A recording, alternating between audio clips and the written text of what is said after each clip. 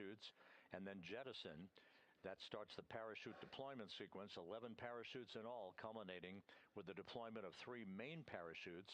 The main chute deploys scheduled at 7:04 and 44 seconds p.m. Central Time, just about 2.5 minutes before splashdown in the Pacific. Splashdown is currently scheduled at 7:07 and 6 seconds p.m. Central Time, 8:07 and 6 seconds p.m. Eastern Time. That will be 5:07 p.m. out in the Pacific, 2.5 hours before sunset. The recovery ship, the John P. Murtha, is on station and will be deploying Navy helicopters, divers, a Navy flight surgeon, other recovery personnel, whose first task will be to erect a large raft alongside of the hatch to integrity. That's called the front porch. Once we have determined that the vehicle is in a safe configuration, and the vehicle will have been powered down just 15 minutes after splashdown. So it will take a few minutes, probably 45 minutes to an hour, to extract the crew and get them on that front porch so they can be harnessed and hoisted onto a pair of Navy helicopters hovering overhead in a sequential fashion, an alternating fashion as well, so that the crew can be flown back a short distance to the deck of the John P. Murtha and then brought into medical bay for comprehensive medical exams and to stay on board the ship for an unprescribed period of time at this point. That will be dependent on their condition post-splashdown. So that's a snapshot as to where we're headed for the rest of the day. We'll carry every minute. We have coverage also on the ship, on the USS John P. Murtha. My colleague Megan Cruz, who is on the ship, she'll be providing reports once we begin our NASA Plus coverage later this afternoon. For the moment, everything is in great shape on board integrity. No vehicle issues being worked whatsoever. The crew to be awakened just over an hour from now to begin their final hours in space as integrity sets its sights on the planet Earth and a splashdown in the Pacific at 7:07 p.m. Central Time tonight. For now, this is Mission Control Houston.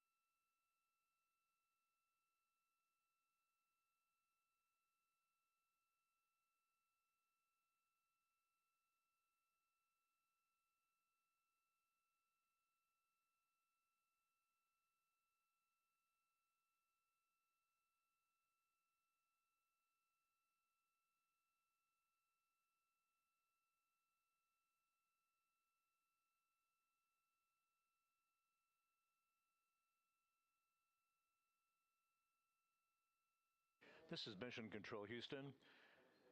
The Orion spacecraft, dubbed Integrity by its crew, is heading home today for a splashdown of the Pacific off the coast of San Diego at 7:07 p.m. Central Time, 5:07 p.m. Pacific Time, 2.5 hours before sunset at the splashdown site.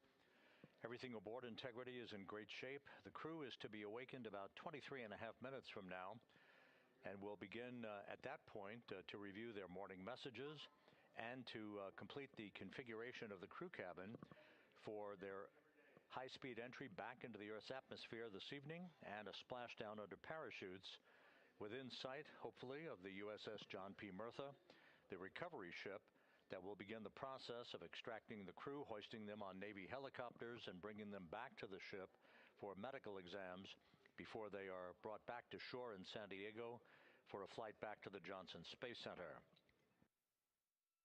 Following wake up, we'll get into more details about the timeline and about the heat shield that everybody is focusing in on today, a very important facet of the mission, as heat will build around the spacecraft to about 5,000 degrees Fahrenheit during that peak heating point when we enter the Earth's atmosphere.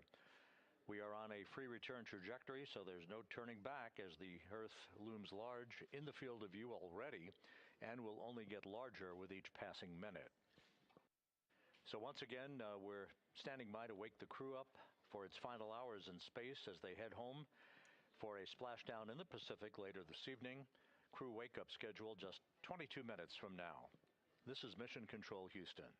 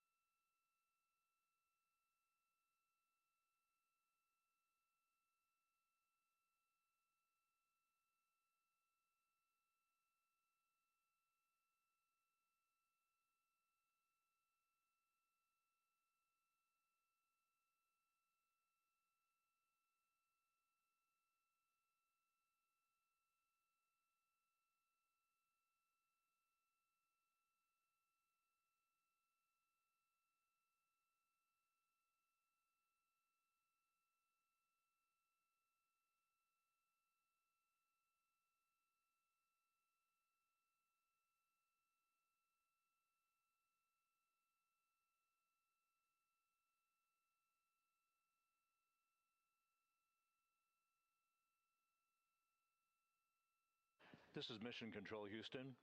Here in the Artemis Flight Control Room, we are just a few minutes away from waking the crew up. Commander Reed Wiseman, pilot Victor Glover, and mission specialists Christina Cook and Jeremy Hansen. The countdown clocks here in Mission Control ticking backward toward the splashdown and the return home of these 4 crew members just 8 hours and 38 minutes from now. We're preparing to wake the crew up in about 6 minutes for their final hours on the Orion spacecraft they have named Integrity. You will be hearing a lot more about Integrity. We'll be identifying the key voices you will be hearing, and we're going to run down all of the specifics of timeline, heat shield, comparisons between Artemis I and Artemis II as the morning moves into the afternoon hours. So stay tuned. We are preparing to wake the crew up in about 6 minutes with our final wake-up call of the mission. This is Mission Control Houston.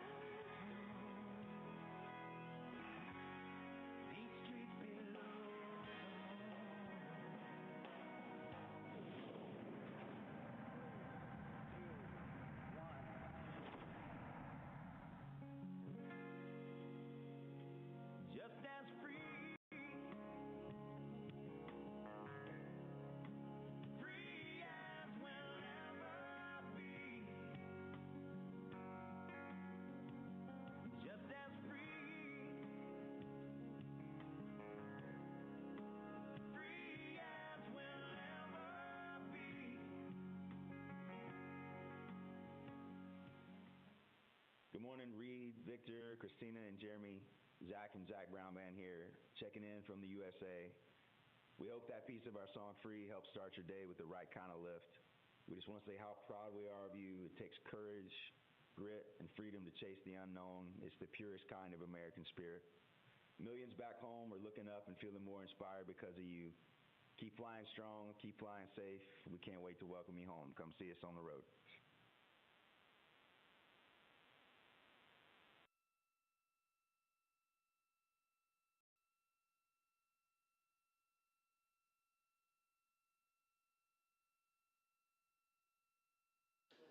This is Mission Control Houston, a pair of wake-up songs to mark the... Start the day, Houston.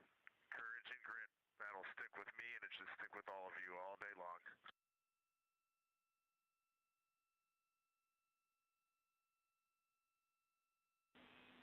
We got it, loud and clear, Integrity. Can't wait to see you run to the water. See you soon. Good morning.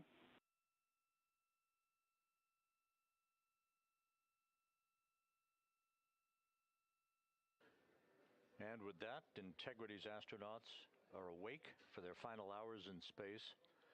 The wake-up songs you just heard were played for the crew, and the first was Run to the Water by Live. This was the Integrity crew's selection for their final wake-up song of the mission, followed by the song Free by the Zach Brown Band, and a personal message to the crew from Zach Brown himself. Reed Wiseman responded to that. And here in Mission Control, spacecraft communicator Tess Caswell responded in kind as she is preparing, along with the Orbit 3 team of flight controllers, to begin a shift handover to the entry team.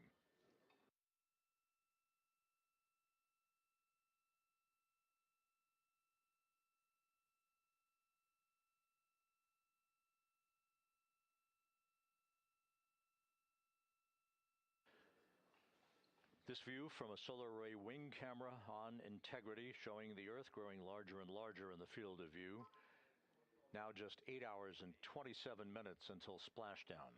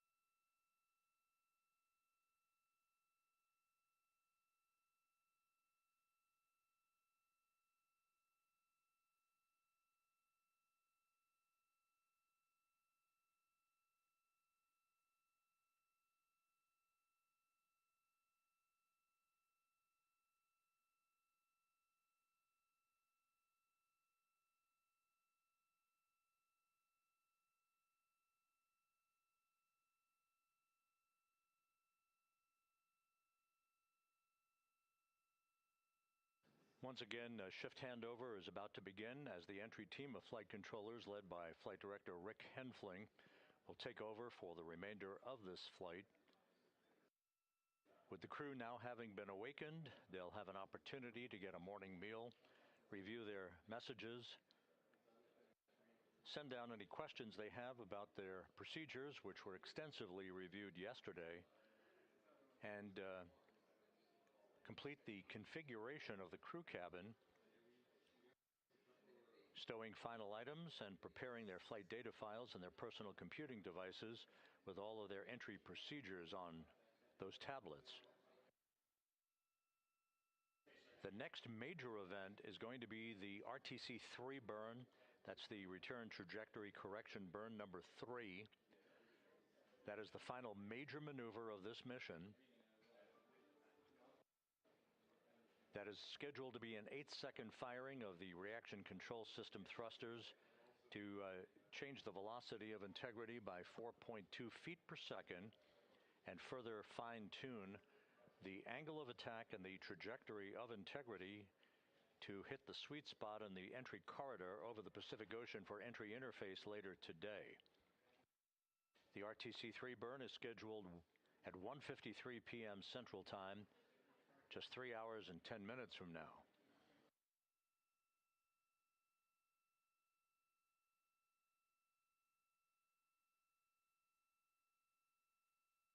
Integrity systems are in good shape, ready to support entry and splashdown. The weather at the splashdown site southwest of San Diego is excellent. The latest forecast from the Spaceflight Meteorology Group indicates that the densest portion of cloud cover will be closer to the San Diego shoreline and not exactly in the splashdown zone itself. We are expecting some broken and scattered clouds. Winds should be around 10 knots, wave heights less than 4 feet, with the wave periodics about 17 seconds in duration. This is just about ideal conditions in the Pacific at this time of year for the homecoming of Integrity's astronauts.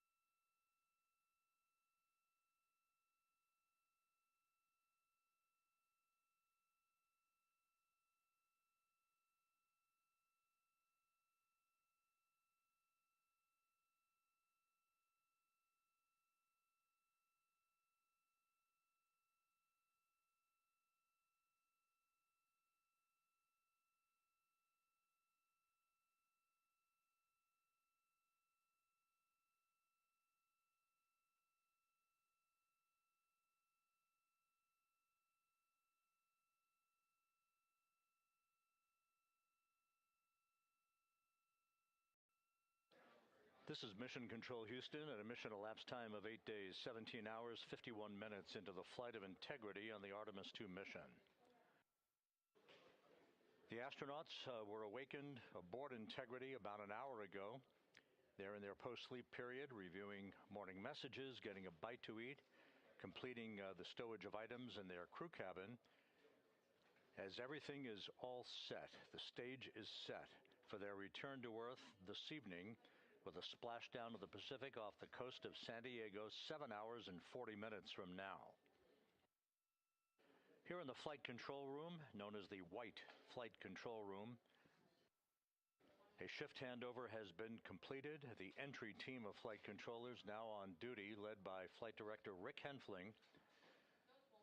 Henfling has trained with this team for more than 2 years for this day. He will be joined on console by Spacecraft communicator Jackie Mahaffey. Astronaut Stan Love also will be by her side as a second set of eyes as Integrity barrels home, completing a mission that will have spanned 694,481 miles from launch to splashdown. In the shift handover, no significant issues were reported. The vehicle is in great shape, and the weather at the splashdown zone couldn't be better. Winds are forecast to be 10 knots at splashdown, wave heights less than 4 feet, and the wave periodics against the capsule as it bobs in the Pacific Ocean about 17 seconds. We are expecting a few broken and scattered clouds, but that is not an issue. Integrity is coming home through the law of orbital mechanics.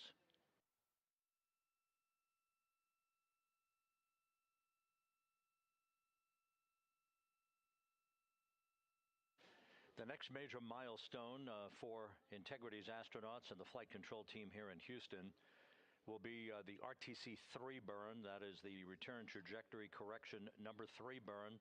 That is scheduled 2 hours and 25 minutes from now at 1:53 p.m. Central Time. It's an 8-second firing of the reaction control system jets to essentially fine-tune the path of Integrity down the corridor for its entry into the Earth's atmosphere.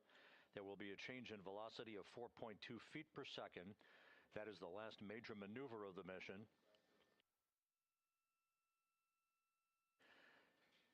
The crew will continue to configure the crew cabin. They'll climb into their launch and entry suits later today and move into their entry checklist.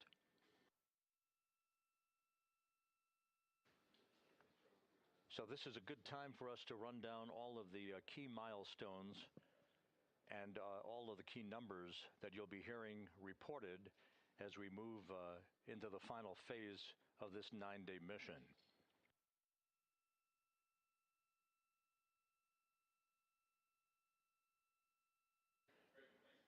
Following the RTC-3 burn and the crew climbing into their launch and entry suits, we will have NASA Plus coverage joining in a simulcast of our 24/7 YouTube coverage at 5:30 p.m. Central Time, 6:30 p.m. Eastern Time.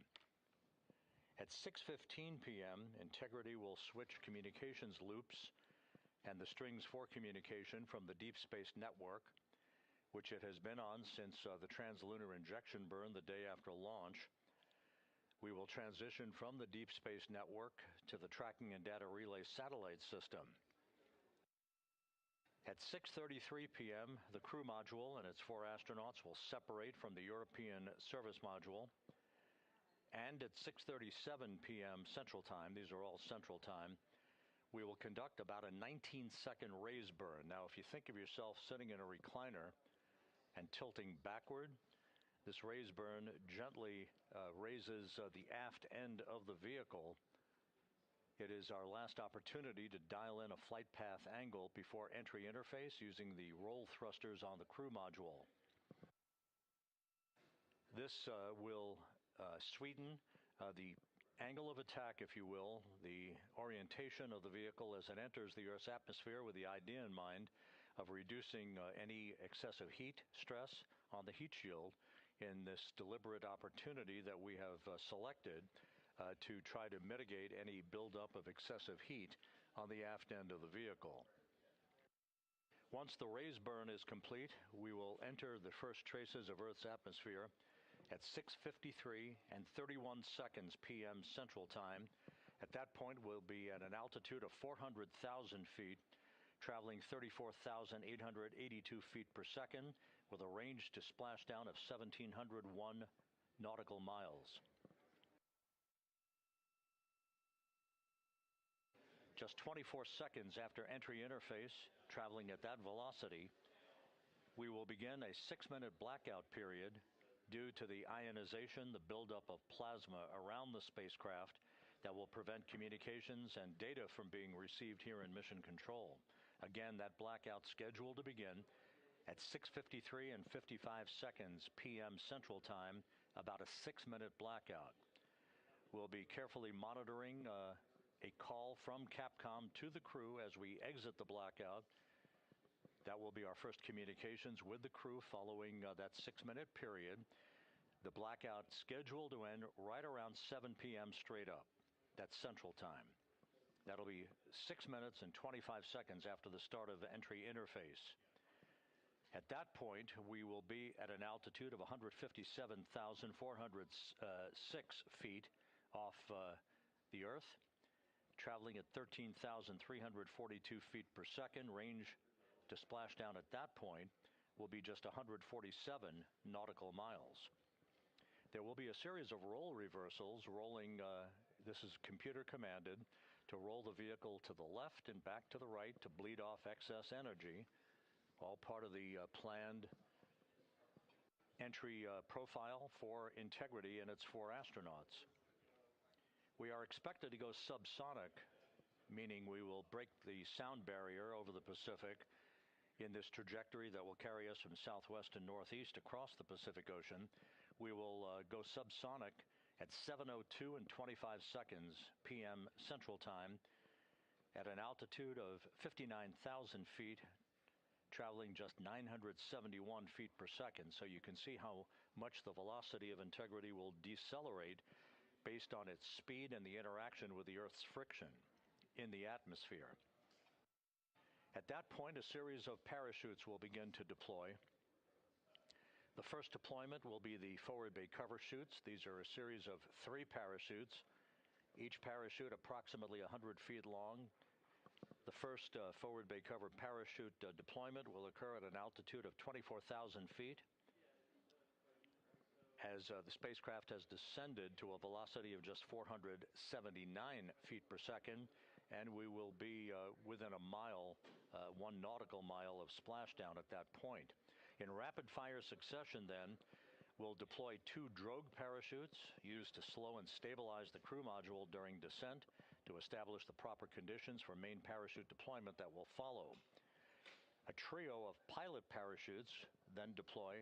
They'll be used to lift and deploy the main parachutes from the forward bay of the crew module. That's the top portion of the crew module. And finally, 3 large main parachutes will deploy. The main chutes are scheduled to deploy at 7:04 and 44 seconds p.m. Central Time at an altitude of just 5,400 feet from splashdown. The velocity for the astronauts aboard Integrity at the time of splashdown expected to be just 19 miles an hour. So in just 13.5 minutes from the start of entry interface to splashdown, we will have decelerated from what is expected to be a peak velocity of some 23,783 miles an hour to just 19 miles an hour for a gentle splashdown.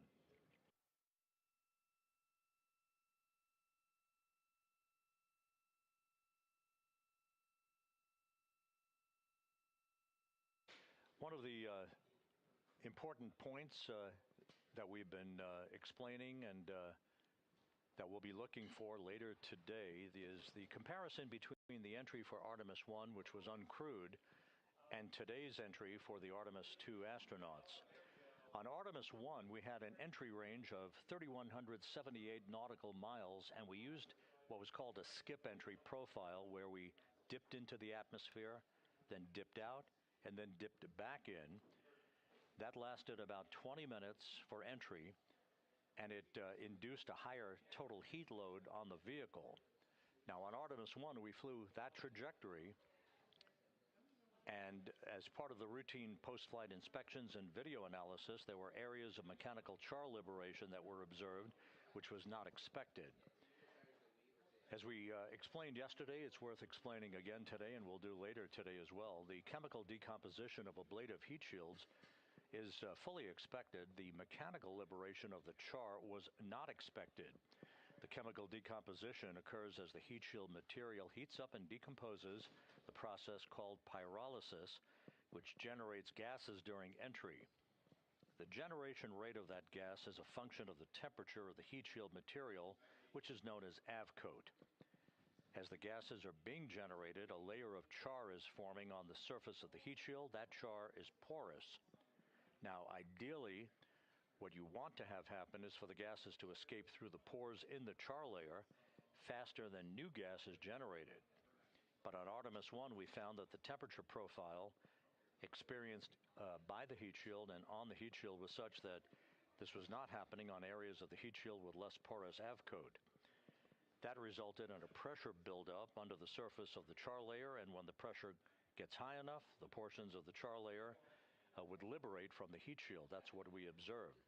As a result of all of this, NASA gathered experts from across the agency and private industry, including establishing an independent review team to investigate this issue. And after extensive analysis, everyone agreed with the conclusion that we should plan to fly a shorter entry trajectory to avoid a temperature profile conducive to high rates of gas generation as that avcoat chemically decomposes. Now, for Artemis III and beyond, we're redesigning the heat shield, different heat shield, and redesigning the manufacturing process such that we will have material that starts out more porous and will allow a more efficient gas dissipation as that char layer forms, which will be a critical feature for a longer duration skip entry trajectories returning from the south pole of the moon. The bottom line of all of this is today, instead of a 3,178 nautical mile entry range, we're targeting a 1,701 max entry range to our splashdown zone off the coast of San Diego, 1,701 nautical miles. We're using a lofted entry profile. That's being done through the raise burn. The duration of the entry is about 14 minutes rather than 20 minutes, and that induces a much lower heat load on the heat shield to allow it to do its job to maximum efficiency.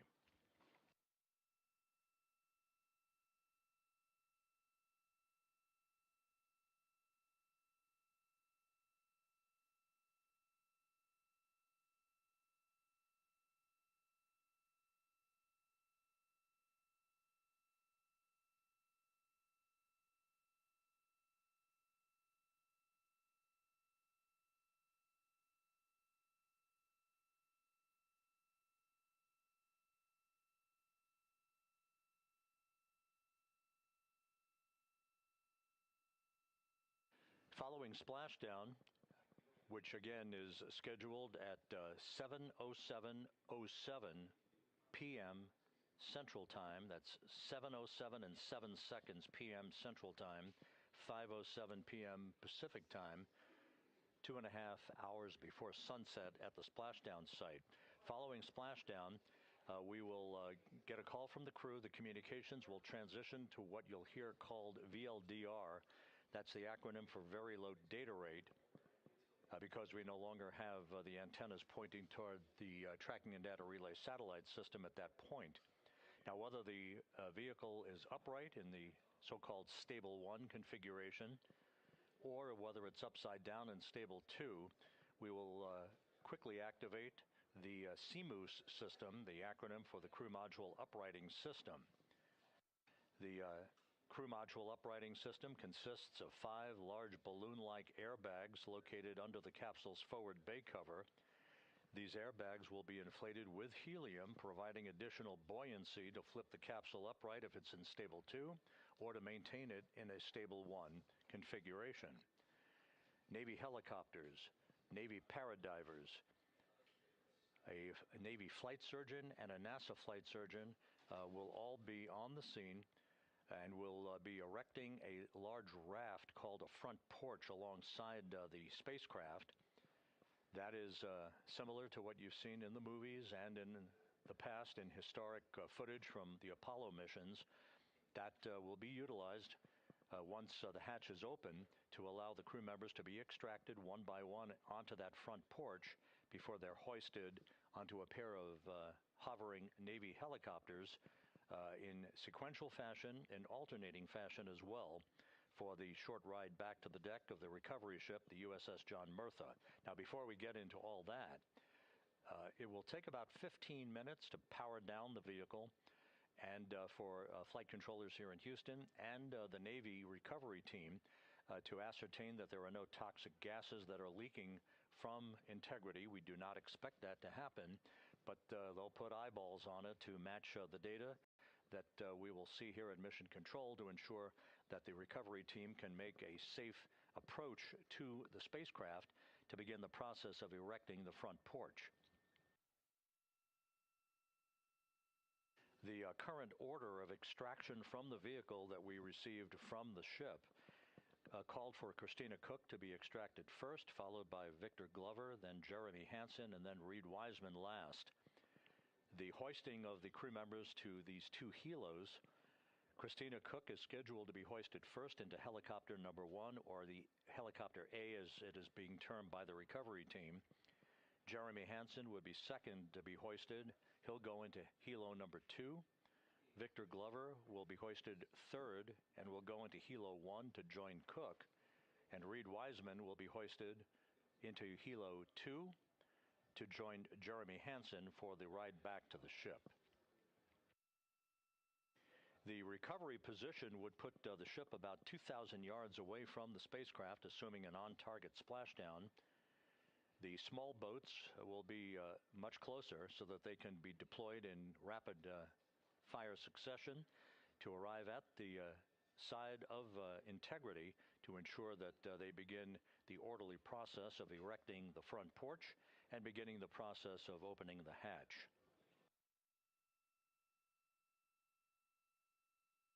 The John P. Murtha, the recovery ship, is expected to be about 5 miles away from the spacecraft at the time of splashdown. That will expedite the helo flight for the two helicopters back to the deck of the ship. Once on the ship, the crew will emerge from the helos, and they'll be brought into the medical bay on the ship for comprehensive medical exams that will set the stage for them to be flown off the ship at a subsequent hour. We just don't know exactly what that hour will be at this point. It will depend on the condition of the crew and other factors. But once they depart the ship, they'll be flown by helicopter to the San Diego Naval Air Station to board a NASA plane to fly back to the Johnson Space Center in Houston. So that's your snapshot rundown of the activities that lie ahead. The next major activity, just over 2 hours from now, that will be the RTC-3 burn, the return trajectory correction burn number 3, the final in the series of fine-tuning maneuvers to pinpoint Integrity's precise path down the middle of the corridor for entry into the Earth's atmosphere.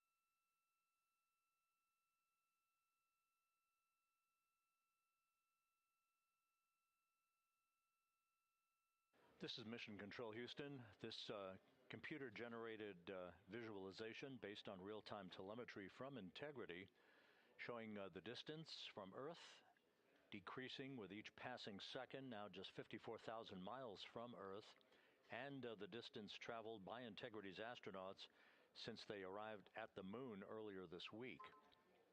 We are currently 7 hours, 10 minutes away from splashdown, a high-speed entry back into the Earth's atmosphere, awaiting Reed Wiseman, Victor Glover, Christina Cook, and Jeremy Hansen to wrap up a mission that will have logged from launch to splashdown 694,481 miles. That, of course, includes that high Earth orbit that carried Integrity to an altitude at apogee of about 43,000 miles above the Earth for the first 24 hours of the mission to enable flight controllers to ring out all of the systems on Integrity and collect data that gave them the confidence to give approval for the translunar injection burn that sent the crew on its way to the moon and an historic flyby of the lunar surface.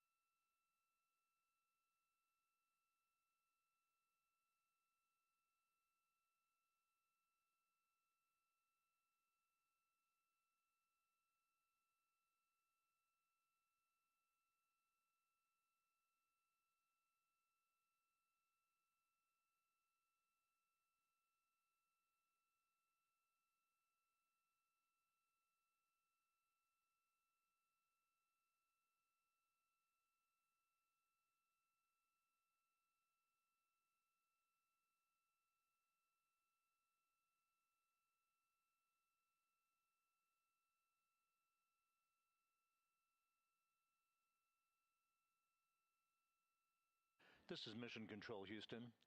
8 days, 18 hours, 39 minutes into the flight of Integrity on the Artemis II mission. Here in the flight control room, Flight Director Rick Henfling and his team of entry flight controllers on duty, joined by spacecraft communicator Jackie Mahaffey. That's the voice you'll hear talking to the crew throughout the course of the day's activities through entry and through splashdown.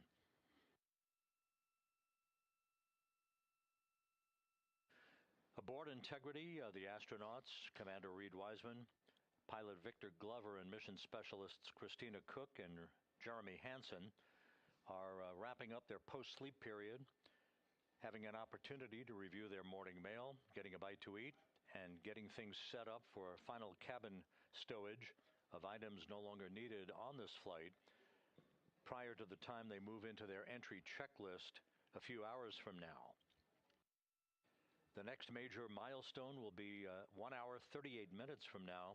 That will be the firing of the reaction control system thrusters on Integrity in what is called the RTC-3 burn, the return trajectory correction number 3 burn, the final in the series of mid-course correction maneuvers to fine-tune Integrity's path so that it reaches the center of the entry corridor at the orientation we want the vehicle in, as it approaches and enters the Earth's atmosphere at an altitude of 400,000 feet later today. This will be an 8-second burn to change the velocity of Integrity by 4.2 feet per second.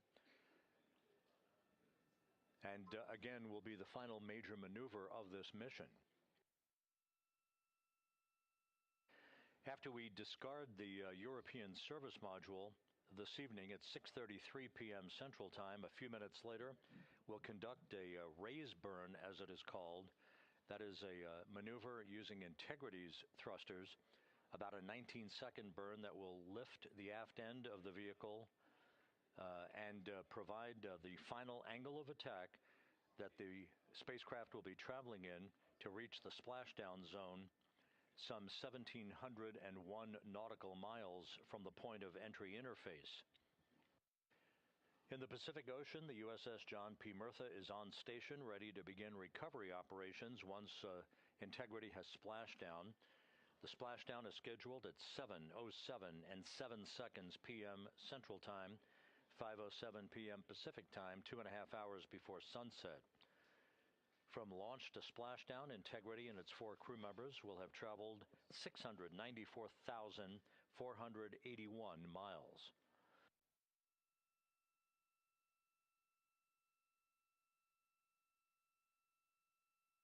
Communication with the crew on the voice loops will pick up considerably in the next short period of time here, as we move out of the post-sleep period into the final hours of the cabin configuration, the preparations for the return trajectory correction burn, and then the crew moving into its entry checklist. All of Integrity's systems are in excellent shape. The latest weather forecast from the Spaceflight Meteorology Group here at the Johnson Space Center for the splashdown zone southwest of San Diego calls for winds at about 10 knots, wave heights less than 4 feet, wave periods, that's the periodic raise and subsidence of the waves against the spacecraft, that should be about 17 seconds in duration. Just some broken and scattered clouds expected in the splashdown area. The weather is go, the vehicle is go, and we are set for splashdown 6 hours, 48 minutes, and 50 seconds from now. This is Mission Control Houston.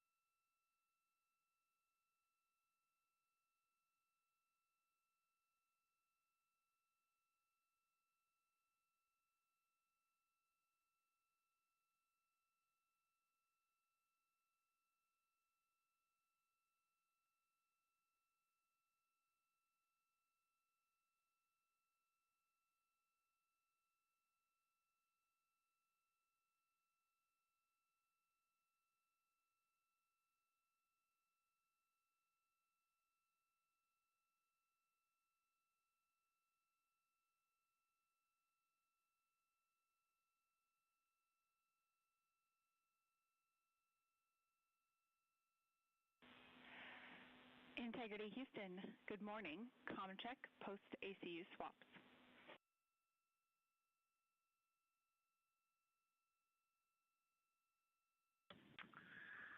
Good morning, Houston. We got you loud and clear. Hey, good morning, Jeremy. We want to let you know that OE2 is privatized, ready to start the conference early or on time at your preference. And afterwards, we've got a couple of cabin entry config items to sync with you. Give us a call.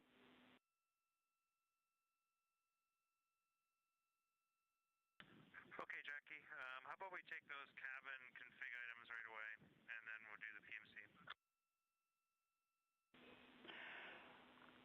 We can do that. So looking at the cabin entry config procedure, step 5 for the AGAs is no perform. Based on your battery activities last night, AGA is in good shape through splashdown. And in step 10, we would that tracks with our thinking. We would like you to get going early on step 10. In particular, for the post-landing LIO, we'd like you to perform the battery check that is in step 1 of your post-landing LIO mounting and routing procedure. Okay, we can get started on the LIO.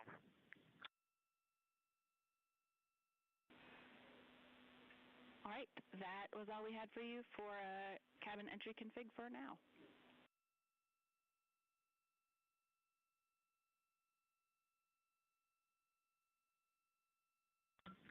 Houston, speaking of cabin config, one thing for you, the contingency urine CWC, that has, we had a plan so that we could actually complete that stowage as a get-ahead last night, and that's been done. We did not use a hefty bag, but it is empty, and it is sealed in 2 Ziplocs inside the JSB.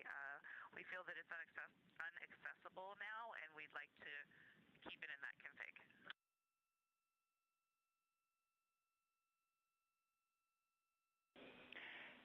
All right, Christina, thanks for the status. We will confirm that is a good config.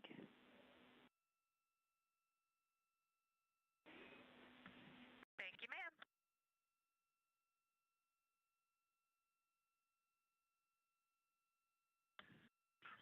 Okay, Jackie, we'll head over to Private 2 for the PMC.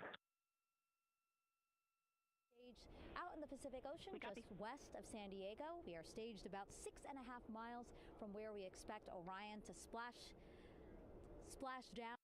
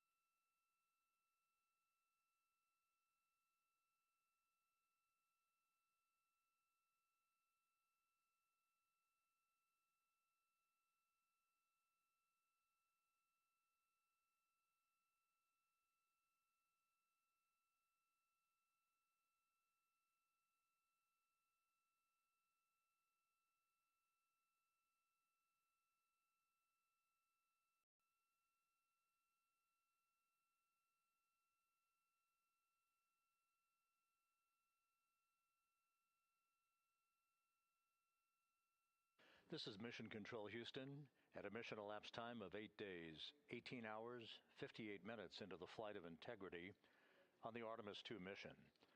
On board the spacecraft, as we slowly but surely make our way back to Earth for a splashdown later this evening, the crew on board, Commander Reed Wiseman, Pilot Victor Glover, and mission specialists Christina Cook and Jeremy Hansen, are emerging from their post-sleep period. They are about to begin a private medical conference that has been planned all along with the flight surgeon here in Mission Control to make sure that there are no issues associated with their high-speed entry back to Earth later today, with splashdown scheduled at 7:07 and 7 seconds p.m. Central Time, 5:07 p.m. Pacific Time, 2.5 hours before sunset at the splashdown site off the coast of San Diego. The crew has been in great shape ever since launch, and the vehicle is in excellent condition. It's very quiet here in the flight control room, no issues being worked as we count down toward the next milestone prior to entering the Earth's atmosphere, that being the return trajectory correction burn. This short 8-second firing of the reaction control system thrusters to change the velocity of Integrity by 4.2 feet per second and slightly adjust its orientation, fine-tuning its position to properly enter the entry corridor across the Pacific Ocean later today. That burn... Integrity you can normalize too.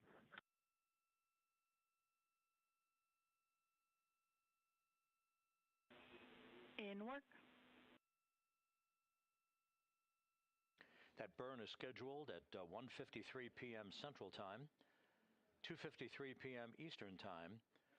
That'll be followed by the crew completing the configuration of the crew cabin for entry, stowing final items, and making sure all of their checklists and other post-splashdown devices that they will need are in the proper... making sure that all of their equipment is within arm's length after they splash down in the Pacific, waiting to be extracted from the vehicle by the recovery personnel that will be deployed from the USS John Murtha, which is on station out in the Pacific in the splashdown area. The weather forecast for splashdown is ideal. Winds just about 10 knots, wave heights less than 4 feet. Those are very benign conditions that will await Integrity's astronauts when they emerge from the spacecraft. Following splashdown, the 5 crew module uprighting system airbags will be inflated with helium to ensure that the spacecraft remains in an upright and rather benign situation as it bobs in the Pacific Ocean. This will expedite the ability of the recovery teams to erect a large raft called the front porch along the side of Integrity prior to the time that the hatches open and the crew is extracted from the vehicle that they have been aboard since April 1st for their launch for their lunar flyby.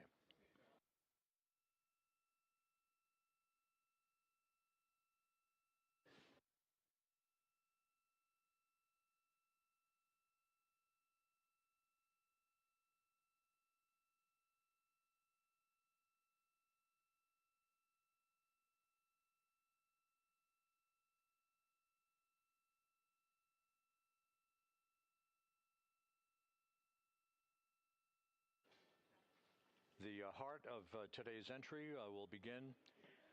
Integrity Houston, some pre-burn SA for you.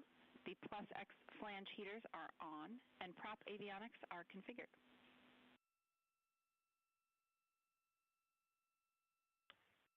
Okay, we copy, Jackie. Jeremy Hansen from the Canadian Space Agency acknowledging the call from Capcom Jackie Mahaffey. It is her voice that you'll be hearing throughout entry and splashdown, calling all the major milestones and talking to the crew when required. The heart of today's activities will begin about 5.5 hours from now when we hand over the communications link from the Deep Space Network to the Tracking and Data Relay Satellite System. That will come at 6:15 p.m. Central Time, followed about 18 minutes later when the crew module separates from the service module. At that point, the crew module will conduct a raise burn, as it is called. That is about a 19-second burn. That will be the final opportunity to more specifically dial in the flight path angle, the angle of attack before entry interface. That will use the roll thrusters on the command module, on the crew module. That angle of attack is particularly critical for this mission, so that we are mitigating any excessive buildup of heat on Orion's heat shield as it enters the Earth's atmosphere. At the point of peak heating, we are expecting temperatures to rise to about 5,000 degrees Fahrenheit. That will induce an ionization around the spacecraft called a plasma wave. This is typical for all spacecraft that enter the Earth's atmosphere. A blackout period of 6 minutes will begin at about 6:53 and 55 seconds p.m. Central Time. We'll lose all communications with the crew. That will be expected, and we'll report that when we do have a loss of data and communications. When we emerge from that blackout, right around 7 p.m. Central Time, straight up, Jackie Mahaffey, the Capcom here in Mission Control, will be calling the crew, if they don't call us first, to make sure that we hear them and that we have a good communications link for the final 7 minutes of the high-speed entry that will culminate with the deployment of a series of parachutes and finally 3 main parachutes that will gently allow Integrity to splash down in the Pacific at a velocity of just 19 miles an hour. The crew is expected to pull about 3.9 Gs during maximum G loads on them during the point of entry. And it's interesting to keep in mind that from the point of the start of entry interface at an altitude of 400,000 feet, some 13.5 minutes before splashdown, the spacecraft will decelerate from a velocity of some 23,783 miles an hour to just 19 miles an hour at splashdown.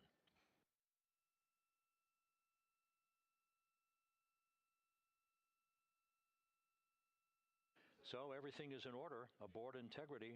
We have a solid spacecraft and a solid go weather forecast in the splashdown zone as the world awaits the return of Artemis's astronauts from this historic lunar flyby. Splashdown scheduled 6 hours, 25 minutes, 30 seconds from now. This is Mission Control Houston.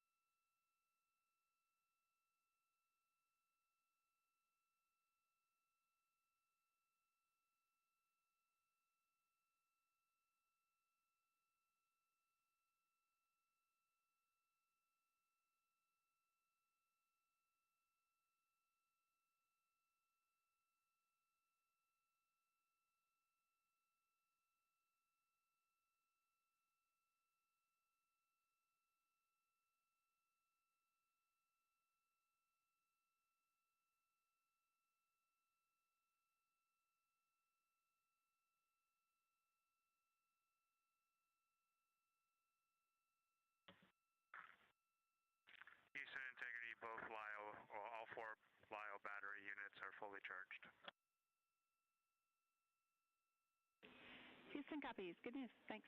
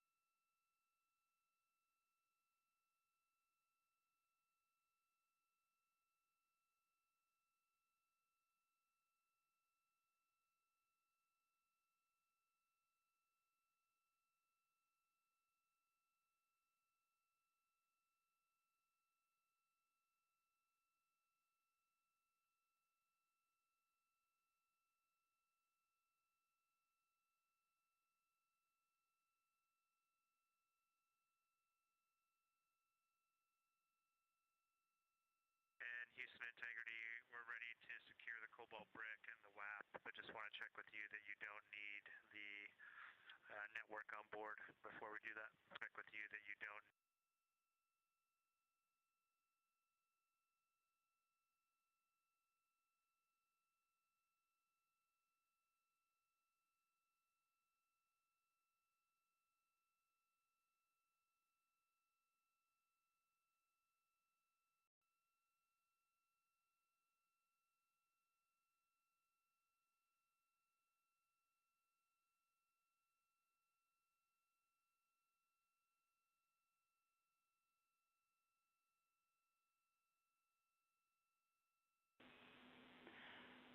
Integrity, for Jeremy, we copied your question.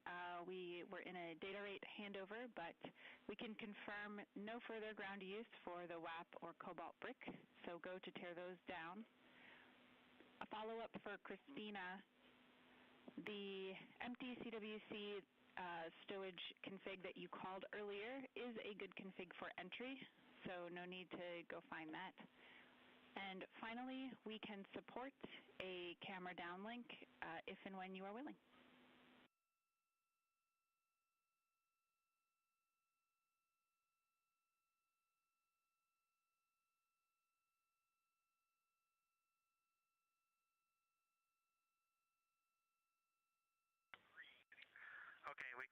those, Jackie. And which cameras were you planning on coming on board with?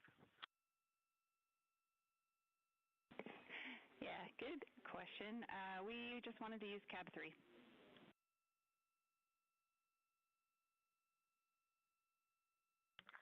We're good with that. All right, we will join you.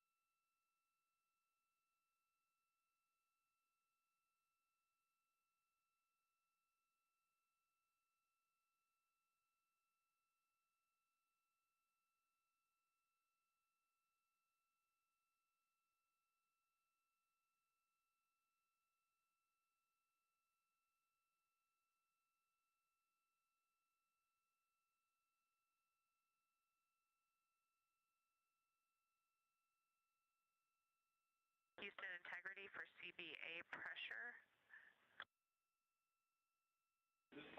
Go ahead.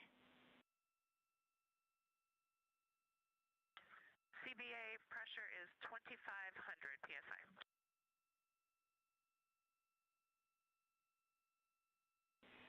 Houston copies 2500.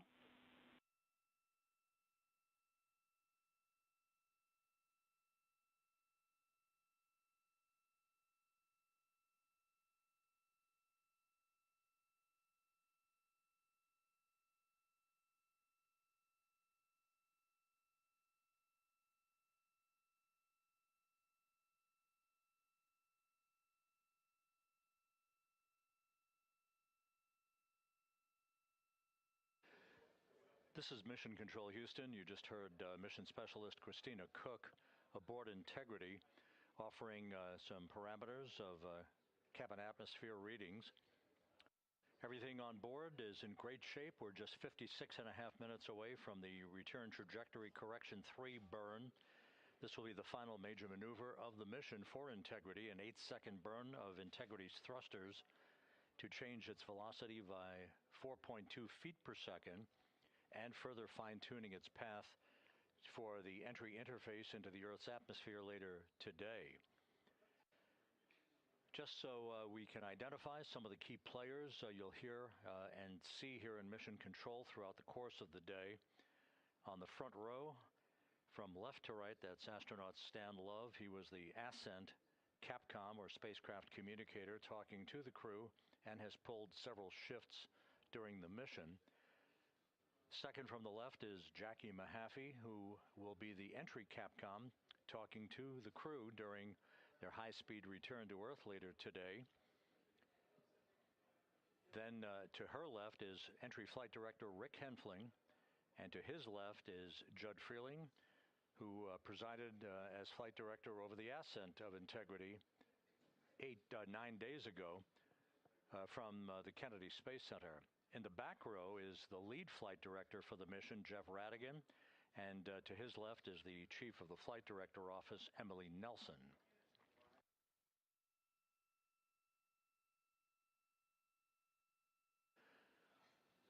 Once again, this view of the Earth, that is the port of call for Integrity's astronauts later today.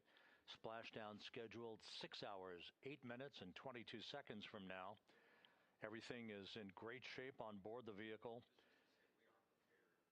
in the home stretch of what ultimately will be a 694,481-mile journey from launch to splashdown.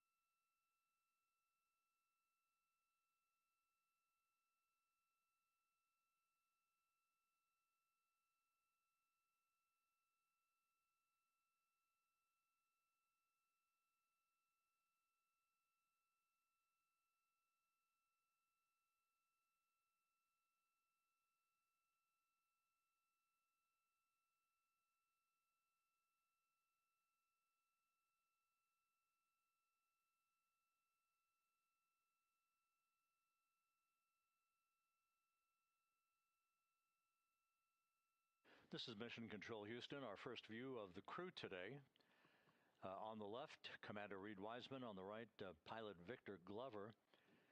They are reviewing some of the timeline parameters and some of the systems status boards on their computers on the flight deck of Orion.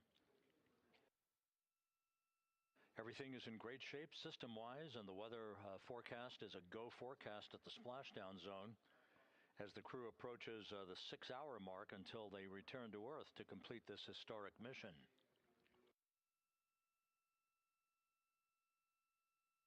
The crew will monitor the RTC-3 burn. That's just 52 minutes from now. And then we'll move into the heart of completing the configuration of the crew cabin, stowing some final items, and reviewing their entry checklist as they march down the timeline towards the point at which they will don their launch and entry suits, the Orion Crew Survival Suits, or OCSS, the OX suits as they are called, and prepare for the final key elements of this mission that will start with entry interface at 6:53 p.m. Central Time today, when they reach the first traces of the Earth's atmosphere at an altitude of 400,000 feet, with a range to splashdown of 1,701 nautical miles.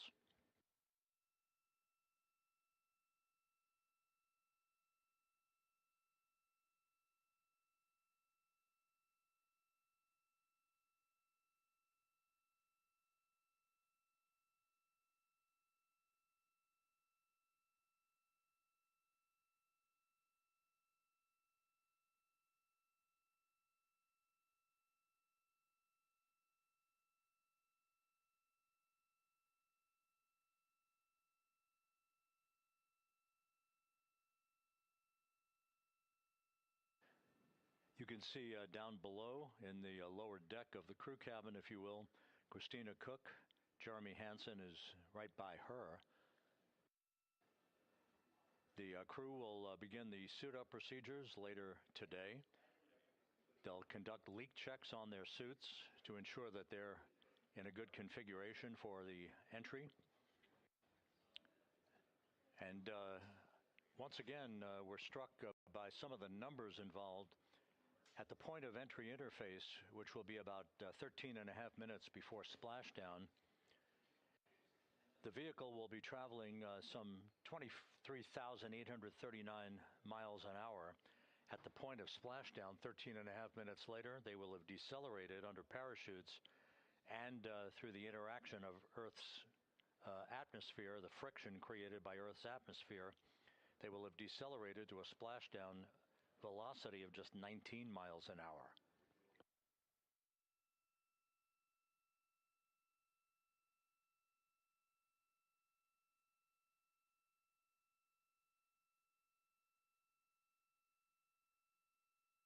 All preparations on the USS John P. Murtha, the recovery ship out in the Pacific, are complete. Everyone is at the ready. The Navy recovery teams, the flight surgeons who will greet the astronauts for their initial medical exams. There will be Navy helicopters and fast boats that will be deployed from the Murtha to move alongside the spacecraft. It will take about 15 minutes, perhaps a bit less, for the flight control team here in Mission Control to power down the vehicle. Once it splashes down and the airbags, the inflatable airbags, 5 of them at the forward bay cover at the top of the spacecraft, are inflated to ensure that the vehicle remains in an upright orientation in the Pacific. The airbags will be deployed. The vehicle will be powered down. That's not the end for Mission Control here in Houston. They will not hand over to the Exploration Ground Systems folks until the crew has been extracted from the vehicle onto a large raft that will be erected alongside the hatch to Integrity. That is called the front porch. Each of the crew members will leave the vehicle, Christina Cook first, followed by Victor Glover, then Jeremy Hansen, then Reed Wiseman.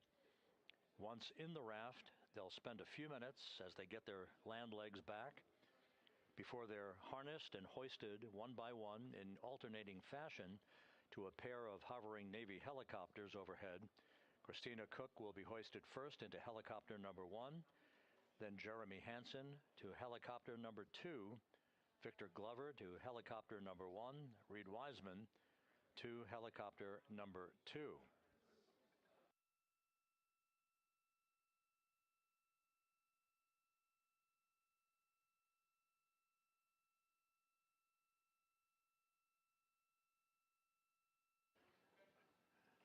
We're about to have a quick burn conference with the crew to review the parameters of the upcoming return trajectory correction burn. Again, a final opportunity to fine-tune Integrity's path towards its splashdown zone and to make sure the orientation of the spacecraft is correct for its angle of attack into the Earth's atmosphere.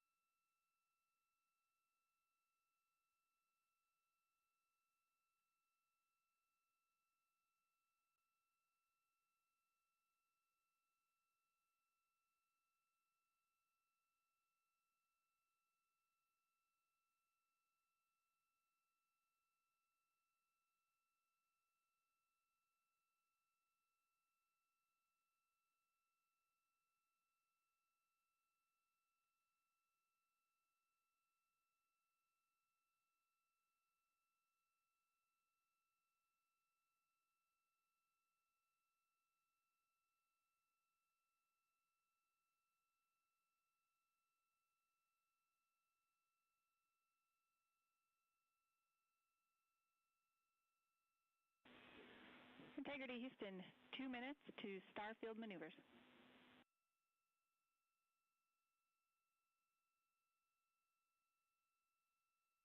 We copy that, Jackie.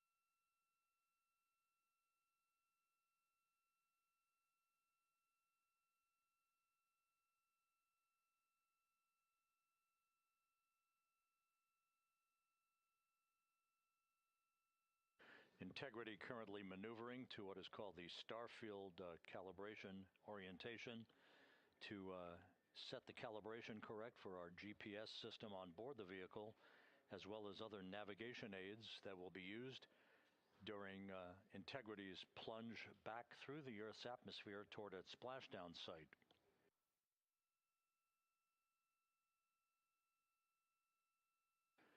Countdown clocks here in Mission Control ticking backward toward the arrival of Integrity at entry interface.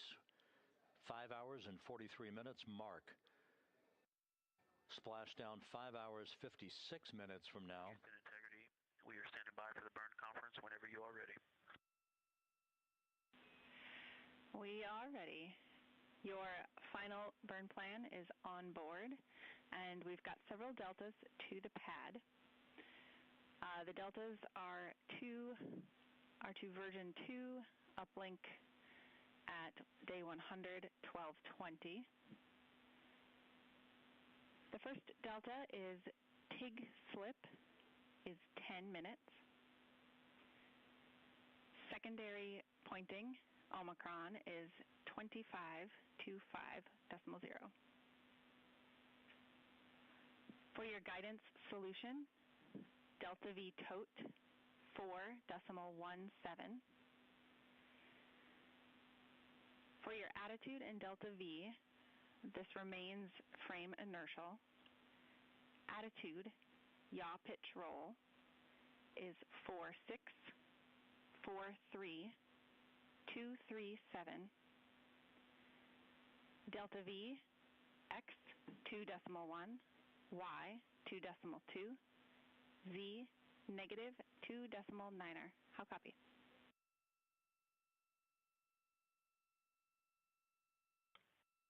Okay, Jackie, we caught the end material. Can you give us the trim number that you started with and Omicron, I believe, were the two? Or maybe TIG slip and Omicron. TIG slip is 10 minutes. Omicron is 25.0.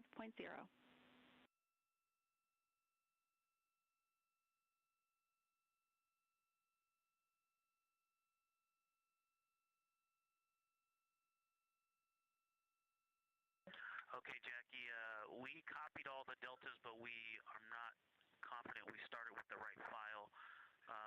Can you confirm the date, the UTC of ground generation? Yep, that is day 100, hour 12, minute 20, 20.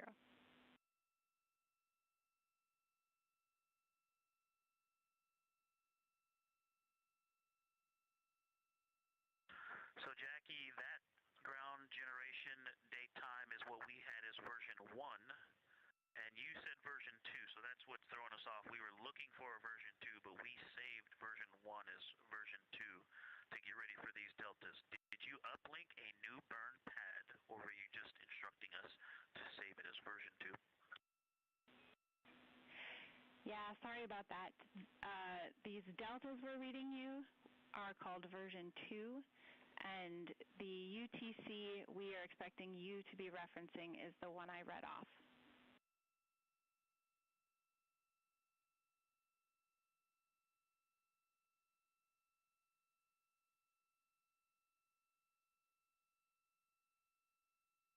Okay, copy. We wrote those deltas on the Excel file that was labeled version 1, and we have saved it as version 2.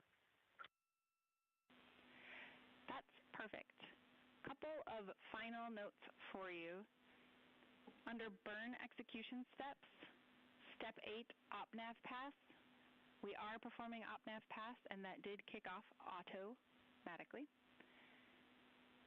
And then in burn notes, we just want to clarify for the PCL message today, that is message 3.10.02.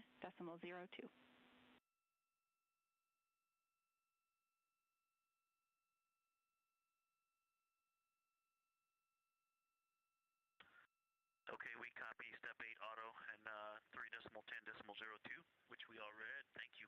Any other deltas to the steps, burn execution steps? No deltas. One final note, the cell in the burn notes that talks about if BFS engages does have about 2 rows worth of text, so you may need to expand it to see all of it.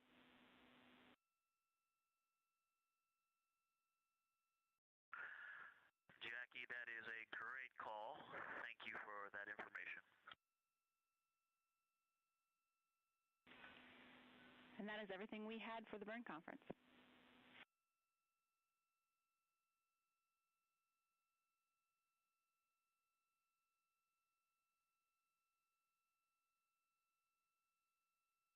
Okay, we copy. Thank you very much.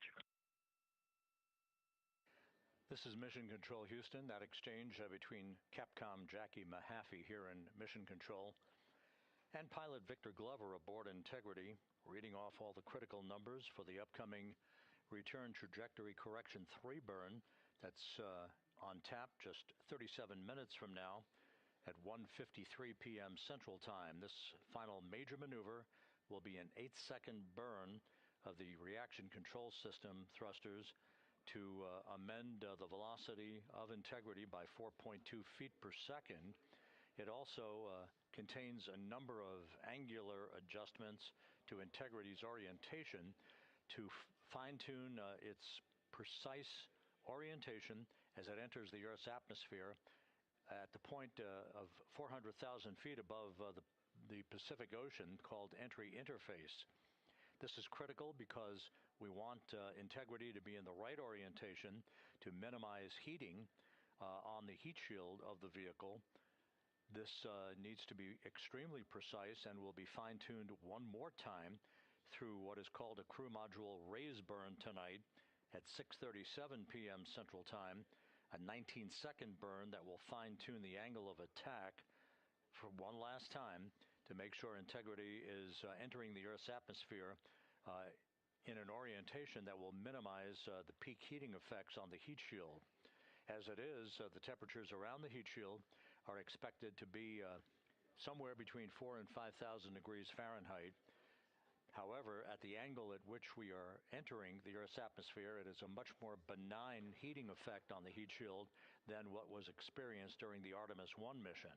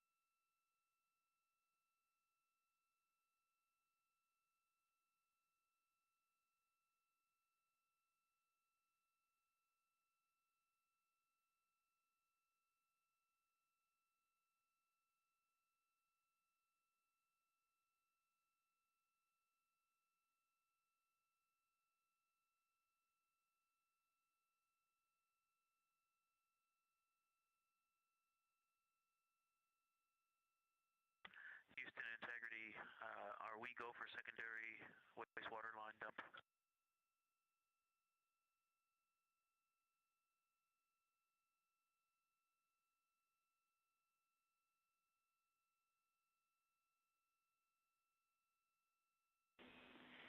Integrity, you are go for secondary line dumps.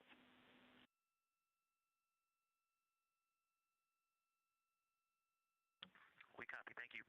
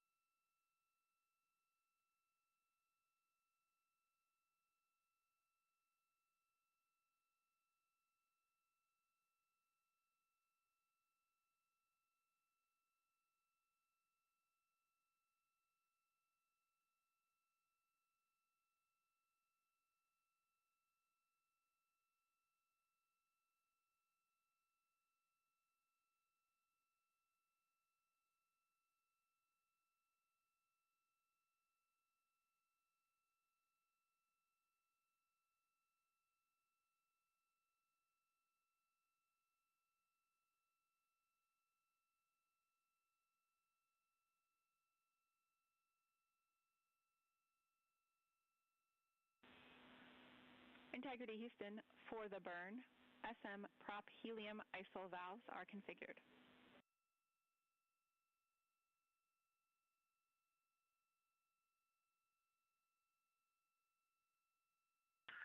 Okay, we see closed, open, and that's what we were expecting. Thanks for the confirmation.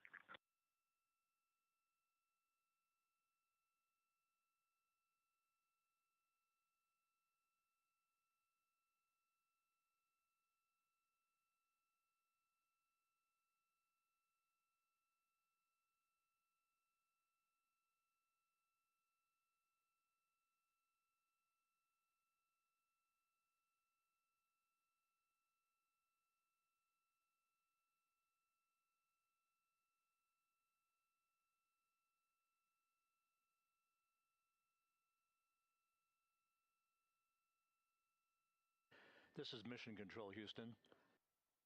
Flight Director Rick Henfling here in Mission Control. The entry flight director is going to be polling his team of flight controllers to get a go for the RTC-3 burn, which is coming up in just 31 minutes. We're back inside the cabin of Integrity, looking at Jeremy Hansen on the left, Christina Cook in the middle, Victor Glover on the right, the crew, and there's Reed Wiseman, the commander of the ship. Everything is in great shape as we await splashdown 5 hours and 44 minutes from now. The entry profile for Integrity is a source of great interest because of some of the heat shield damage that was unexpected during Artemis I. We have deliberately created a trajectory which is essentially a lofted entry profile rather than a skip entry.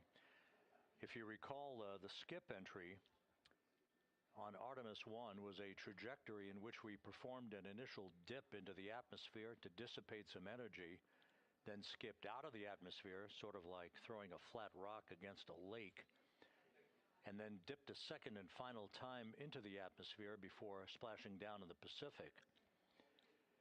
However, that profile induced a longer entry range of some 3,178 nautical miles in length that induced a 20-minute duration of a higher total heat load on the vehicle.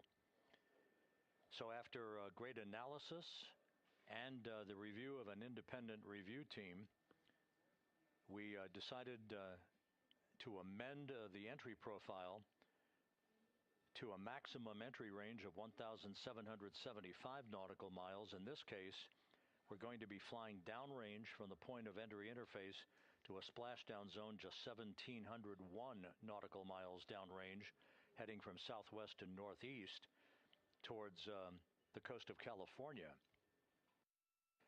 The 20-minute duration of the Artemis I entry has been reduced to just 13.5 minutes in duration for Artemis II, thus inducing a lower total heat load on the vehicle and mitigating any deleterious effects on the heat shield itself. The flight control team, the engineers, have tremendous confidence in this entry profile that will protect the heat shield from any excessive loads that may be imparted on it during this high-speed entry back into the Earth's atmosphere. Having said that, we still will be exposing the heat shield to temperatures some 4,000 to 5,000 degrees Fahrenheit as we enter peak heating at the point of entry interface and a communications blackout within a few minutes after that. Currently taking a poll in the room for a go for RTC-3. That'll be communicated to the crew momentarily. Integrity, Houston, good final targeting, and we are go for the burn pending SAW positioning.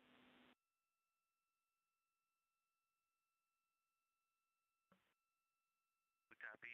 Houston, go for the burn. Thank you. And again, the burn that's coming up, RTC-3, just 27.5 minutes from now, will be an 8-second firing of the reaction control system thrusters to change the delta on the velocity to about 4.2 feet per second, and refining Integrity's path to reach entry interface at the correct angle and at the correct time and orientation. If you think of a cone across the Pacific Ocean, that's the entry corridor. We want to hit right into the middle of that corridor. I said yesterday it was like splitting the uprights, and that's exactly what it is. We want to make sure that we're right down the pike, heading toward the splashdown zone off the coast of San Diego. This burn and the subsequent crew module raise burn, that will be a final amendment to the angle of attack of Integrity, all designed to minimize heating effects on Integrity's heat shield.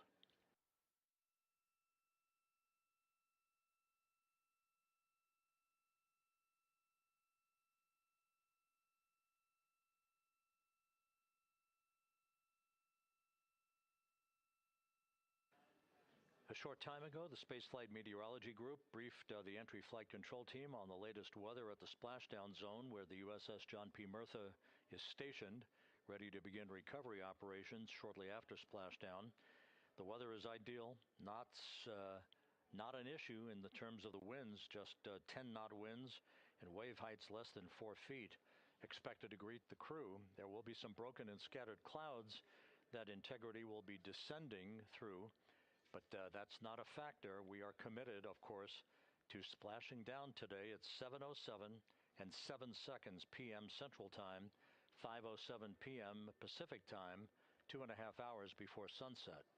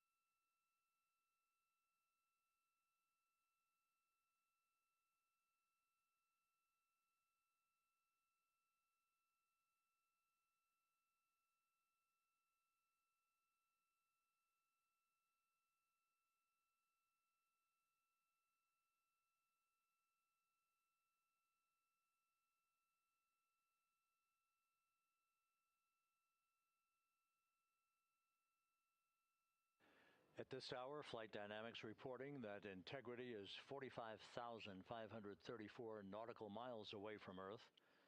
continuing to close in. Its velocity will be accelerating over the next several hours.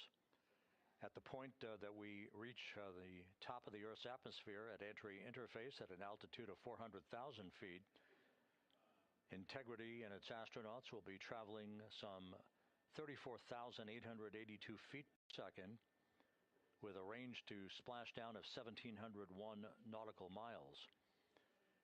That velocity will increase slightly to 34,965 feet per second, or 23,839 miles an hour at peak velocity.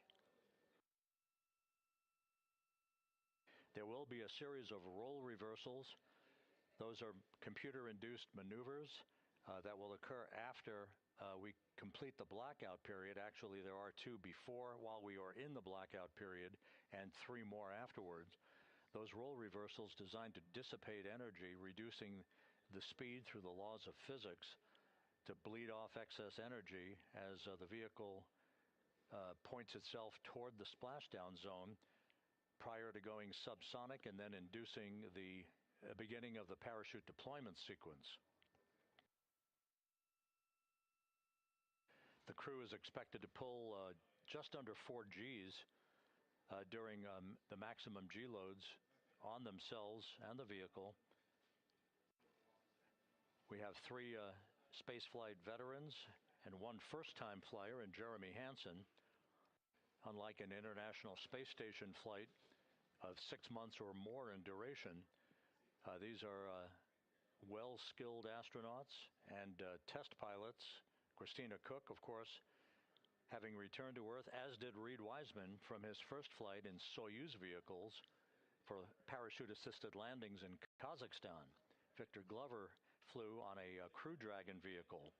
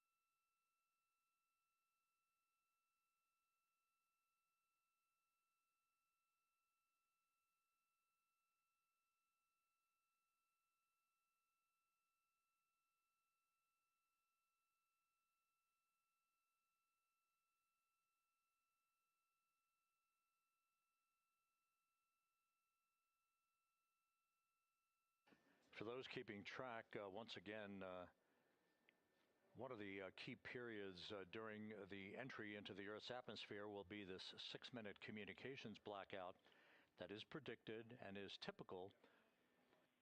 Integrity. Tank pressures are good for the burn.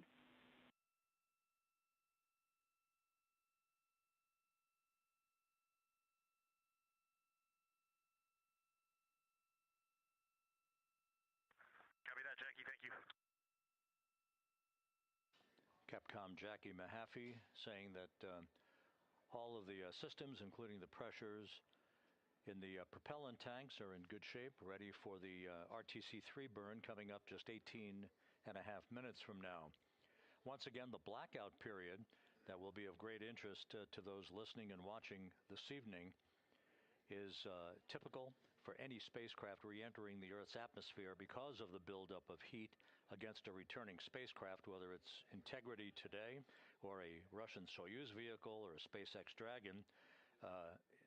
These vehicles have heat shields that are designed to repel the heat. However, there is an ionization around the spacecraft, a buildup of plasma that is caused by the interaction of the velocity of the spacecraft entering the Earth's atmosphere and the friction of the Earth's atmosphere itself. This ionization period, or the blackout period, is expected to last 6 minutes tonight. It is expected to begin at 6:53 and 55 seconds p.m. Central Time, just 24 minutes or 24 seconds after the beginning of entry interface. That blackout of 6 minutes is the period of time where we will not be in communications with the crew or receiving data from Integrity itself as it barrels through the atmosphere.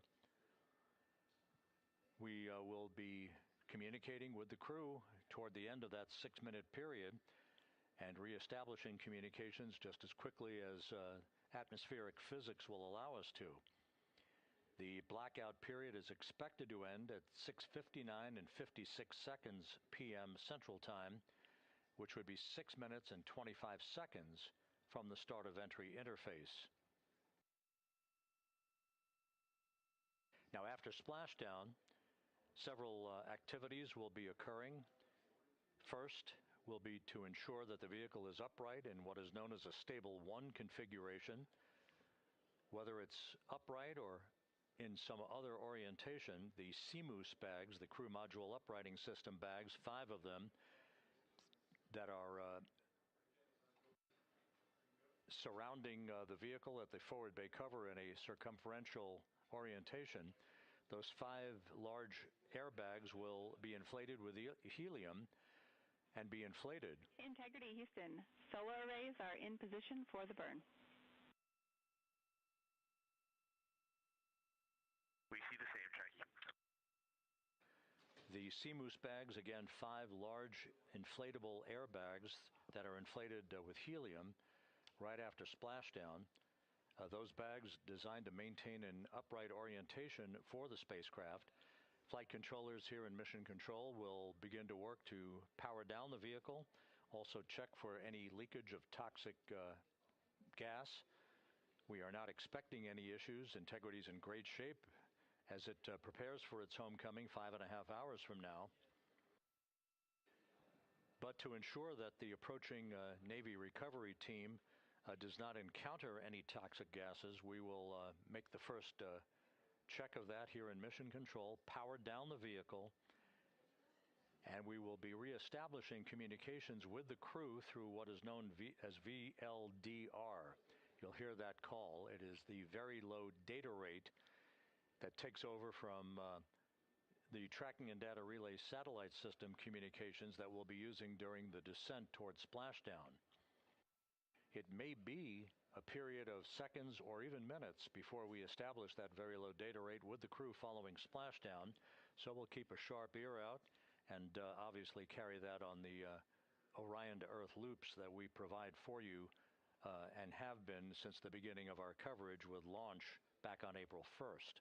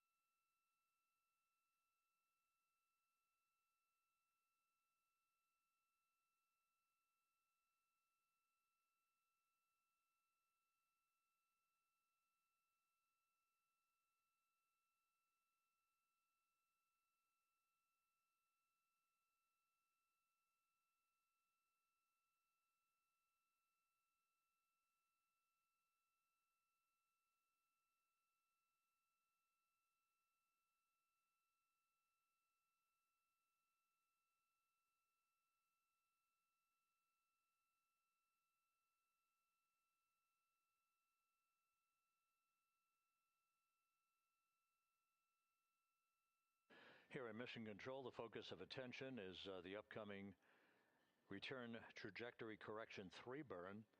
That's coming up less than 13 minutes from now. We're a couple of minutes out from maneuvering to that orientation.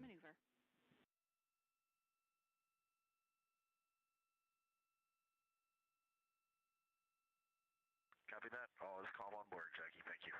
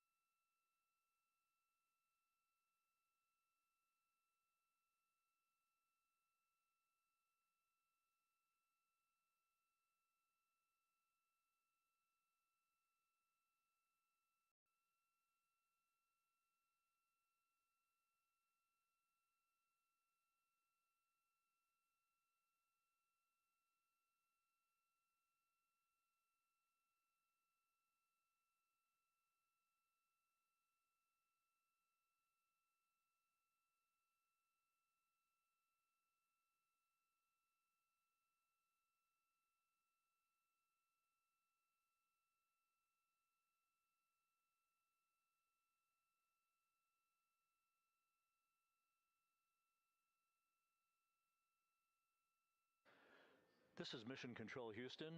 While we wait for the burn, this view from the deck of the USS John P. Murtha showing some of the armada of helicopters. There will be Navy helicopters hovering over Integrity following splashdown. 2 of them to be employed in the hoisting of the crew members off of the front porch raft that will be erected alongside the vehicle following splashdown. 2 crew members, 2 astronauts for each of the 2 helicopters for the short ride back to the deck of the Murtha, where they will be brought into the medical bay for comprehensive post-flight medical exams.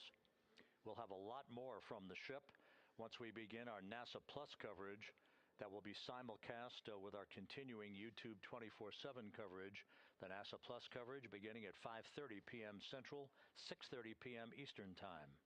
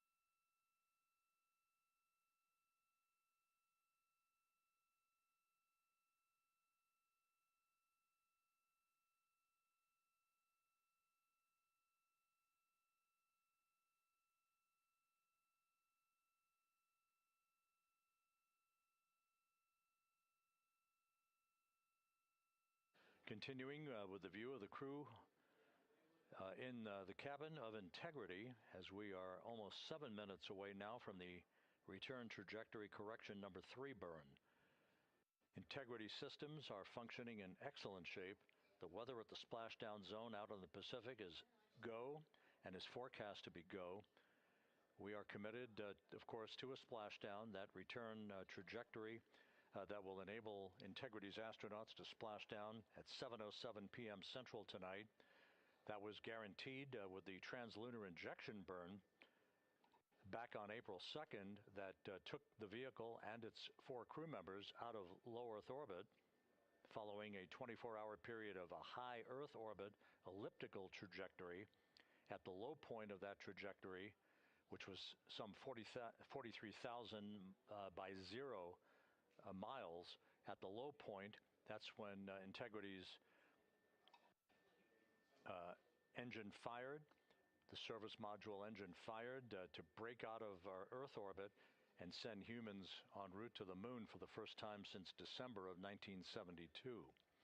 It also guaranteed what was known as a free return trajectory that the laws of orbital mechanics dictated would carry Integrity on a loop around the moon and its historic lunar flyby the other day, and then on the trip back to Earth, which will culminate with a splashdown this evening, 5 hours and 19 minutes from now.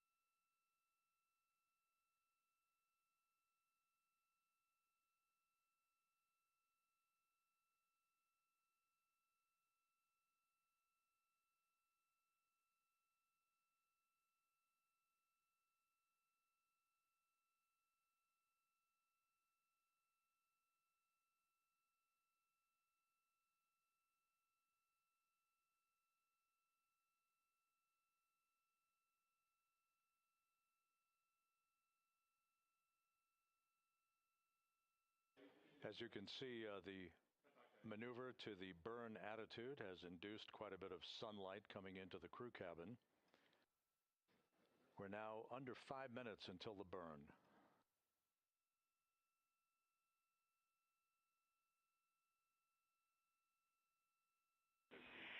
Integrity, Orion is in burn attitude.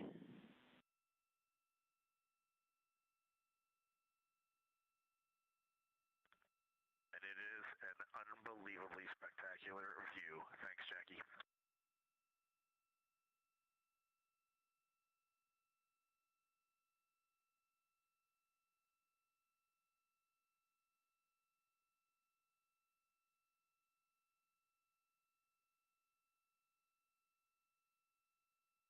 Reed Wiseman responding to Capcom Jackie Mahaffey, that attitude into the burn orientation for the return trajectory correction burn coming up in just under 4 minutes, has offered the crew yet another spectacular view of the Earth growing larger in their windows.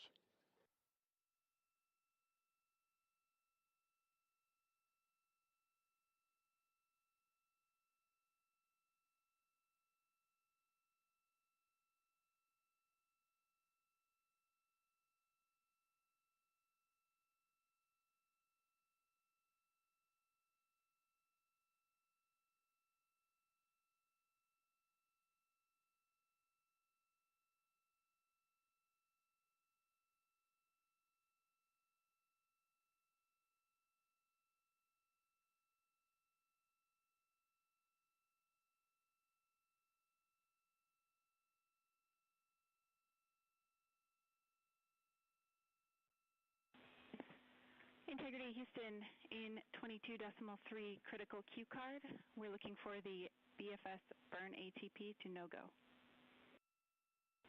To go, excuse me, to go.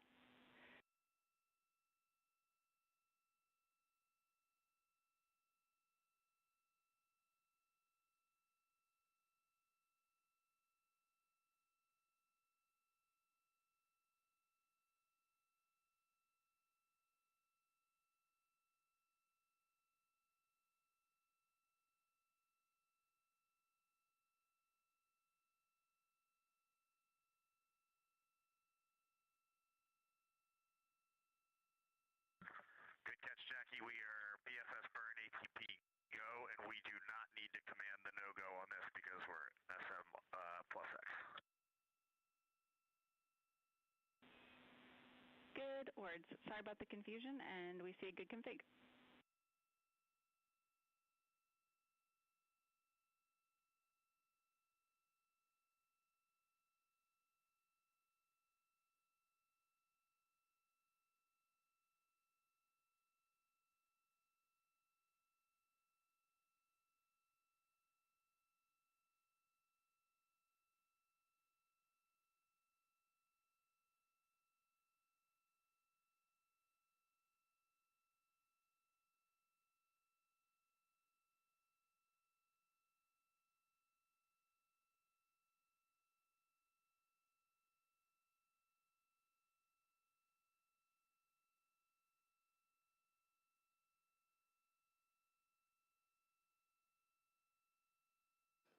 Coming up on 1 minute till the burn.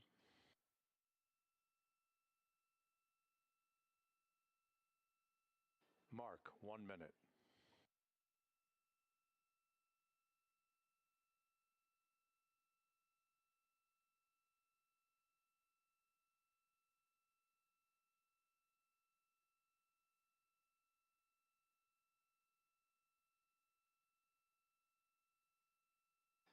This is an 8-second burn with a change in velocity of 4.2 feet per second.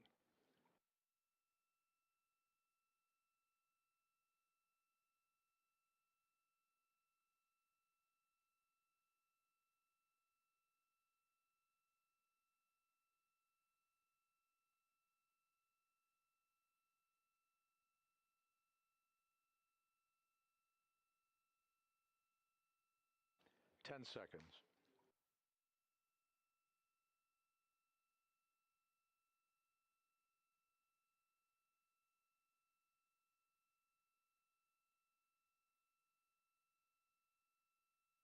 Burn underway.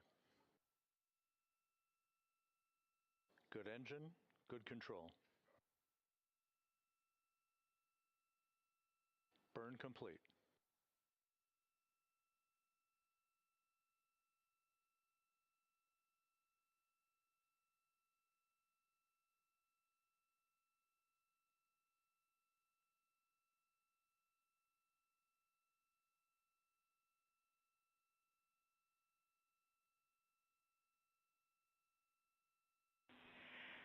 Integrity looks like a good RTC-3 burn, and we are assessing details.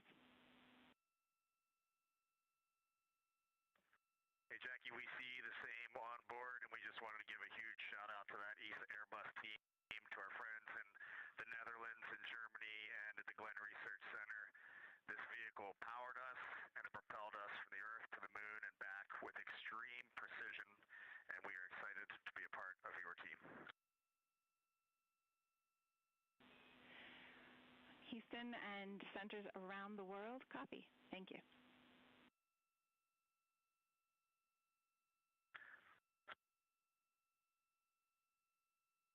Commander Reed Wiseman with a shout out. Jackie, we are ready to reconfigure our F7 SIP switches for entry, if you can give us that go.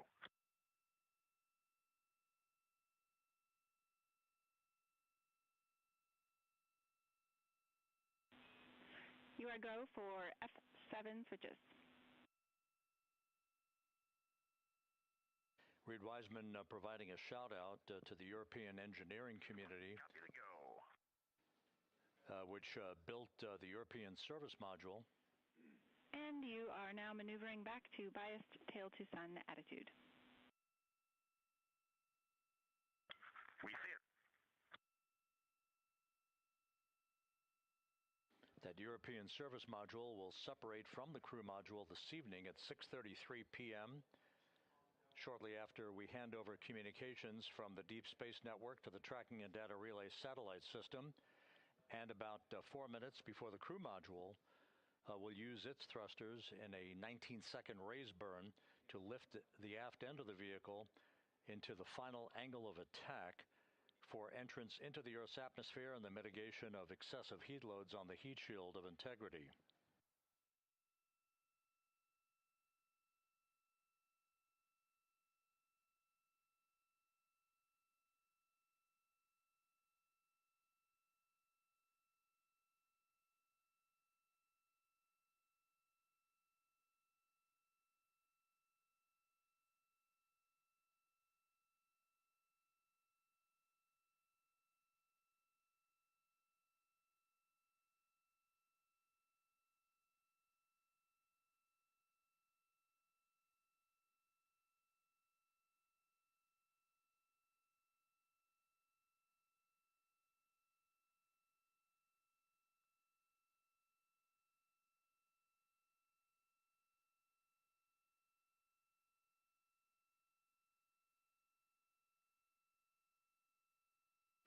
So with the final major burn having been successfully completed, the crew is now preparing to complete the configuration of the crew cabin, a final stowage capability, and an opportunity to put other items away that they will not need during the entry phase.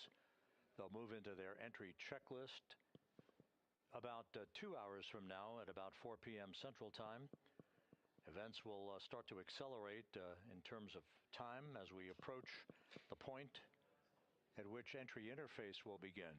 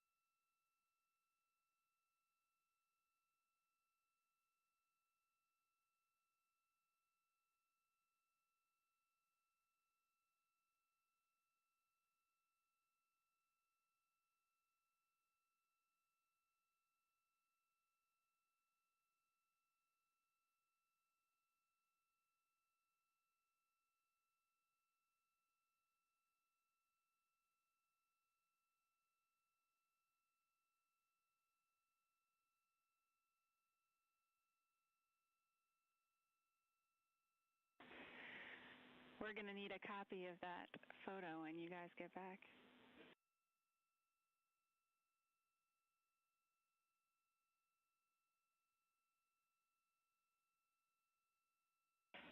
Copy them.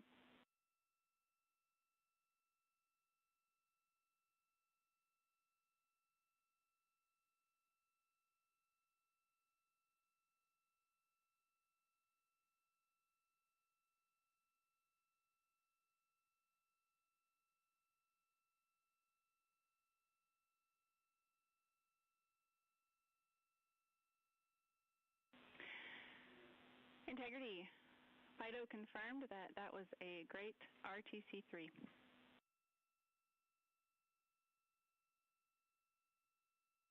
Outstanding. Thanks, Fido. And a second thanks to the team. That's awesome.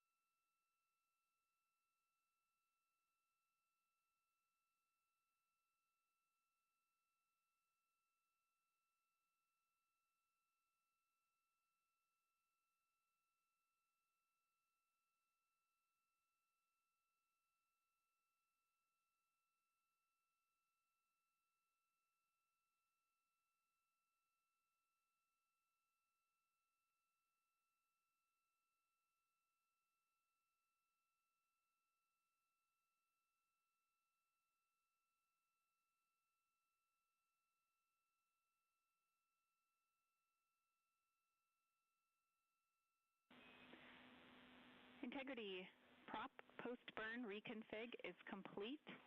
And if you were hanging out in step 23.4, you can skip it. We are in a good config.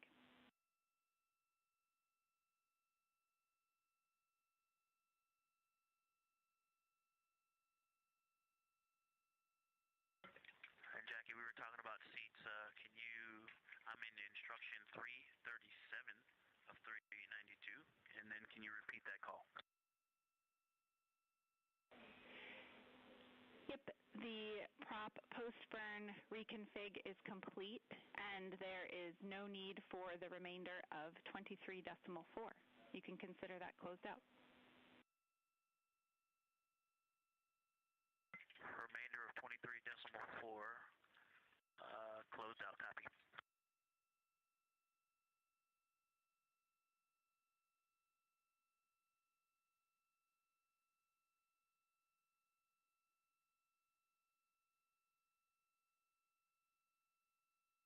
And Jackie, just confirm, I know you said the rest of 23.4.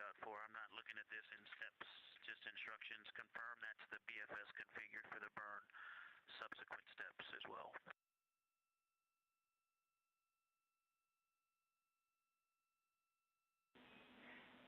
Affirm, all the way through instruction 347 can be skipped.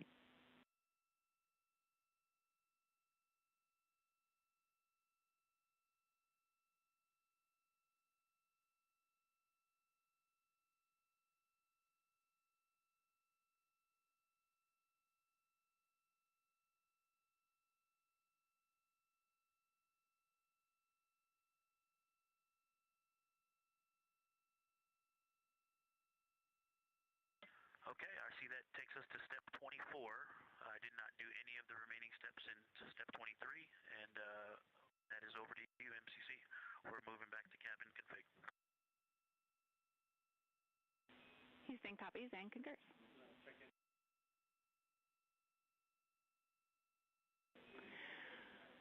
And Victor and the rest of the Integrity crew, the only DPC-related topic we had for you this morning was to sync up on cabin config and get a status of where you are in the procedure.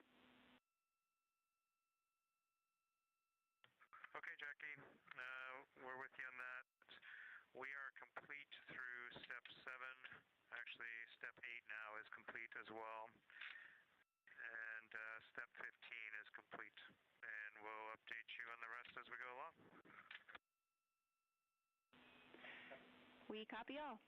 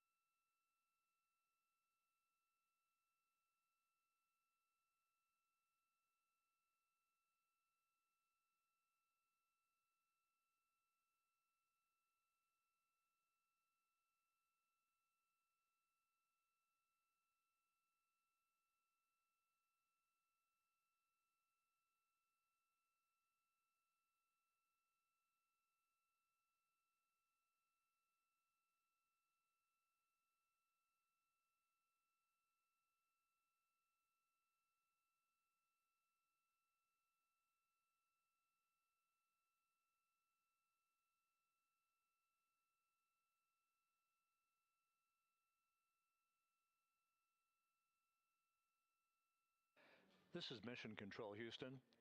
8 days, 20 hours, 33 minutes into the flight of Integrity on the Artemis II mission. We are under 5 hours now from the splashdown of Integrity in the Pacific off the coast of San Diego to wrap up this lunar flyby mission. Integrity systems are in excellent shape.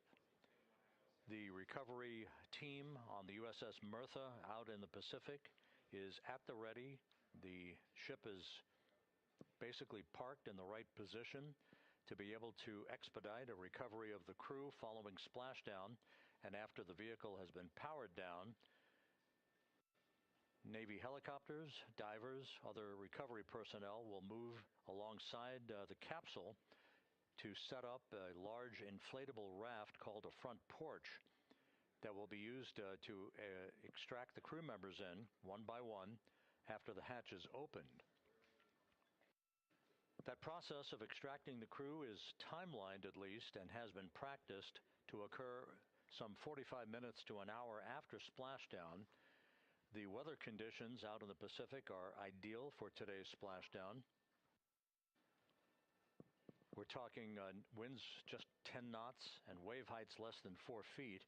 You couldn't ask for better weather for this homecoming for Integrity, the first time that a crew will have splashed down in the vehicle in the Artemis program. We completed the final major maneuver of the mission using the European Service Module's thrusters a short time ago. That was the return trajectory correction number 3 burn that basically fine-tuned ever so slightly the trajectory and the path of Integrity and sweetened the angle of attack so that we hit the right corridor coming in over the Pacific Ocean with onboard computers honed in on the splashdown zone some 1,701 nautical miles downrange from the start of entry interface. Splashdown is scheduled at 7:07 and 7 seconds p.m. Central Time, 5:07 p.m. Pacific Time, 2.5 hours before sunset at the splashdown site.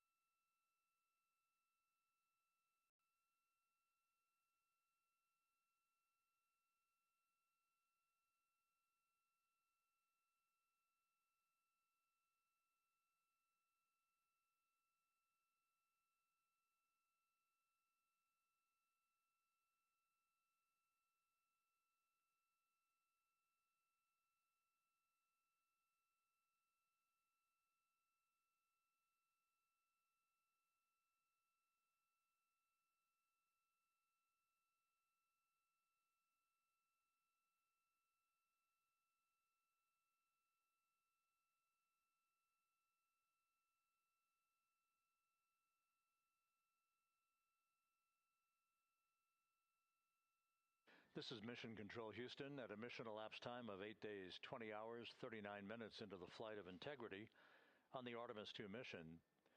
There is our planet growing larger in the field of view with each passing minute.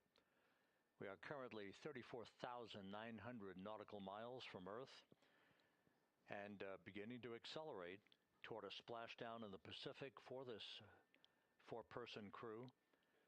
4 hours and 52 minutes from now. Everything on board Integrity is in great shape. All the systems are functioning perfectly. The crew is in the process of wrapping up their cabin configuration, stowing final items that they no longer need for the remainder of their journey. They will also move into an entry checklist in about an hour and 45 minutes, reviewing entry procedures and the latest uplink messages to them before we begin the process of getting the crew suited up prior to the crew module, service module separation. All is well aboard Integrity, and the weather is go for splashdown. The USS John P. Murtha is in place in the recovery zone, ready to begin deploying its assets for imagery as well as for the recovery operations themselves.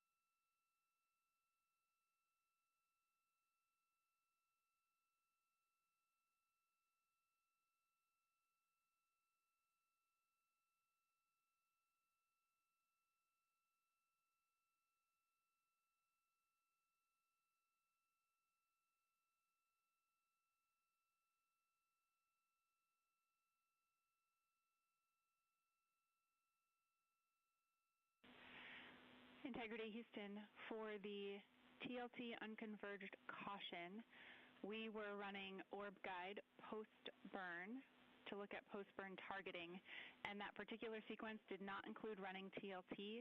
That is what triggered the caution. We have no concerns. Okay, outstanding. Thank you.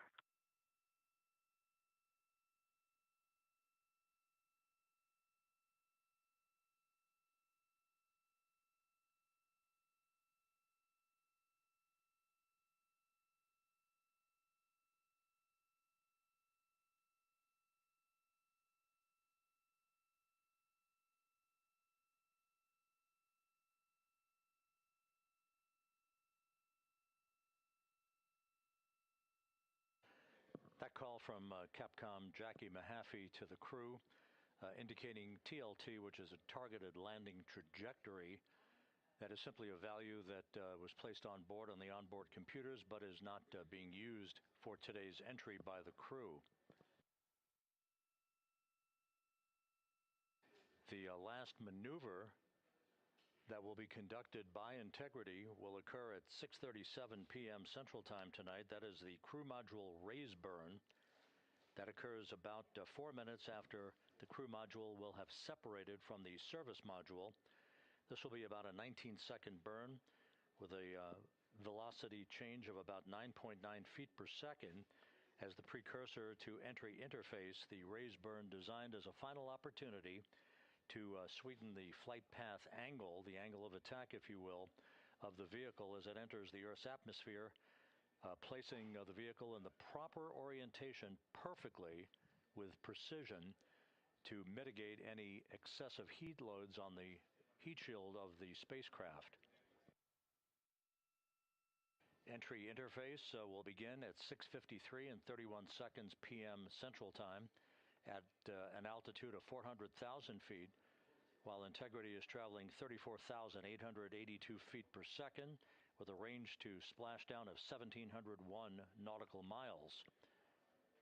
Within 24 seconds after entry interface, which is essentially the top of the Earth's atmosphere where the crew will begin to feel the tug of gravity, we'll start a 6-minute blackout period, that is expected, in which we'll lose communications with the crew and data here in the flight control room. The blackout is induced by the buildup of ionization from the interaction of the velocity of the vehicle with the friction of Earth's atmosphere. It creates a plasma shield around the vehicle, preventing communications from occurring. That 6-minute blackout is scheduled to end right around 7 p.m. straight up. And at that point, the vehicle will have descended to an altitude of 157,000 feet above the Earth, traveling at 13,300 feet per second.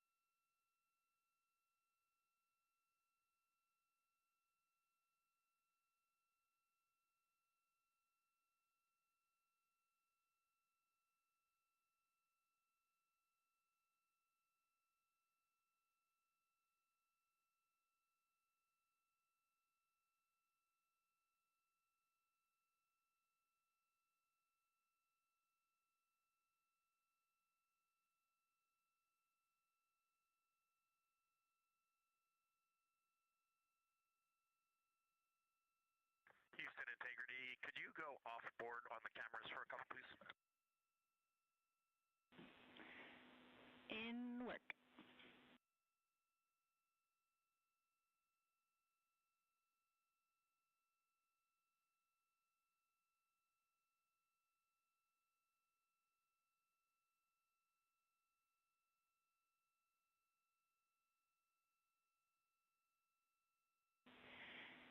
And integrity, cab 3 is not streaming.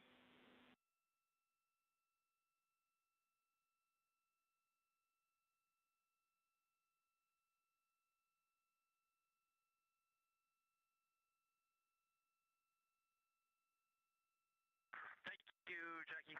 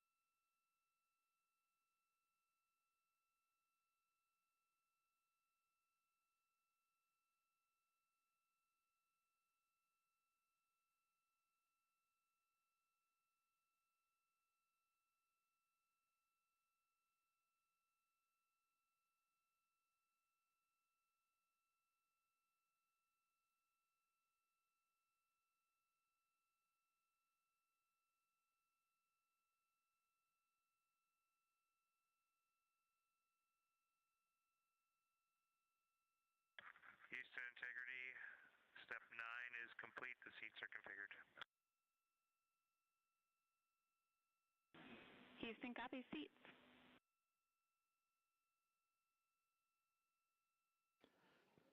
This is Mission Control Houston at a mission elapsed time of 8 days, 21 hours, 5 minutes into the flight of Integrity on the Artemis II mission.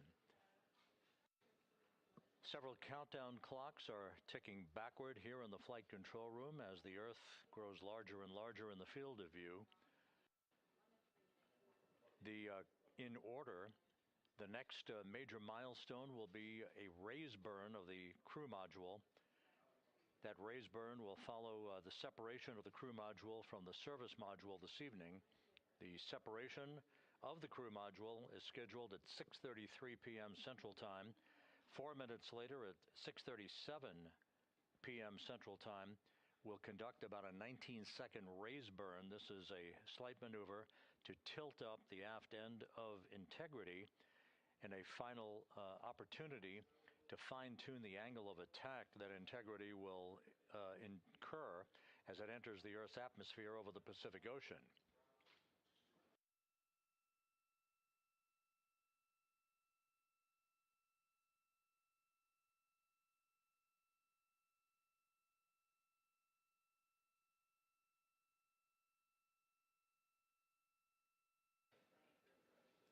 The entry path for Integrity today is portrayed here in this graphic. Basically, entry interface is 1,701 nautical miles uprange, if you will, from the expected splashdown point near the USS John Murtha, the recovery ship, and off the coast of San Diego. The entry interface point is critical because what we want to do is put Integrity in an orientation that will mitigate peak heating on the heat shield. For a point of comparison, during Artemis I, we had an entry range of 3,178 nautical miles from the point of entry interface and a 20-minute entry profile. That was the so-called skip entry, in which the Artemis I vehicle dipped into the atmosphere to dissipate some energy, then lofted or skipped out of the atmosphere, then dipped a second and final time back into the atmosphere before splashing down. What that resulted in was a higher heat load on the heat shield, which caused unexpected char liberation. So rather than design the heat shield or replace it for Artemis II, we elected to go into a different trajectory profile. This one with a max entry range of 1,775 nautical miles, or in today's case, all of our maneuvers and orbital mechanics will take us 1,701 nautical miles downrange from the point of entry interface. This will only be a 13.5-minute entry profile for Integrity and its astronauts and results in a much lower heat load on the heat shield. This is deliberate so that we have the lessening effect of charring on the heat shield, should there be any at all, and we do expect some. But this will more than protect the astronauts from the effects of peak heating, which will be some 4,000 to 5,000 degrees Fahrenheit during the maximum peak heating around the vehicle. That will also cause a 6-minute blackout because of ionization as heat is repelled or thwarted from the heat shield while the vehicle flies in the direction of travel towards splashdown. The raise burn that places us in our final orientation for angle of attack into entry interface, that raise burn is scheduled at 6:37 p.m. Central Time. Entry interface itself is scheduled at 6:53 and 31 seconds p.m. Central Time. When we hit the top of the Earth's atmosphere at an altitude of 400,000 feet, traveling about 34,800 feet per second. We expect our peak velocity just a few moments later, and that peak velocity is forecast by flight dynamics to be 34,965 feet per second, or 23,839 miles an hour. Now, this all occurs after we begin the blackout period of 6 minutes. We will lose communications with the vehicle just 24 seconds after we enter the Earth's atmosphere or entry interface, as you see there. This is an expected 6-minute blackout that will begin at 6:53 and 55 seconds p.m. Central Time and will last almost until 7 p.m. straight up Central Time.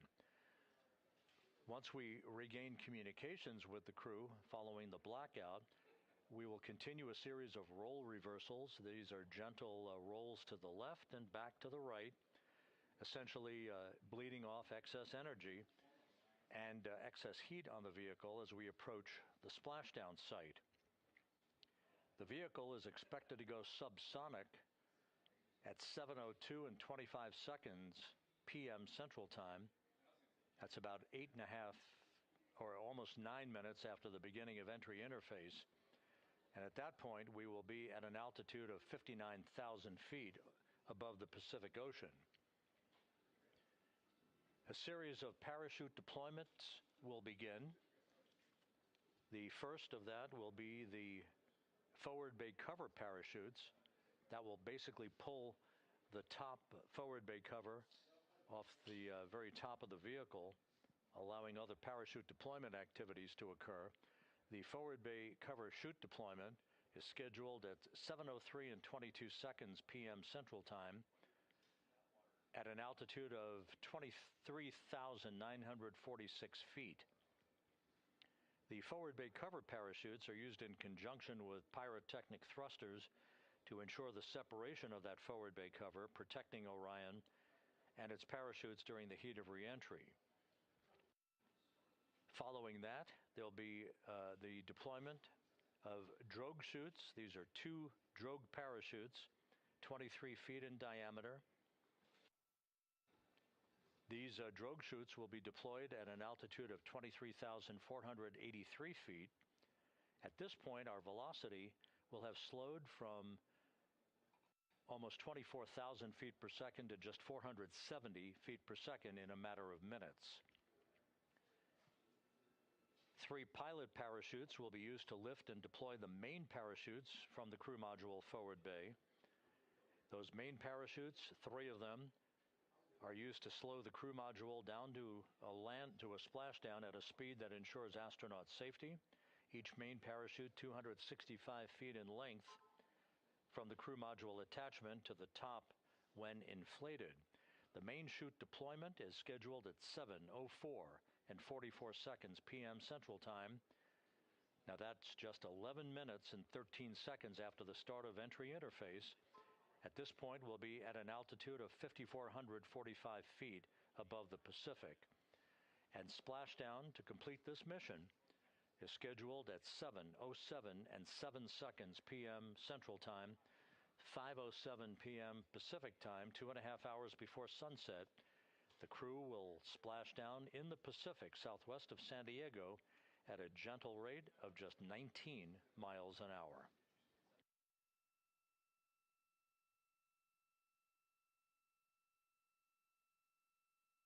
Following splashdown, the flight control team here in Houston is not done. Our work is just beginning at that point as we begin the process of powering down the vehicle. This is after we have established communications with the crew through a very low data rate system.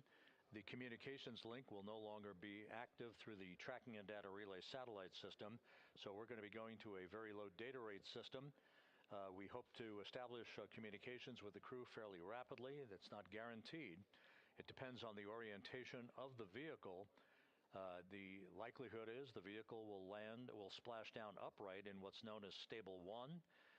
Whether it's upright or in some other orientation, we'll begin the process of inflating 5 inflatable airbags that are positioned in a circumferential manner around the forward bay cover at the top of integrity. These airbags will be inflated through helium. Those 5 airbags will guarantee the proper orientation upright for the spacecraft through the rest of the process of extracting the crew, which should take some 45 minutes to an hour to complete. Navy divers, fast boats, a pair of Navy helicopters, other recovery personnel will come alongside the vehicle to begin erecting an inflatable raft called the front porch that the crew will be extracted into. You've seen that in movies. You've seen it in the Apollo program and archival footage. And one by one, the crew will be hoisted in alternating fashion to 2 hovering Navy helicopters for the trip back to the deck of the USS John Murtha, where they will leave the helicopters and move into medical bay on the ship for comprehensive medical examinations.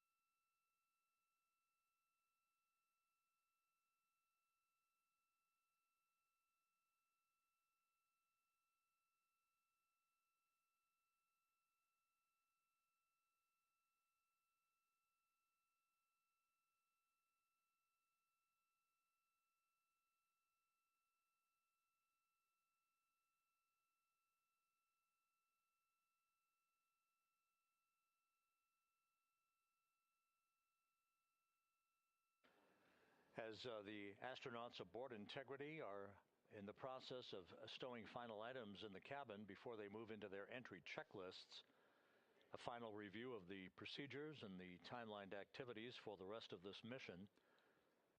The next major milestone, once again, will be the separation of the European service module, which has performed valiantly throughout the course of this flight, from the crew module. That pyrotechnic separation scheduled 3 hours and 41 minutes from now. Just 3.5 minutes after that will be the crew module raise burn. That raise burn is scheduled at 6:37 p.m. Central Time. It's expected to be about a 19-second firing of the crew module thrusters in one final opportunity to fine-tune the angle of attack for Integrity as it enters the Earth's atmosphere. Splashdown 4 hours, 14 minutes from now, southwest of San Diego, where the weather is forecast to be ideal. Just some broken and scattered clouds expected, 10-knot winds, wave heights less than 4 feet. You couldn't ask for a better day out in the Pacific for the homecoming of the first crew to fly aboard the Orion spacecraft. At a mission elapsed time of 8 days, 21 hours, 18 minutes into the flight, this is Mission Control Houston.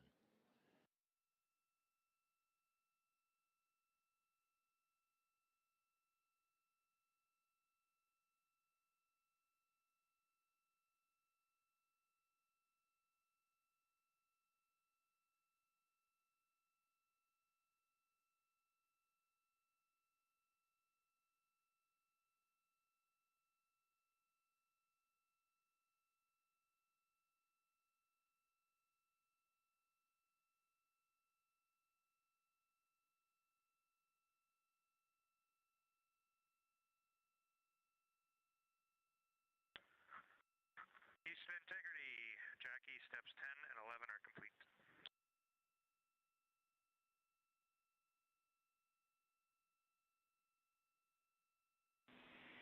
Houston copies steps 10 and 11. You guys are on track, looking great.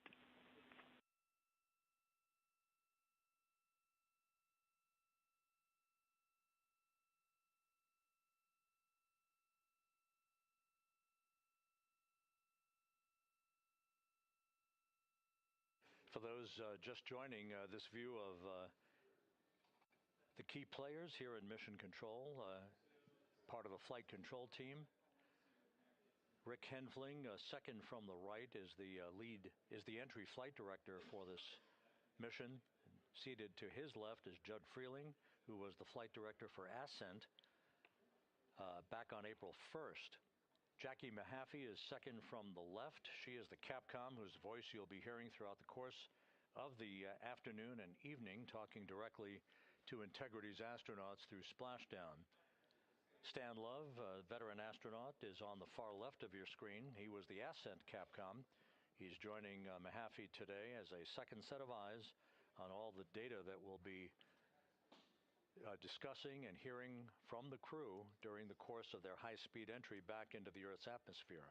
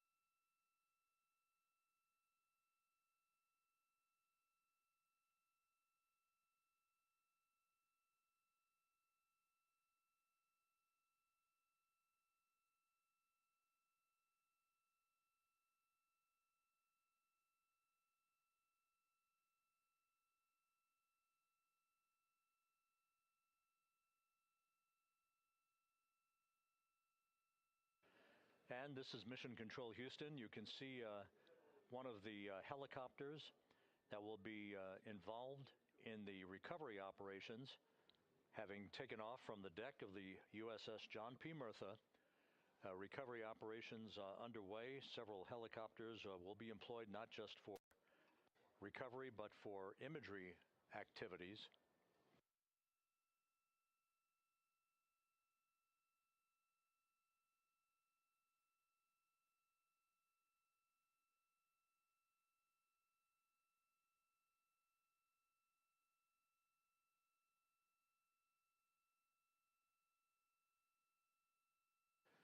On the deck of the John P. Murtha, a view of multiple views, camera views, that are being provided to us courtesy of the USS John P. Murtha that we'll be utilizing throughout the course of the evening in our coverage.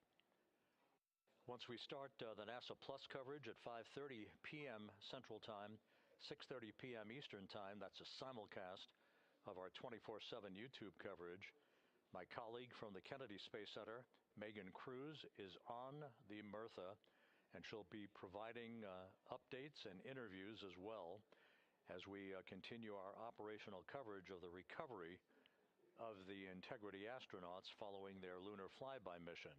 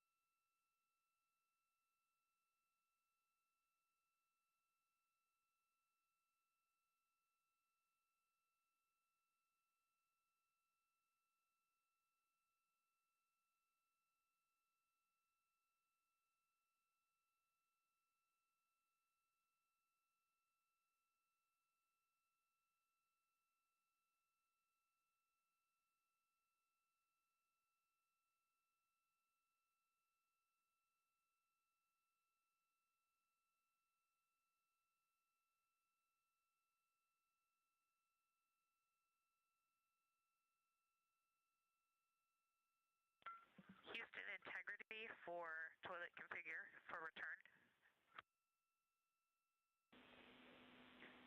Go ahead. We have an empty canister. Can you confirm that I don't need to do steps 1.2 to 1.4?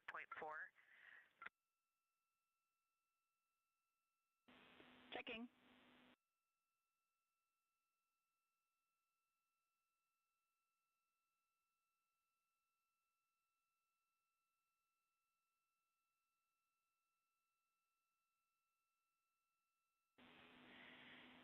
And Christina, we concur you do not need to perform the steps you listed. Thanks, Jackie.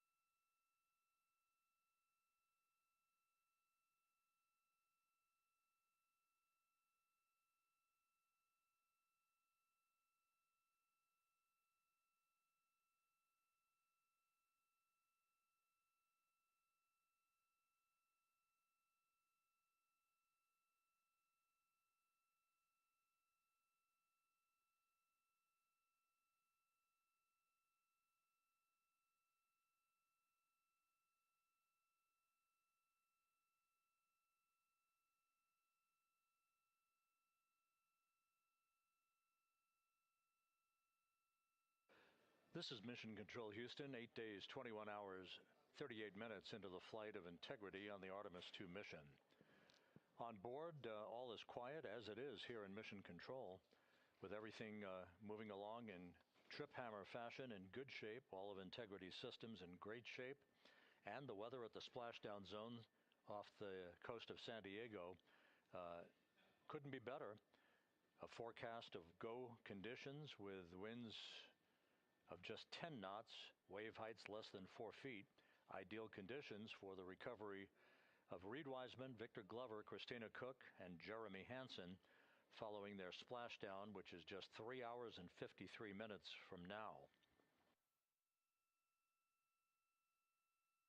The next major milestone coming up in 3 hours and 19 minutes, that will be the separation of the crew module from the European service module that has performed perfectly during the course of the flight. The service module separation from the crew module scheduled at 6:33 p.m. Central Time. Just 4 minutes later, there will be a slight maneuver, a raise burn as it is called. This will tilt the aft end of the crew module upward ever so slightly in one final opportunity to refine the flight path angle, the angle of attack, if you will, as Integrity enters the Earth's atmosphere at the point called entry interface. That is at 6:53 and 31 seconds p.m. Central Time, or some 16 minutes after the raise burn itself. All of these events will be happening fairly rapidly as we move over the next few hours toward a splashdown of the crew and a completion of a mission that will have totaled 694,481 miles from launch to splashdown.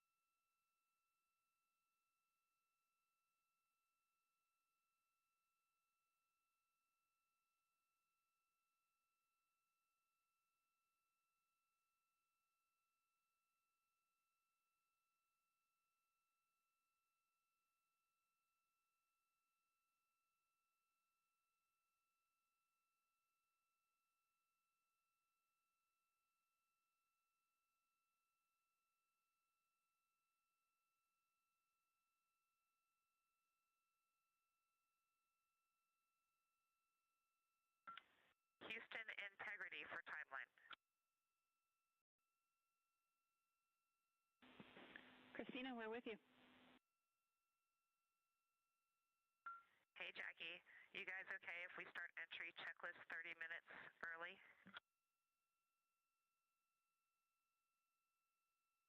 Checking.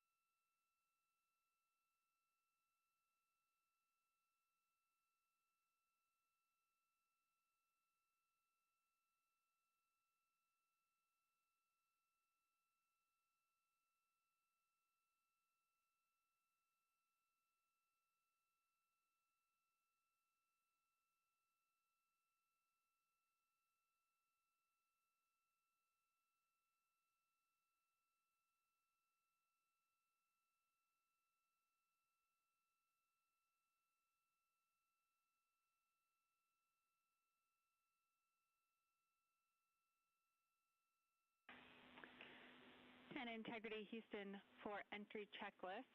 We are ready for you to begin 18.0.1 entry checklist, steps 1 through 6.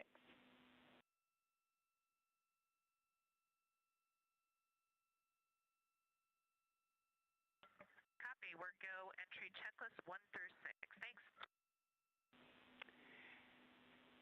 And step 3 for GPS can be skipped. GPS has been powered and it still looks good.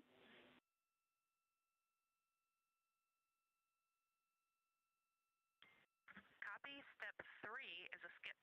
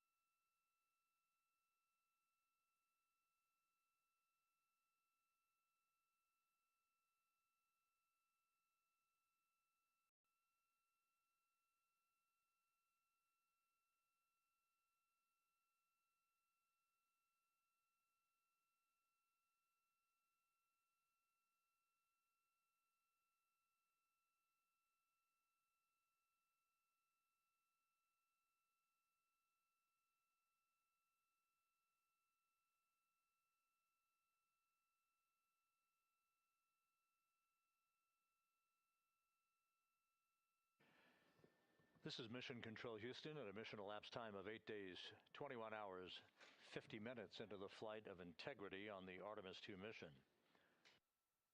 The crew is completing the configuration of the crew cabin. Soon they'll be breaking out their launch and entry suits in preparation for donning those suits and conducting leak checks as we get a bit further along in the entry preparation time frame. Meanwhile, we're looking forward to the next major milestone. That will be the separation of the crew module from the European service module 3 hours and 7 minutes from now. That's scheduled to occur at 6:33 p.m. Central Time, 7:33 p.m. Eastern Time. 4 minutes after that, we'll conduct a raise burn. This will be about a 19-second firing of Integrity's thrusters with a change in velocity of 9.9 feet per second. That will adjust the angle of attack of the vehicle by gently tipping the aft end of Integrity higher, if you will, like sitting in a reclining chair and basically leaning back a bit. This angle of attack adjustment is specifically designed and pre-planned to enter the Earth's atmosphere at entry interface later this evening at the proper angle to minimize heating effects on Integrity's heat shield.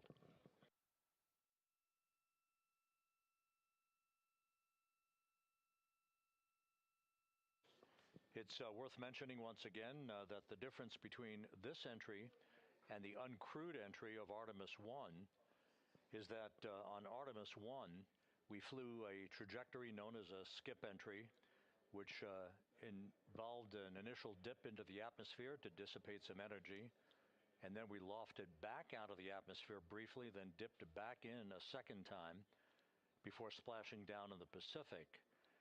After the flight, the post-flight inspection and video analysis showed that there was an area of mechanical char liberation that was not expected. And so after extensive analysis and the review of an independent review team, it was determined to adjust the entry profile for Artemis II, minimizing the range of entry from 3,178 nautical miles to a distance of just 1,775 nautical miles across the Pacific. So instead of 20 minutes of exposure to heating effects, today we're going to only encounter 13.5 minutes of heat loads on the vehicle. Our intended splashdown target is about 1,701 nautical miles downrange from the point of entry interface. It will be about 13.5 minutes from the time that we enter the Earth's atmosphere at an altitude of 400,000 feet at 6:53 and 31 seconds p.m. Central Time to the point of splashdown at 7:07 and 7 seconds p.m. Central Time. In that brief 13.5 minute period, peak heating on the vehicle should be about 4,000 to 5,000 degrees Fahrenheit.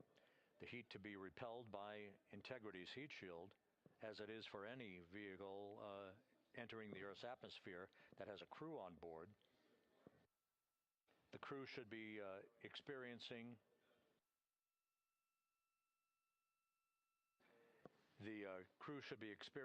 a G load on their bodies of about 3.9 Gs at peak loads on the crew members, feeling the tug of Earth's gravity for the first time in 9 days.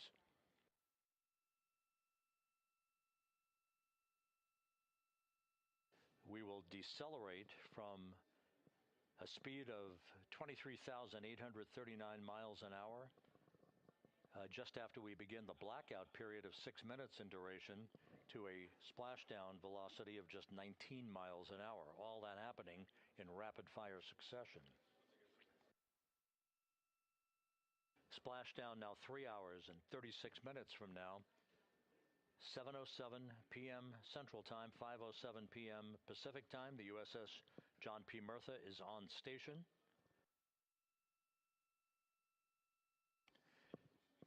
Some of the airborne assets, helicopters and fixed-wing aircraft, are taking off in sequential fashion from the deck of the ship. These are imagery assets. the actual Navy recovery helicopters that will hoist the crew out of the front porch inflatable raft that will be erected alongside the hatchway to Integrity. And there's a live view from the deck of the USS John P. Murtha. It is a bit overcast. We do expect those clouds to lift a bit over the next few hours. We should have some broken and scattered clouds. It won't be crystal clear blue skies out there in the Pacific, but the weather is go and forecast to be go by the Spaceflight Meteorology Group. The Navy helicopters will be hovering over the spacecraft once it is powered down, and once it is guaranteed to be uprighted through the inflation of the 5 crew module uprighting system airbags that will take place shortly after splashdown. The Navy divers and Navy flight surgeon will pull alongside the spacecraft to begin the process of erecting the front porch. Then they will open up the hatch and begin to extract the crew members one by one. They'll have an opportunity to get their land legs back a bit before they're hoisted one by one in harnesses up inside the 2 awaiting helicopters. They'll be hoisted up in alternating fashion. So there'll be two crew members for each helicopter for the short ride back to the Murtha. Once they arrive on the deck of the ship, they'll be brought into medical bay for comprehensive medical exams.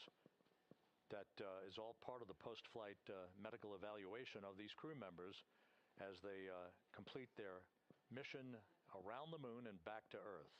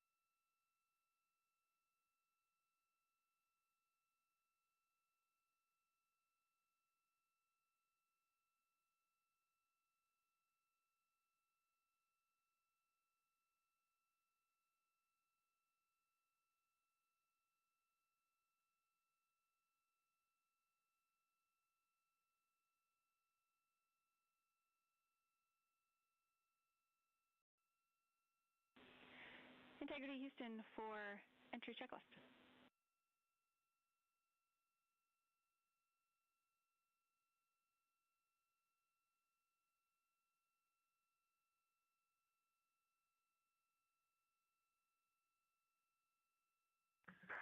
Go ahead, Jackie.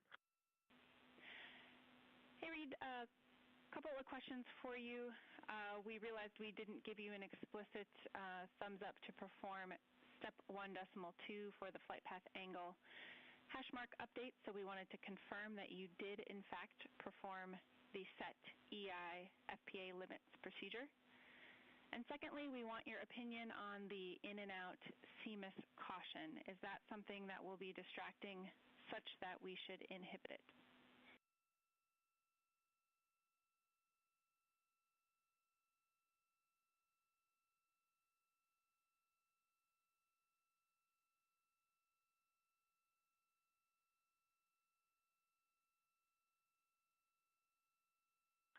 Okay, we are going to go execute 1.2. We had skipped that, and we would prefer to inhibit the CMIS caution on board. Okay, we copy, and just to close the loop on that, that will mean on flight.landing you would not have a yellow or down arrow indication if that does stay below the threshold.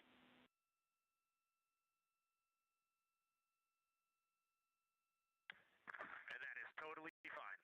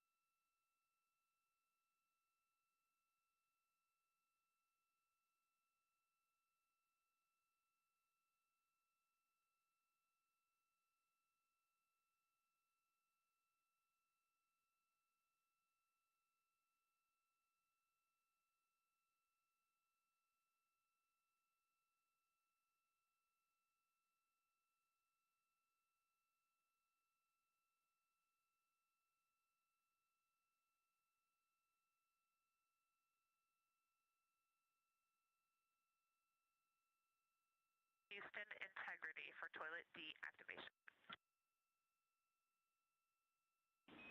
Integrity, Jackie had to step off for a second. Go ahead for toilet.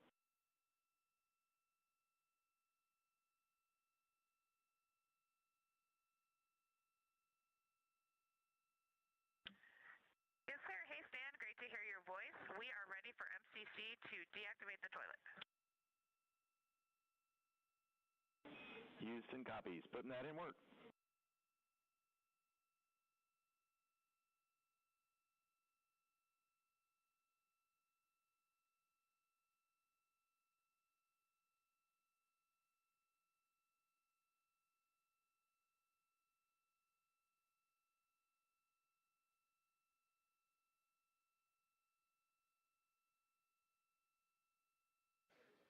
This is Mission Control Houston. That communication from Christina Cook on board Integrity to spacecraft communicator Stan Love. Integrity for burn telemetry on CM raise burn.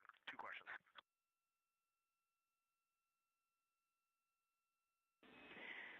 Go for CM raise questions.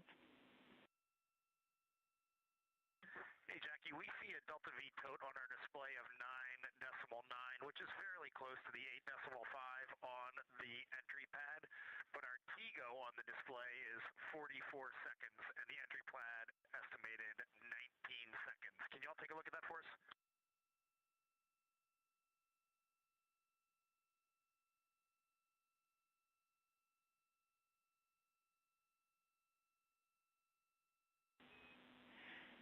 Hey, Reed, good catch.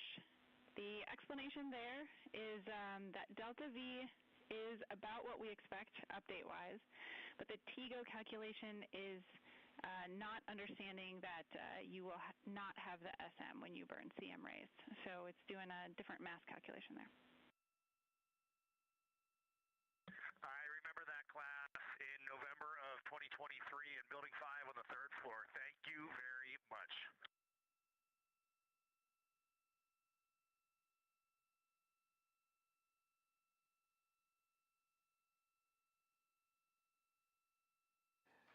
This is Mission Control Houston. Commander Reed Wiseman inquiring about the values for the upcoming crew module raise burn. Again, as we've explained, this burn that's scheduled 2 hours and 51 minutes from now is designed to tilt the angle of attack a bit upward, basically raising the aft end of the vehicle prior to entry interface to improve the angle of attack and minimize heating effects on the heat shield for the Orion vehicle. The crew module raise burn will occur about 4 minutes after the service module is separated from the crew module, and we're expecting about a 19-second burn. Integrity, Houston, the toilet is unpowered.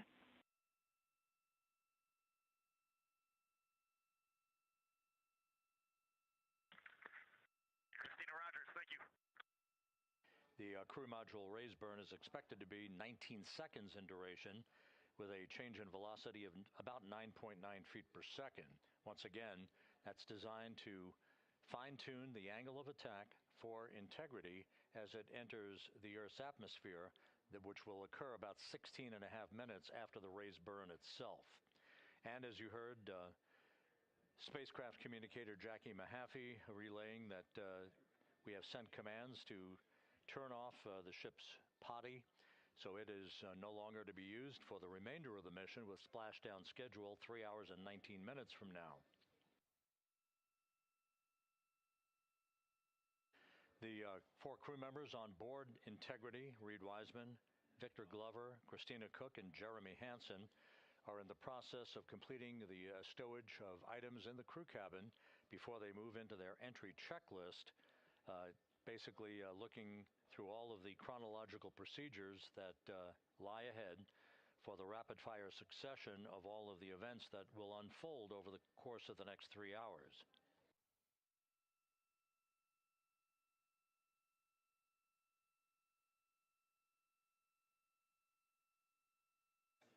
Integrity is about 25,000 nautical miles from Earth, continuing to accelerate towards a splashdown in the Pacific 3 hours and 18 minutes from now.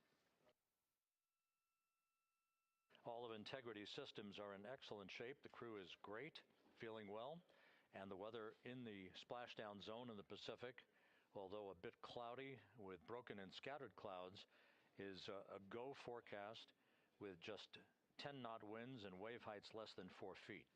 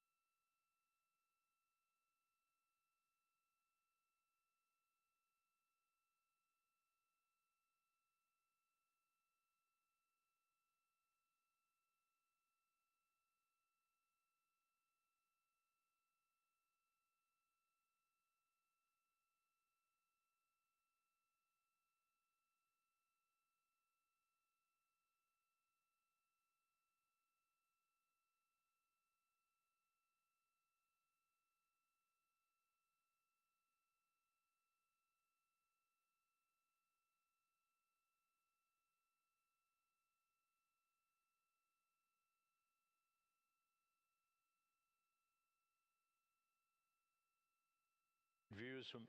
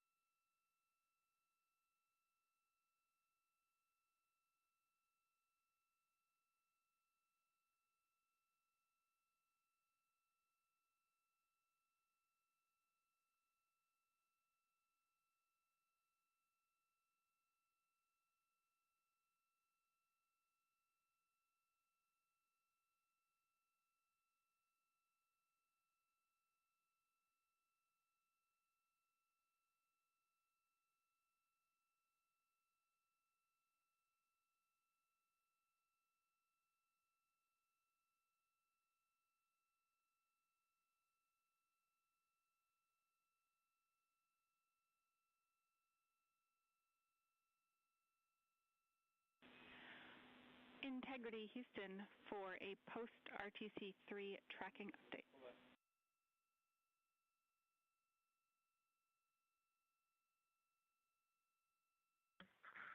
Go ahead, Houston.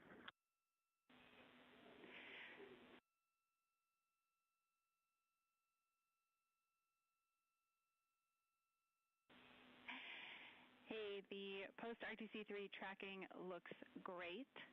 So good, in fact, that if we got to CM rays and did not yet have GPS acquisition, we would still be go for CM rays from that perspective. And so overall, I can confirm the post-RTC3 trajectory is within EI limits. All right, Jackie, we love that. That says a lot about our FIDO folks in this vehicle.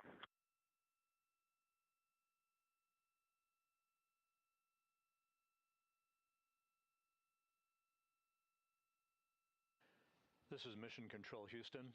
A tip of the hat from Canadian Space Agency astronaut Jeremy Hansen to the flight dynamics folks and the guidance, navigation, and control officer.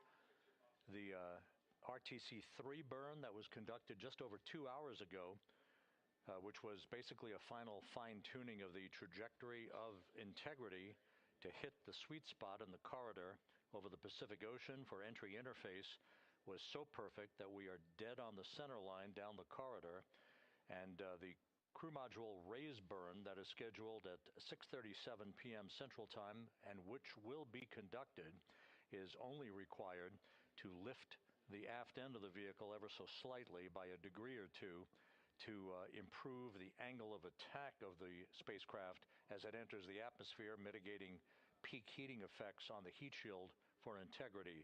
But our trajectory is dead set, right on the money, right down the pike, heading for a splashdown 3 hours and 10 minutes from now at 7:07 p.m. Central Time, 5:07 p.m. Pacific Time.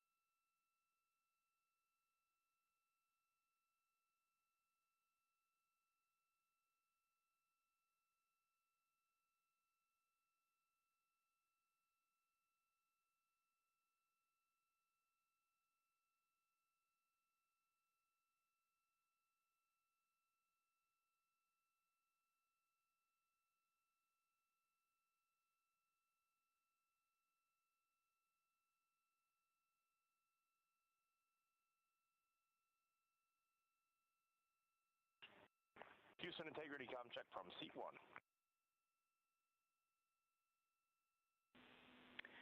Seat 1, have you loud and clear coming down on both OE1 and 2? How me on 1?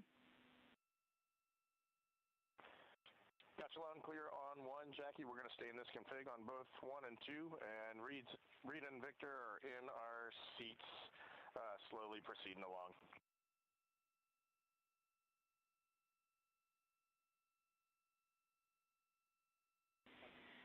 Okay, we copy, and just to confirm, that means that you've got the bulk of your suits donned, is that correct?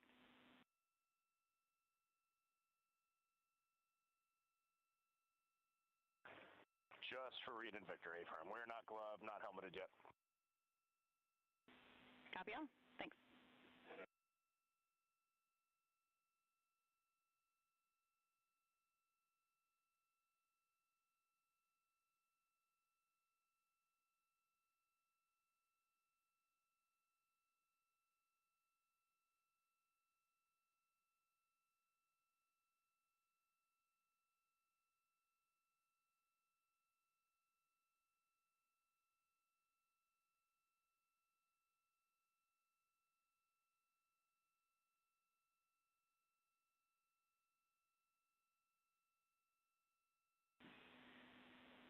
Integrity BFS is configured for entry with outputs inhibited.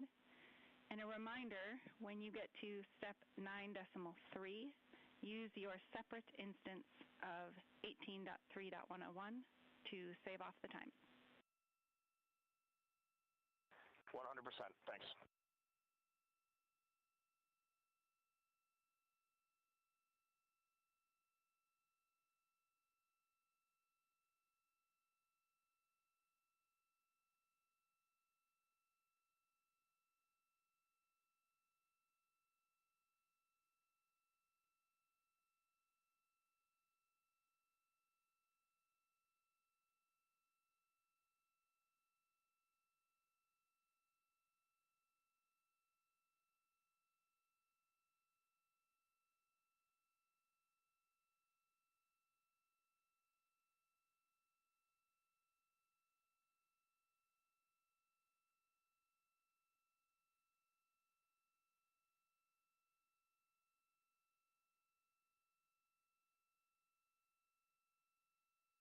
Houston integrity com check from C2.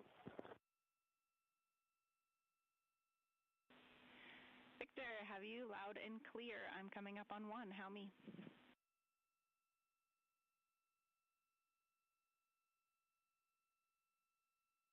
Jackie, I have you loud and clear on 1.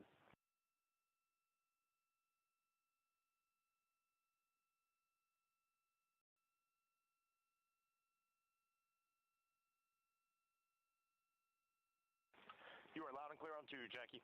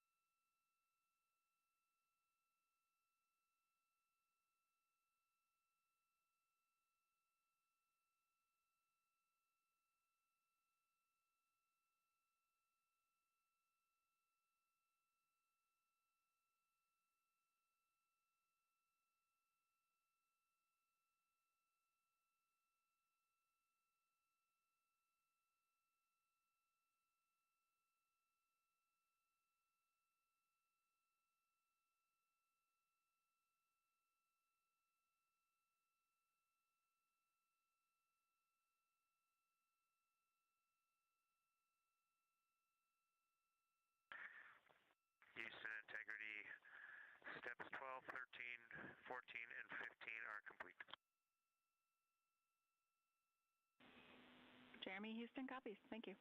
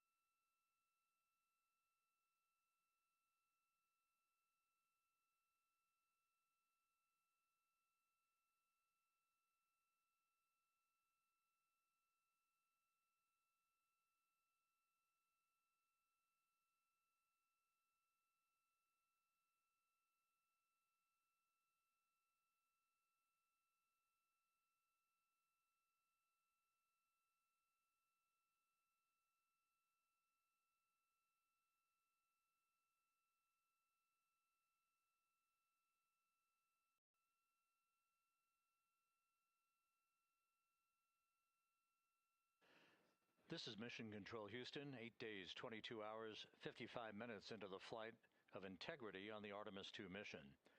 On board the vehicle, the 4 crew members, Commander Reed Wiseman, pilot Victor Glover, and mission specialists Jeremy Hansen and Christina Cook are suiting up in their Orion crew survival suits, the launch and entry suits that they also wore during their launch from the Kennedy Space Center back on April 1st. Once the crew is all suited up, they'll conduct a series of leak checks to make sure that they have good suit integrity, aboard integrity, before they strap themselves into their seats for the final phase of this mission that will culminate with a splashdown in the Pacific 2 hours and 35 minutes from now at 7:07 p.m. Central Time, 5:07 p.m. Pacific Time, about 2.5 hours before sunset, southwest of San Diego. And the suits are in the process of being leak checked at the present time. We'll relay all that to you in just a few moments.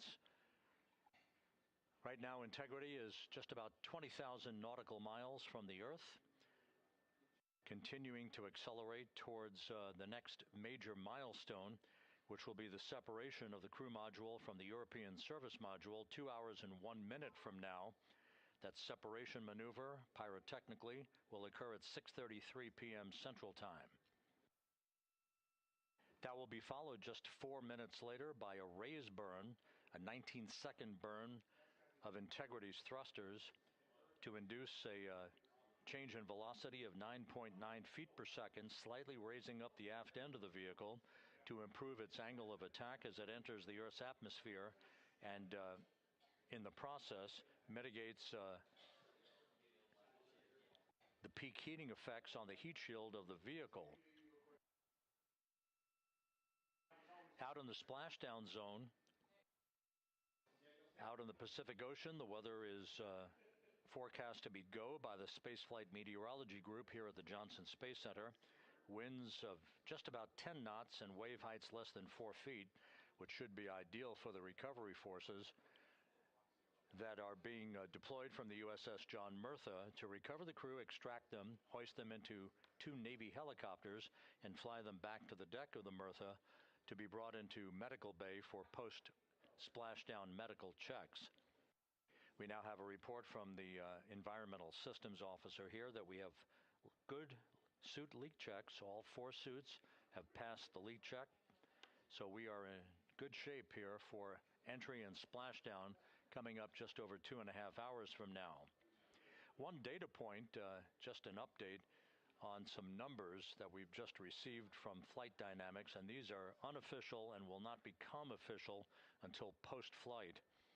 We now anticipate that the maximum speed that Integrity will encounter as it enters the Earth's atmosphere will be right around the same time as we enter a communications blackout of 6 minutes in duration.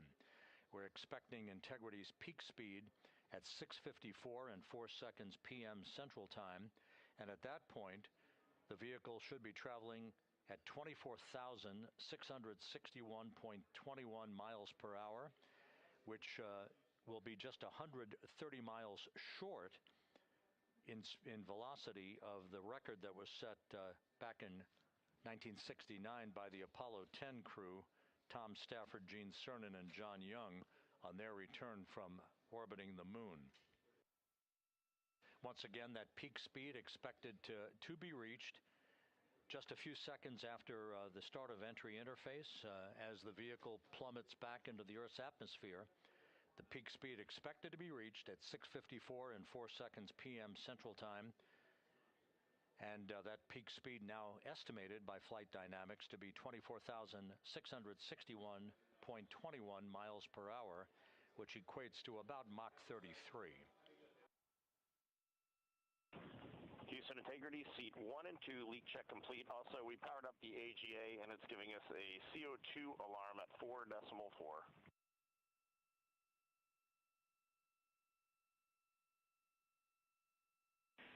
We copy leak check. We saw it as well. And copy CO2 at 4.4. We are discussing. We also on the AGA have a bit A of 16. We've seen that in the past. Should go away.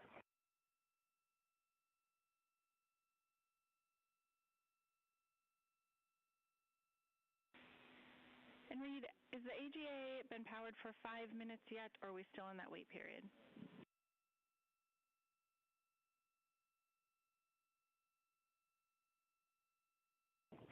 We are in the wait period. We expect that bit will go away.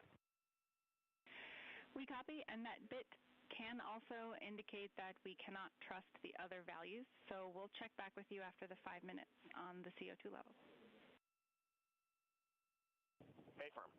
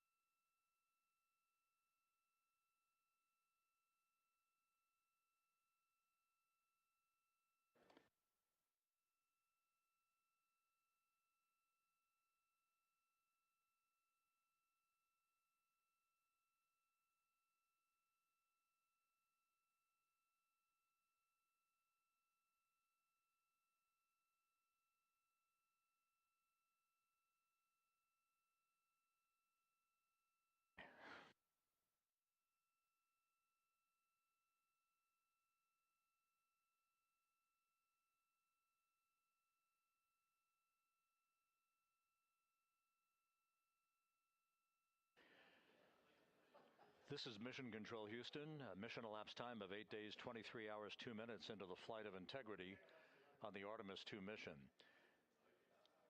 While we have a moment here, just an opportunity to run down some of the chronological highlights that lie ahead over the next 2.5 hours before Integrity splashes down in the Pacific Ocean.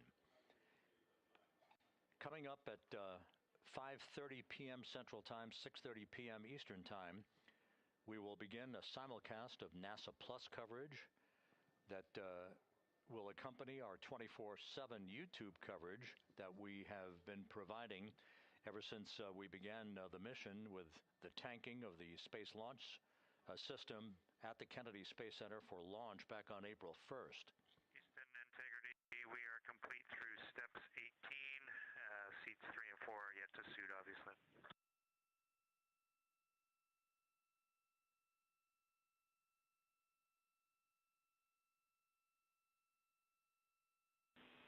Jeremy, we copy you completed 16 through 18 and confirm for us whether you needed any adjustments of CIAS in step 17.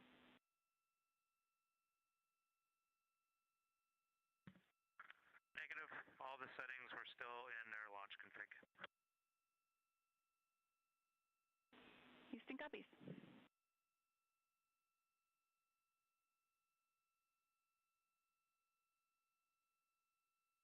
Once again, with the leak checks having been successfully completed on the 4 launch and entry suits for the crew members on board Integrity, once again we'll begin our NASA Plus coverage as a simulcast to our 24/7 YouTube coverage in less than an hour at 5:30 p.m. Central Time, 6:30 p.m. Eastern Time. At 6:15 p.m., we're going to hand over communications from the Deep Space Network to the Tracking and Data Relay Satellite System as Integrity continues to approach the Earth. Currently, Integrity is less than 20,000 nautical miles from its destination and a splashdown in the Pacific. We will separate the European service module from the crew module at 6:33 p.m. Central Time. And just 4 minutes later, we'll conduct a raise burn, a 19-second burn of the Integrity thrusters to slightly tilt the vehicle's orientation upward, with the aft end being tilted upward. That will also change the velocity by 9.9 feet per second and complete the orientation of the vehicle for its angle of attack as it enters the Earth's atmosphere. Entry interface, where we reach the first traces of Earth's atmosphere and where most of the dynamic operations will then begin.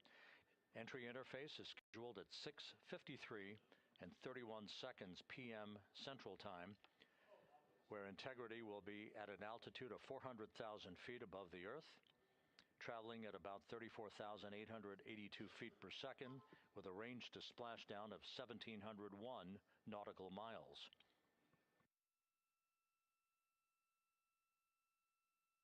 Just 10 seconds, just a few seconds later, about 24 seconds later, we'll enter a 6-minute communications blackout at 6:53 and 55 seconds p.m. That communications blackout will be due to the buildup of plasma around the vehicle, the ionization of the interaction of the velocity of Integrity with the friction of the Earth's atmosphere. So the communications blackout, to last about 6 minutes in duration, will start 24 seconds after entry interface.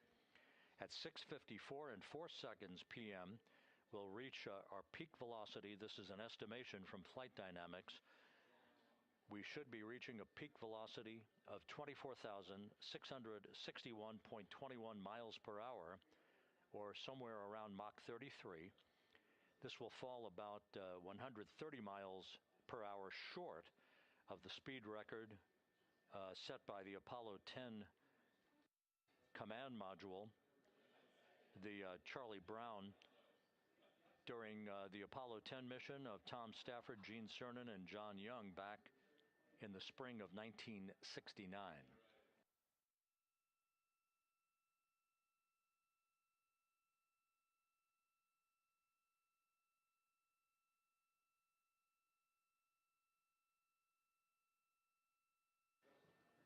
Once the communications blackout ends, which is expected just a few seconds before 7 p.m. Central Time, 6:59 and 56 seconds p.m. Central Time, we will be at an altitude of 157,000 feet over the Pacific Ocean, and at that point we should be traveling at about 13,300 feet per second with a range to splashdown of just 147 nautical miles. There will be a series of roll reversals, first to the left, allowing Integrity to bank to the left. These are computer-commanded, not crew-commanded, but computer-commanded roll reversals to bank the vehicle first to the left, then to the right. That bleeds off excess energy and helps to reduce the speed and the heating effects on the vehicle during the final phase of flight. Starting at 7:03 and 22 seconds p.m. Central Time, we'll begin the series of chute deployments. In all, there are 11 parachutes associated with this mission. The first 3 will pull off the forward bay cover from the top of the vehicle. The forward bay cover chutes are 3. That'll be followed by the deployment of the drogue chutes at 7:03 and 23 seconds p.m. Then 3 pilot parachutes will pull the main parachutes, 3 of them, from the forward bay cover. The forward bay housing all of the parachutes at the very top of Orion. The main chute deploy is scheduled at 7:04 and 44 seconds p.m. The vehicle will have slowed to just a very glacial speed of 198 miles per hour, feet per second, I should say, at that point, at an altitude of 5,400 feet above the Pacific Ocean. The splashdown velocity, of course, will be 0. 19 miles an hour is the velocity that the crew will feel under the 3 main parachutes as they splash down in the Pacific, southwest of San Diego. So a number of major milestones lie ahead. Splashdown time is currently estimated at 7:07 and 7 seconds p.m. Central Time, 5:07 and 7 seconds p.m. Pacific Time. That will conclude a total traveling distance from launch to splashdown of 694,481 statute miles.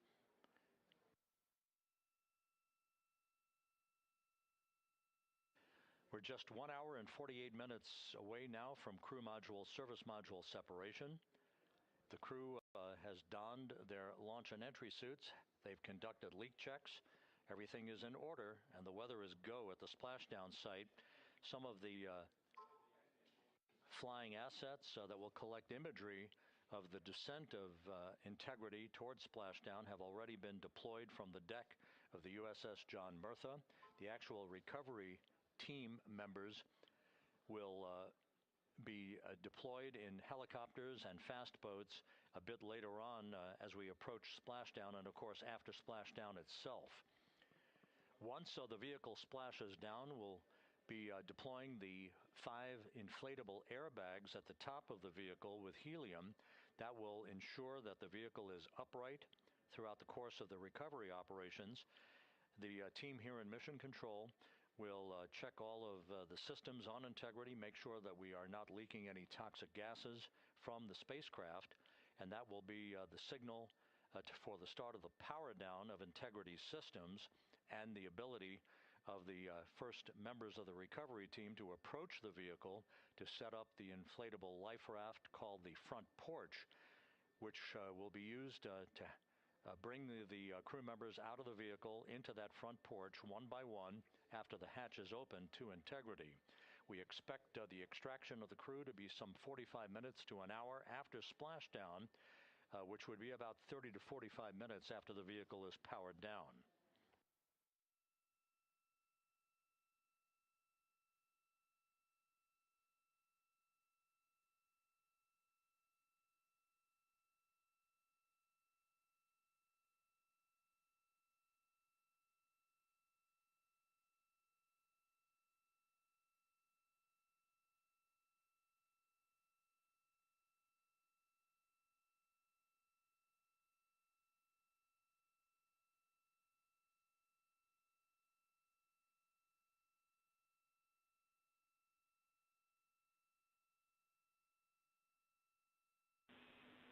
Integrity, Houston, we are ready for another CO2 reading on the AGA.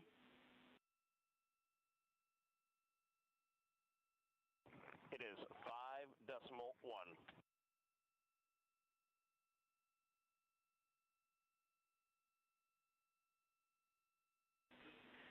Houston copies.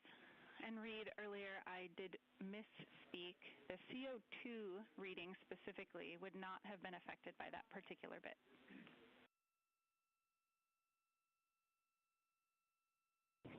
Okay, sounds good. We just know we're in an ARS suit, and that's very likely contributing to that.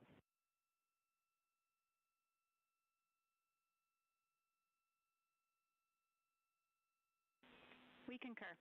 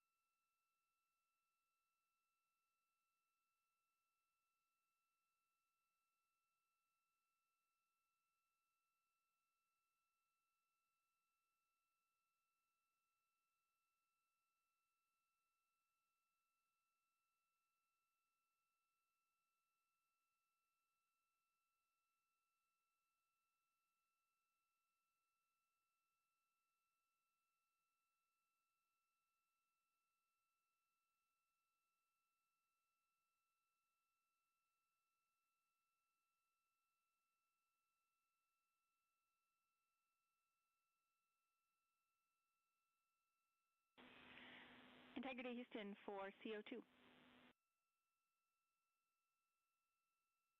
Go ahead, Jackie.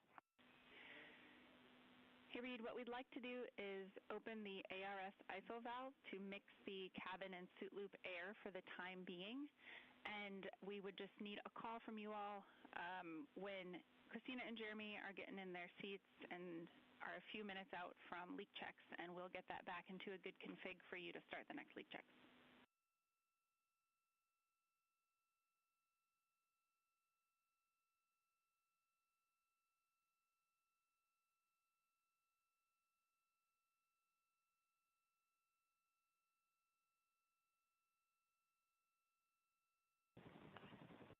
Hey, Jackie, that's a reasonably good idea. Can we just hang on that for a little bit and see how we're doing? Yep, up to you. We will wait. Let us know if you'd like that cabin air mixing. Is there a CO2 number where you guys would advise on that?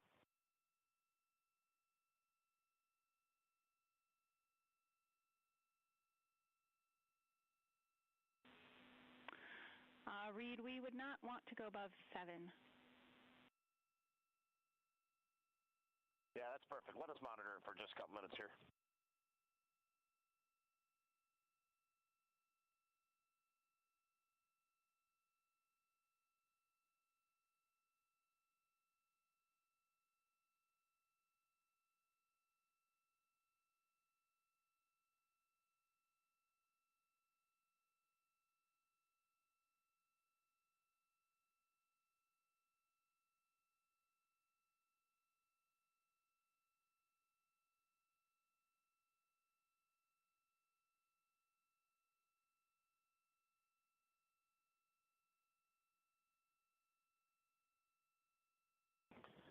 Houston, cabin entry config is complete, and Christina and Jeremy are about to start suit on. Excellent on cabin config and copy suit down.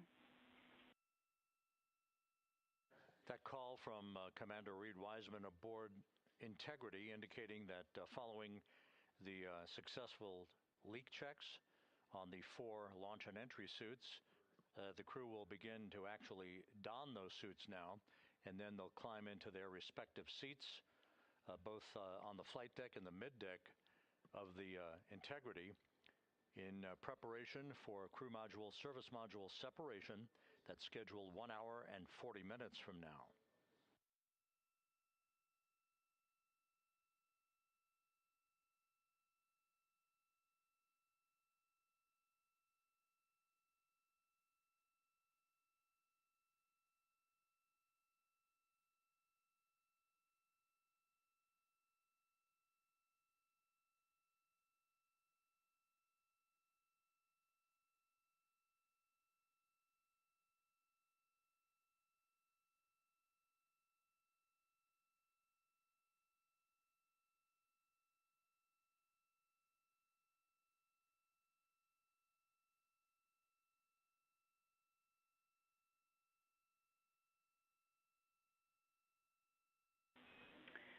Integrity, Houston, for entry checklist. Your CMSM SEP ATP is set to go. We see that on the PFD, Jackie. And the call from Capcom Jackie Mahaffey here in Mission Control to Reed Wiseman, indicating that the pyros are armed for crew module service module separation coming up 1 hour 38 minutes 52 seconds from now.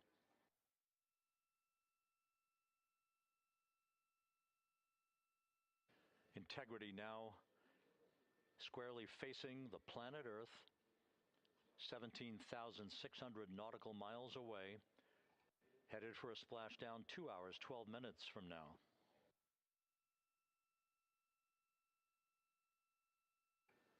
All of the recovery assets, the helicopters, the Navy P-3s, the pararescue divers, they're all in place, ready to recover this crew following splashdown. And again, the chronology after splashdown will call for the flight control team here in Houston to assess integrity systems, make sure no toxic gases are leaking from the spacecraft.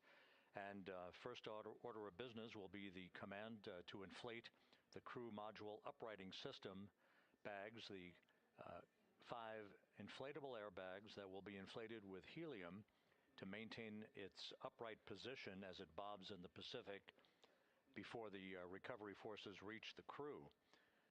About 15 minutes after splashdown is when we expect the green light to be given to power down integrity systems, at which point the recovery teams will begin to make their way toward the vehicle to set up that inflatable life raft called the front porch, buttressed alongside the spacecraft. That will be the precursor to the opening of the hatch and the extraction of the crew members one by one into that raft, giving them a chance to get their land legs back as they feel the first sensations of Earth's gravity in 9 days and their high-speed return to Earth, with their peak speed reaching some 24,661 miles an hour.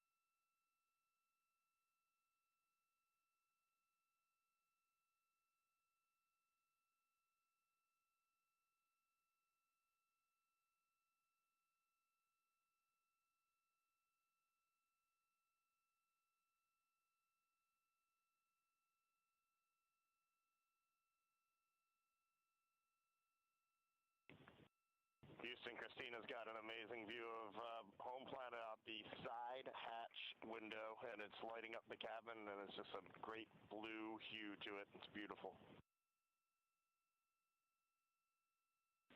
That is amazing. When you kicked us out of the cabin, we turned on one of the SAW cameras and also had the Earth's reflection on one of the arrays. It was very cool. Oh, man, that is amazing.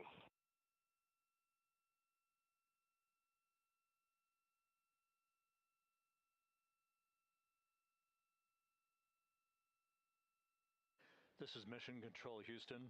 Commander Reed Wiseman reveling about the view of the Earth from a distance of less than 17,000 nautical miles now. The cabin audio cable and boom mic are in F3 large stowed. We copy. The view that Reed Wiseman is describing is the view you're looking at right now as the Earth grows larger in the field of view with each passing moment.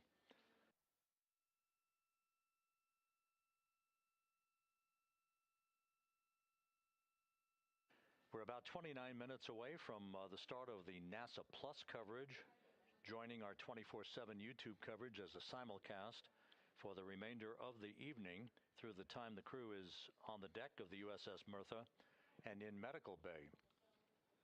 So we'll be looking forward to additional reports and other video coverage from the deck of the USS John Mertha and other assets in the splashdown zone as we continue toward splashdown and the return of Integrity's astronauts just 2 hours and 5 minutes from now.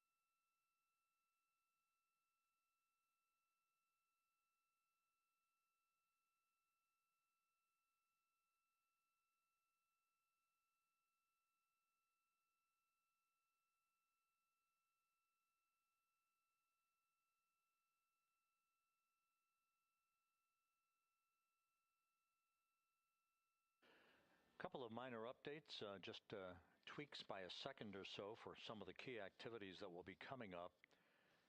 Flight Dynamics providing us with some updated information. The start of the blackout period, just a 1 second change. It's going to be estimated now at 6:53 and 54 seconds p.m. Central Time. The duration remains 6 minutes. That blackout will end at 6:59 and 55 seconds p.m. all Central Time.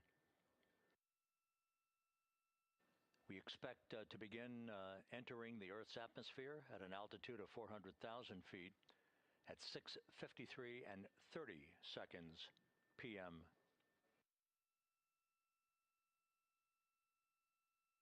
And 1 second difference now in our splashdown time. If everything unfolds the way we believe it will, splashdown now scheduled at 7:07 and 8 seconds p.m. Central Time, 7:07 and 8 seconds p.m. Central Time, 5:07 and 8 seconds p.m. Pacific Time at the splashdown zone off the coast of San Diego.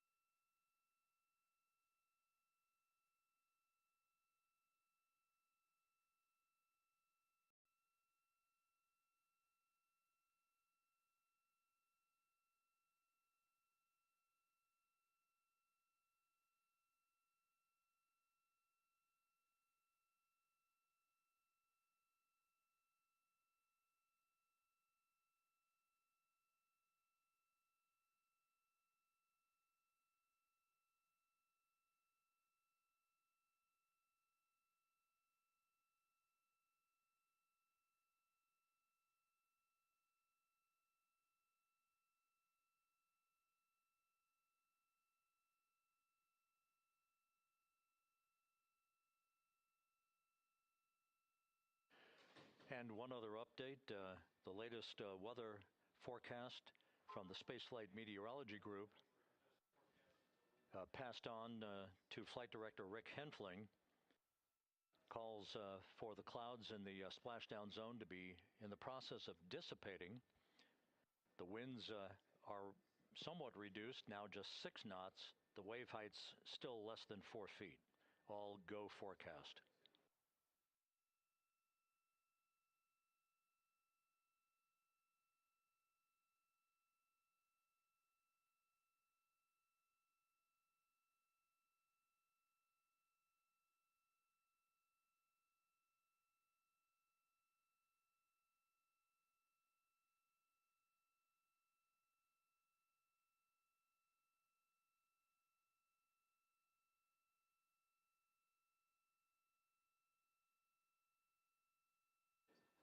So once again, the stage is set as Integrity continues its inexorable march toward a splashdown in the Pacific 2 hours from now. 16,000 nautical miles away from the Earth. We are just 1 hour and 26 minutes away from crew module, service module separation, followed by a raise burn to tilt the aft end of the vehicle up ever so slightly and improve its angle of attack into the Earth's atmosphere as a mitigating action to reduce heat loads on the heat shield of the vehicle. This is all pre-planned, pre-flight. There's no differentiation between what we had designed this mission to do. We are expecting to reach the first traces of Earth's atmosphere at entry interface and 400,000 feet above the planet 1 hour and 45 minutes from now.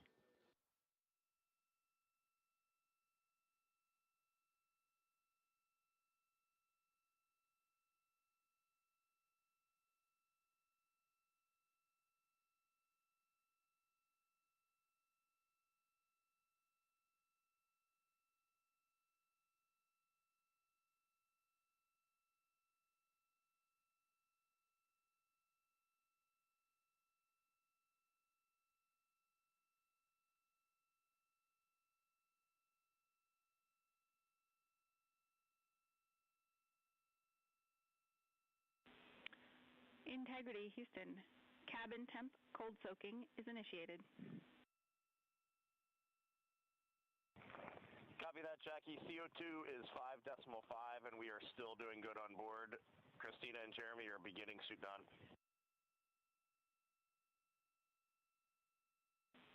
Houston copies all.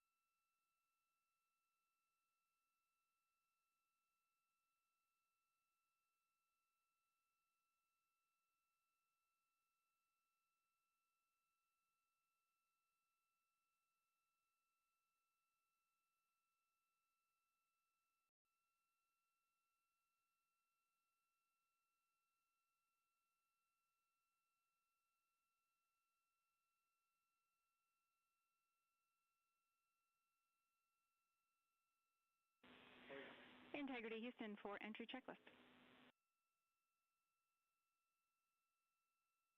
Go ahead, Jackie.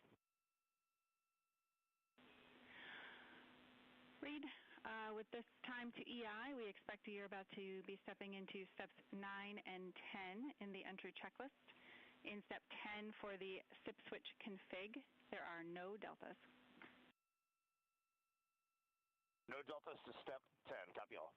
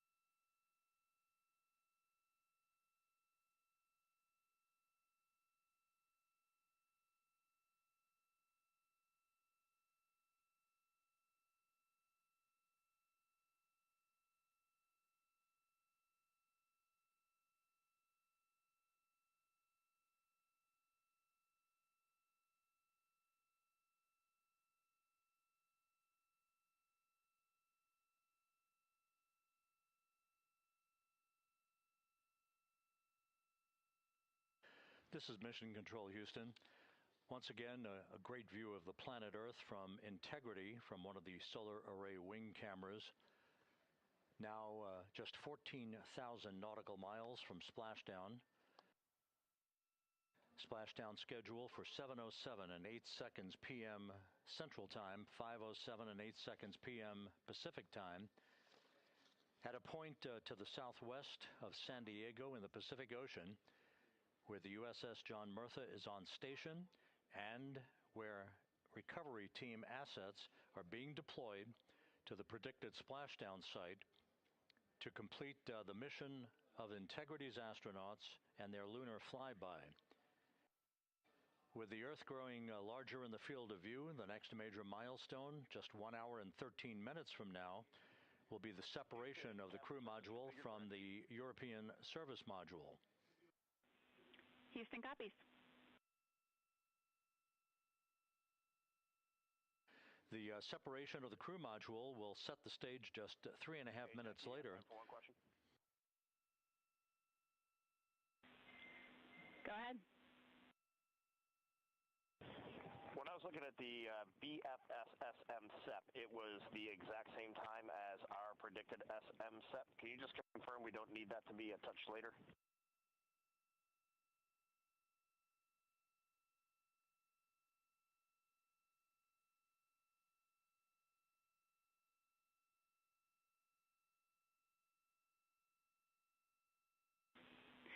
And Reed, matching is expected. That's when the sequence will begin for that whole SEP config.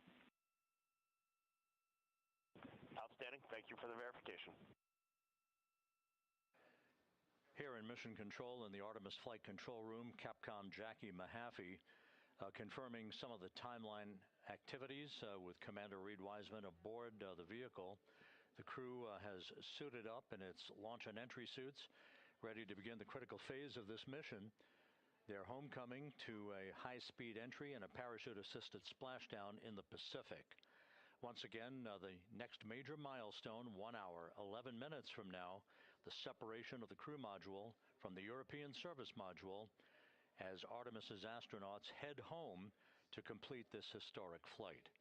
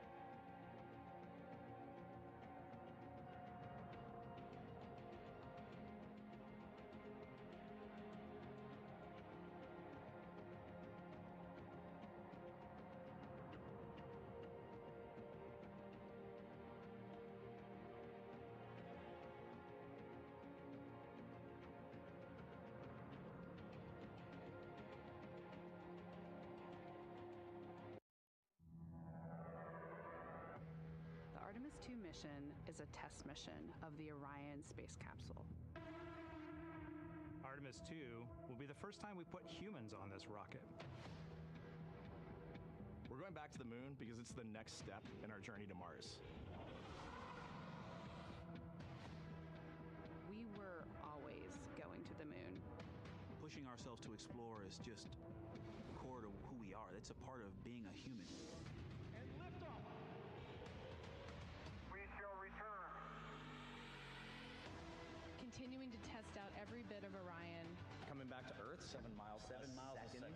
When humanity sets big goals, we can bring together genius from around the world. You have the best people on planet Earth putting this vehicle together. That's what's up. To innovate for the benefit of humanity and to inspire the world through discovery. And here we go. Direction.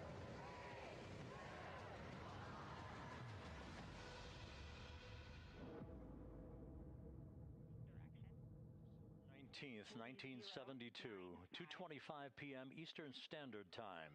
The Command Module America splashes down in the Pacific with Gene Cernan, Ron Evans, and Jack Schmidt aboard as the Apollo 17 mission came to an end, along with humanity's first series of expeditions to the moon. Today at this hour, you are looking live at our planet from the Integrity spacecraft, heading for a splashdown in the Pacific off the coast of San Diego just 1 hour and 35 minutes from now. And good day from the Artemis Flight Control Room here at the Johnson Space Center in Houston, where the entry flight control team is on duty at this hour, led by Flight Director Rick Henfling, joined on console with the voice you'll hear talking to the crew throughout the course of the day. That is Jackie Mahaffey, second from your left. Everything has gone extremely well as we are closing in on the return of Artemis's astronauts from their flight around the moon and historic lunar flyby that will culminate with that splashdown in the Pacific off the coast of San Diego just 1 hour and 35 minutes from now. And with that, it's a good entry pad, and we can continue in the procedure. Integrity. You're looking at a live view inside Integrity. Reed Wiseman on the left doing a fist bump with pilot Victor Glover on the right, and down in the middeck area just below their feet, suited up in their launch and entry suits, are mission specialists Christina Cook and Jeremy Hansen of the Canadian Space Agency. A number of milestones yet to unfold before splashdown just over an hour and a half from now. Earlier today, the crew woke up at about 10:35 a.m. Central Time. They completed the final major maneuver of the flight, that being the return trajectory correction 3 burn. It was an 8-second burn that fine-tuned its trajectory to enter a corridor over the Pacific Ocean a short time from now. That will be the point of entry interface where the crew will reach the first traces of Earth's atmosphere at an altitude of 400,000 feet. The crew moved into its entry checklist just after 4 p.m. Central Time, suited up in those launch and entry suits, conducted leak checks, and now are in the final stages of their entry checklist. Instruction 115 of entry checklist. SM separation ATP is go. Houston copies. The next major milestone on the route home. Fully zipped, and they're working on EBS and then seating up. We copy. Thanks for the status. Jackie Mahaffey talking to Reed Wiseman aboard Integrity. The spacecraft now about 12,000 nautical miles from the Earth's surface. The next major milestone on tap for the crew will be the handover of communications from the Deep Space Network to the Tracking and Data Relay Satellite System. The Deep Space Network came into play after the translunar injection burn back on April 2nd that propelled Integrity toward its lunar flyby. We'll be back on the TDRS network here in about 41 minutes. Following that, the next activity will be the pyrotechnic separation of the crew module from the European service module. That is scheduled at 6:33 p.m. Central Time, followed 4 minutes later by one final critical maneuver. That will be a 19-second burn of Integrity's thrusters in what is called the crew module raise burn. Now, what that does is it basically acts. If you were sitting in a reclining chair, you'd basically tilt yourself back. It raises the aft end of Integrity ever so slightly, and that is the final opportunity for us to fine-tune the angle of attack of Integrity through the area of peak heating at entry interface that will come a bit later on, about an hour and 18 minutes from now.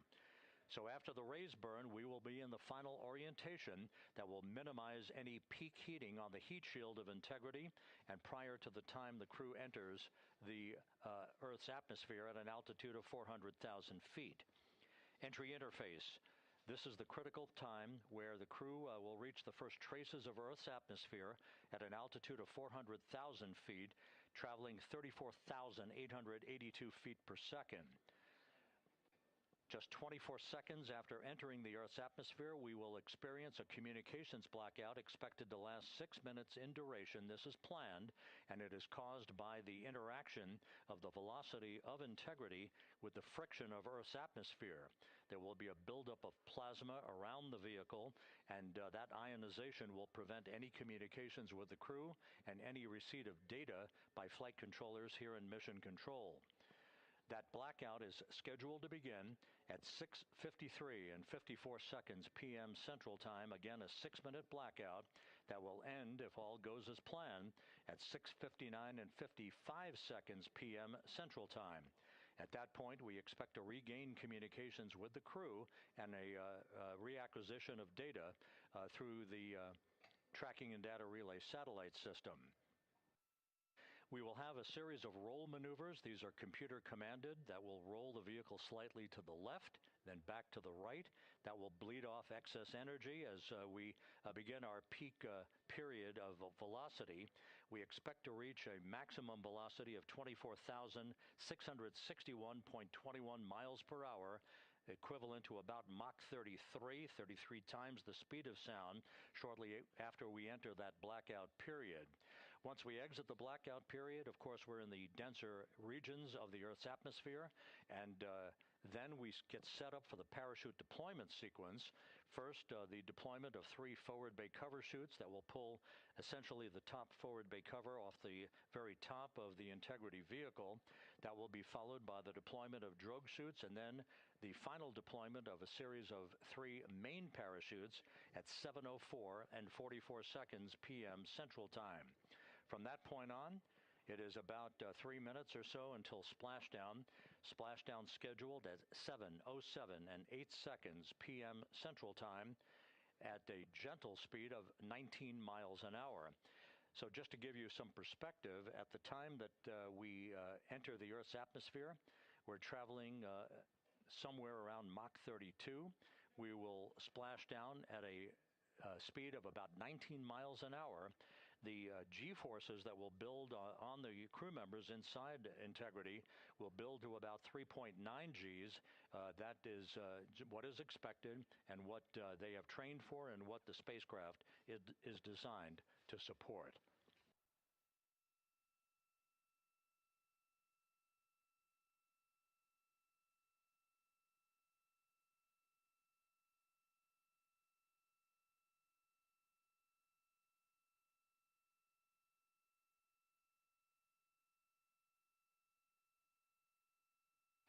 The latest weather forecast out in the recovery zone off the coast of San Diego is a go forecast from our meteorologists here at the Spaceflight Meteorology Group at the Johnson Space Center. And standing by on the deck of the USS John Murtha is my colleague from the Kennedy Space Center, Megan Cruz. Megan?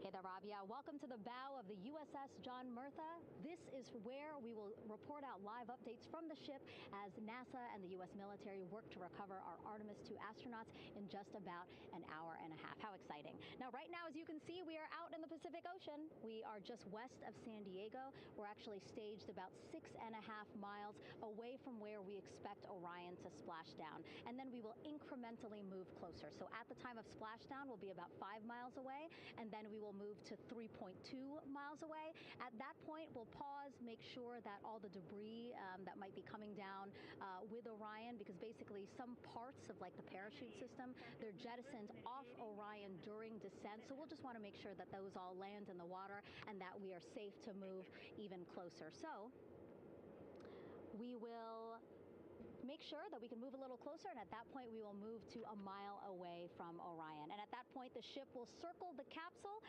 while NASA and Navy recovery forces work to get our astronauts out, and we should have great views of the bow from here. But also we have a ton of cameras all around the ship. For example, we actually have some cameras right to the left of me here on the bow. These are very strong, stabilized cameras. We can really get up close to make sure that we are sharing all the images we have available to you. We also will have some views from above. We actually have 5 planes providing live views of splashdown today. In fact, some of those aerial assets just took off from San Diego minutes ago. And then actually here on the flight deck, you see 4 helicopters, the 2 in the back. Those will take off in about 30 minutes from now, also with live cameras. So again, lots and lots of imagery that we hope to share with you today. And then those 2 helos in the front, those 2 will pluck the crew out of the water and fly them back to our ship.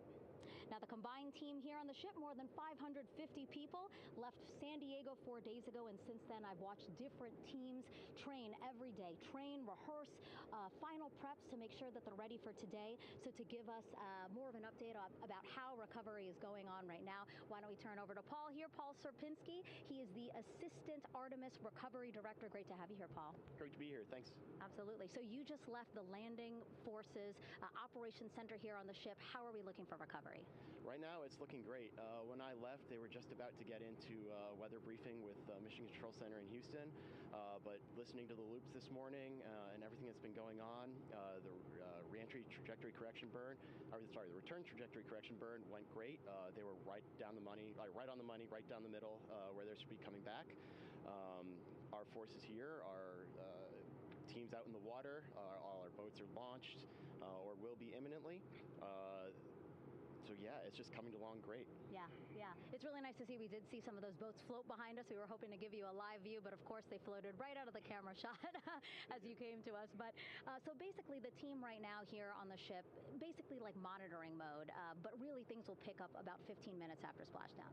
Yeah, so a couple minutes before splashdown, things start happening really, really fast. Mm-hmm. Some events during the reentry, they're maybe a second or 2 apart, and so it just takes a whole lot of effort and a lot of updates back and forth between us and Houston to try to keep track of everything that's happening, all in real time. And then after splashdown, that's when the recovery team really kicks into high gear. We have our boat teams, our boat crews going out, our divers doing hazardous assessments as they get progressively closer to the capsule, making sure it's safe for all of our people to go in, and it's also safe for the astronauts to come out, because really at the end of the day, that's what we're here for, is we're to make sure that the astronauts get home safe after their tremendous journey to the moon and back. But then also we have, like you mentioned on a minute ago, all of our imagery helicopters are taking imagery, camera shots of it as it's coming in all the way through splashdown. I mean, they'll see it as soon as it crosses the horizon, all the way to the ocean here. And then afterwards, we have to recover actually Orion to bring it into the well deck of the ship. Absolutely, yeah. And so once the astronauts are safe on board, then those same dive teams are going to transition into securing the capsule. They'll position some equipment around it to kind of facilitate that. The ship will move into position. We'll attach a really big winch line to it, and then a bunch of tending lines. We'll pull the capsule around behind the ship and then start to slowly bring it in.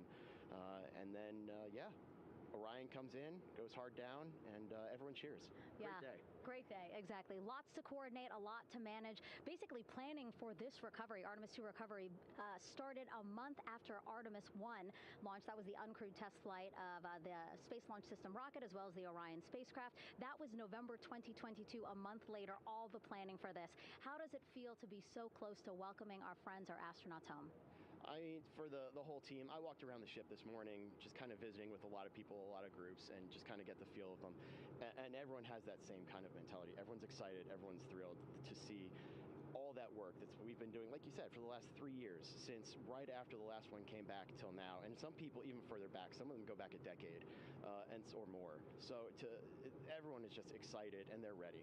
They're really ready for this, and just to be able to see our crew come back, that's going to be a thrill for everyone. How are you feeling? Are you ready? Is this something you ever thought you'd be doing?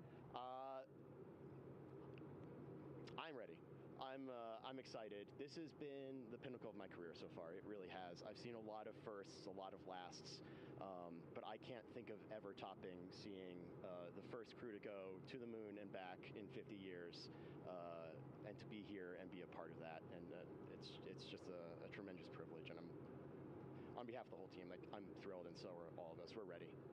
Yeah, I definitely think that those words really embody how everybody on the ship is feeling. So thank you so much, Paul. I appreciate you being here. And so, Rob, we'll toss it back to you again. We will continue to join you with live updates from the ship as much as possible. Thank you, Megan. Back here at the Johnson Space Center, the entry team of flight controllers looking over the shoulders of Reid Wiseman and Victor Glover there on the flight deck of Integrity, and again, just below their feet in the mid-deck area, if you will, Christina Cook and Jeremy Hansen of the Canadian Space Agency. They're in the final review of their entry procedures and all of the activities that will follow here very shortly in trip hammer fashion. We should note that after splashdown occurs, the flight control team here in Houston will be monitoring the orientation of the Integrity spacecraft. We are expecting it to splash down upright in what is called the Stable 1 configuration, with the top of the spacecraft pointed upward. Stable 2 would indicate that it is upside down in the water.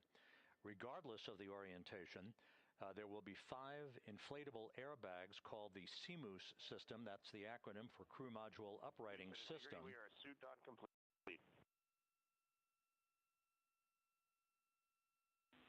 Houston copies. Reid Wiseman acknowledging that the final steps in suit donning are now complete for the crew. Leak checks have been completed earlier. The CMOOS system, those 5 inflatable airbags, will be inflated with helium. Those airbags will ensure that the vehicle remains upright. While that activity is going on, the flight control team here will be checking the systems on Integrity, also making sure that there's no leakage of toxic gas from the spacecraft. It should take about 15 minutes from splashdown to the power down of all of the systems on Integrity. And at that point, assuming everything is in a nominal fashion, then the green light will be given for the Navy recovery teams to begin to make their way closer to Integrity to begin the erection of a large inflatable life raft called a front porch that will be buttressed up alongside the hatchway to the spacecraft. That life raft will be used to bring the crew members out of this vehicle once the hatch is open, one by one. They'll get their land legs back after 9 days of weightlessness before they're put in harnesses to be hoisted one by one in sequential fashion and in alternating fashion to the 2 hovering Navy helicopters overhead. Houston Integrity for a status. Go ahead. Seats 3 and 4 are connecting umbilicals. We're going to be stepping into leak check soon. 1 and 2 will be seated. 3 and 4 will be free float, and we'll configure EPROC accordingly. Houston, copies all. Reid Wiseman talking about the current procedures with the suiting of the crew members and subsequent leak checks, a final leak check for all 4 crew members. Everything is actually running a few minutes ahead of schedule. So once the life raft is inflated next to the Integrity spacecraft and the recovery teams have arrived alongside of the vehicle, the hatch will be open and the crew members will be brought outside into that front porch, as it is called, one by one. They then will be hoisted into the hovering helos overhead, and those helos then will turn around once the 4 crew members are on board, 2 for each helicopter, and will head back to the ship. That should be about a 10 to 15 minute transit. Once the helicopters land on the deck of the USS John Murtha, the crew members will be exiting those helicopters and brought into medical bay on the deck on the ship itself for comprehensive medical exams.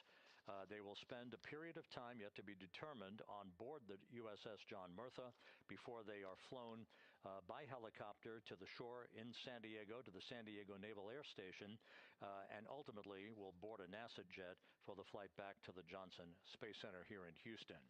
Just to recap some of the key times that are coming up, we are expecting the separation of the crew module from the service module just 43 minutes from now. That is expected to occur at 6:33 p.m. Central Time, 7:33 p.m. Eastern Time.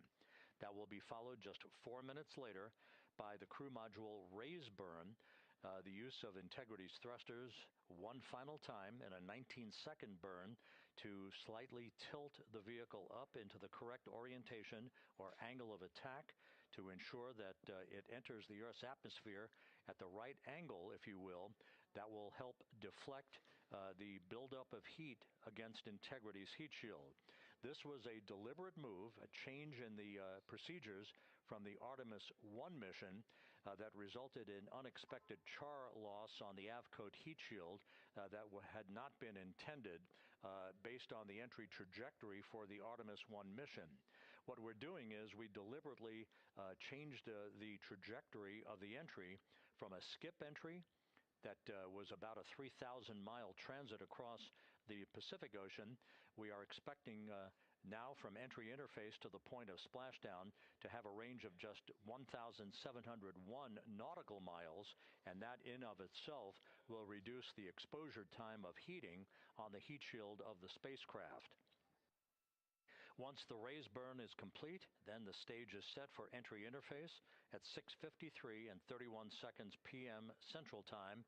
That means that Integrity will be entering the Earth's atmosphere at an altitude of 400,000 feet, traveling at about 34,882 feet per second, heading for its splashdown site off the coast of San Diego, as you just heard from Megan Cruz on the deck of the USS John Murtha. Splashdown once again under those three main parachutes is expected at 7:07 and 8 seconds p.m. Central Time, 5:07 p.m. Pacific Time, 2.5 hours before sunset.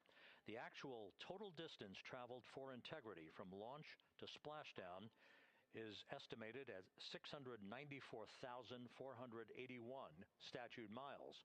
Now that includes the first high elliptical Earth orbit following launch that enabled Integrity to move to 43,000 miles above the Earth at its apogee, and enabling a 24-hour period of systems checkouts before the flight control team here and the mission management team gave approval for Integrity to conduct its translunar injection that propelled it on its way to the moon and its historic lunar flyby.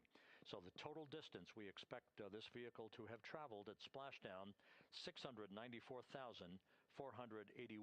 statute miles.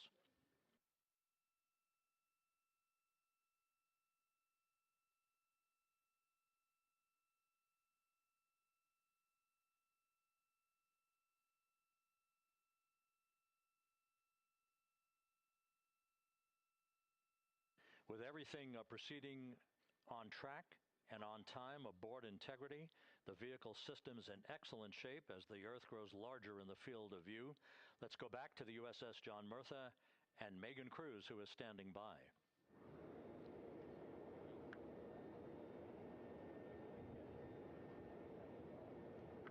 Hey, yeah, Rob, welcome back. Again, we are out in the Pacific Ocean, staged just about 6.5 miles from where we expect Orion to splash down now in just over an hour. How exciting. And the weather, awesome conditions here. I know you see some wind blowing around my hair, but really nothing to speak of when it comes to having to recover our astronauts, as well as no waves here, really. So yeah, we're expecting a really great day. Also, hopefully, some really great views. You can see behind me that some of the clouds are starting to break up, so that's really exciting. And now, of course, this ship has a lot of people ready and excited to welcome our crew back home, including Dr. Rick Schuring here. He is a NASA flight surgeon. Great to have you here, Rick. You too, Megan. It is a blessing blessing to be out here this day with our teams. We've trained 3 years for this, nonstop with the U.S. Navy, and along with EGS, and we've so looked forward to this day. And you know, just by God's grace, everything's parting, the skies and everything. The crew's doing great. Looking forward to come back, and our teams are ready. So this is one of those days you've dreamt about, and now it's finally here, and we're ready, and just thankful to be a part of it. Yeah, and you play a really integral role. When was the last time you spoke to the crew, and how are they feeling in this last hour before splashdown? Sure. Yeah, so the crew woke up. When they splashed down, they will have woken up about 8.5 hours ago. Me and my fellow crew surgeons, Doctors Chris Haas and Rafi Kumjian from the Canadian Space Agency, spoke with them about 6.5 hours ago, just to double check on how they were doing, if there's any medical issues, you know, how they slept, and then kind of go over their landing day protocol for their medications, for what we call a fluid load, to try to replace some of the fluid and electrolytes that they've lost with just a normal space adaptation. Once they got to space, they kind of have to replace some of that fluid to help them with the whole landing kind of readaptation to 1G, which they haven't done for the last 10 days. And then just kind of let them know how things are going to play out, you know, out with the open water teams all the way until we finally get to the med deck. So they were very pumped up, very hurried though. They had a lot of cabin configuration, a lot of things to get ready. So they're excited, but also very focused on the job that they had to do. So like again, we've trained a long time for this, and we're ready. And you said some medications. I mean, those are kind of just to mitigate the effects of, obviously, their more than 695,000 mile journey back to Earth. It's just like anti-nausea medication, right? Yeah, exactly, Megan. The you know, astronauts are very healthy, fortunately, and even when they come back in reentry, you know, the human system is very kind of dynamic. It has to readapt very quickly, and one of the most common responses they get is just some stomach awareness, to some nausea, even to some vomiting. And you know, with our crews that land out in Karagana, the Soyuz crews or our SpaceX crews, you know, they all kind of experience the same thing. This will be the first time we're landing in water since December 1972, and I worked with all the Apollo astronauts years ago, and they all told me that, you know, landing in the water, especially in the Pacific, can be very provocative. So we take steps to give them medicines to really mitigate some of that nausea, vomiting, help them feel a little bit better, and also sometimes just use a little anti-inflammatory medicine just to help with coming back to 1 Earth, or 1G. The effects of microgravity, especially as you age and you have arthritis, you feel great in microgravity, and everyone kind of curses coming back to the ground like, oh, dang, 1G, but so that helps a little bit. But for the most part, the main thing is just replacing that fluid and then trying to help them with that transition back to 1G, and then we're ready to go. Yeah, and their health is assessed almost immediately after they splash down. Yeah, so we have Dr. Jesse Wang, and we have our independent duty corpsmen, who are the Navy version of paramedics, extremely highly trained, highly experienced Navy medics and divers, who will go out there, open the capsule about 25, 28 minutes after splashdown and do the first initial assessment. So Jesse and his team will go out there and look at each crew, kind of do their assessments, get vital signs, report back to Drs. Haas and Kumji and I back in the med bay, let them know how they're doing, and then you know, if they've got the normal kind of space adaptation kind of things, we expect that. They're good to go on that. If anything, you know, didn't go the way we want, they're all prepared for that as well. And Jesse and his team, I mean, you know, this is their full-time job, taking care of, you know, sailors and folks who might be injured. We don't expect any injuries, but coming back, you know, going 25,000 miles an hour down to, you know, 20, you know, miles an hour is still a dynamic process. I've heard it described as, you know, kind of like a car crash. And then the crew will be ready to go, and Jesse and his team will make that transition to get them out to the front porch, do assessments on them again, call it to our med bay, and then once we have that and they're all good to go and the crew's feeling okay, we'll hoist them up in the helos. It's about a 3-minute flight back to the flight deck, and that's where me and the astronaut chief, Scott Tingle, will actually meet them. I'll get eyes on them, make sure they're all good, just take very slow transitions, and then one by one we'll either get them out with the SMTs, the SAR med techs, under each arm, just, you know, kind of just walk them very slowly to med bay, which actually helps them acclimate back to 1G. Or if they really don't have their sea legs back yet, then we might put them in what we call a stair chair, which will be be right behind them, and then just very slowly kind of get them back into med bay to start our full assessments with the team. Yeah, so a really great team here to support them as soon as they get back, and also all throughout the mission, of course. You talked a little bit about this, but obviously, you know, we have seen astronauts return from the International Space Station for over 25 years, so we kind of know that that journey, how it affects the body. But yes, we're talking about humans returning from the moon for the first time since 1972. How is this different from your perspective? So it's different in one very significant respect. With on Apollo, for exercise, they had something called the Apollo Exergenia, which was basically just a little canister with some ropes, and they would have some resistance and kind of do that. And the Apollo astronauts really liked that. They liked the ability to exercise, because you decondition from a musculoskeletal standpoint, you lose your strength and your stamina very quickly. We had something called the Orion flywheel, which was able to impart much greater loads in terms of resistance, so they're able to do squats, deadlifts, different things, not dissimilar to what the ISS astronauts do, but with a lot less room to do it. And they also did rowing activities for cardiovascular health, and the crews loved it. But for the lunar crews, the future lunar crews, maintaining that physical conditioning, which our astronaut strength conditioning rehabilitation specialists, affectionately known as the ACERs, back in Houston, really work hard to get them in the best shape they're going to, have to be in to get to the moon. That device hopefully will maintain that. And Apollo only had about a 4.3-day journey to the moon. Our astronauts are going to have about a 10 to 14-day journey. Right. So maintaining that physical fitness, that strength and stamina is going to be crucial for the success of being able to do those very physically demanding lunar EVAs. Right. So we're very excited about what the astronauts have said about the device and what they have to say about the role exercise plays, going to the moon. And also the mental benefit. Sure. They just really like sweating, breaking the sweat, and actually just feeling like they're just getting a workout. Right. So thank you so much, Rick. I really appreciate it. I know they're going to be in good hands, so we'll let you get back to it. Thank you so much. Megan, thanks for the time. Back to you, Rob.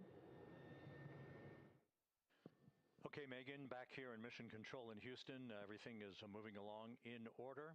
This view of Reed Wiseman on the left, Victor Glover on the right. We have good suit leak checks. Everything aboard Integrity is in excellent shape. The vehicle, with the Earth growing larger and larger in the field of view, we're now just about 8,200 nautical miles away from Earth and closing in for a splashdown just 1 hour and 5 minutes from now.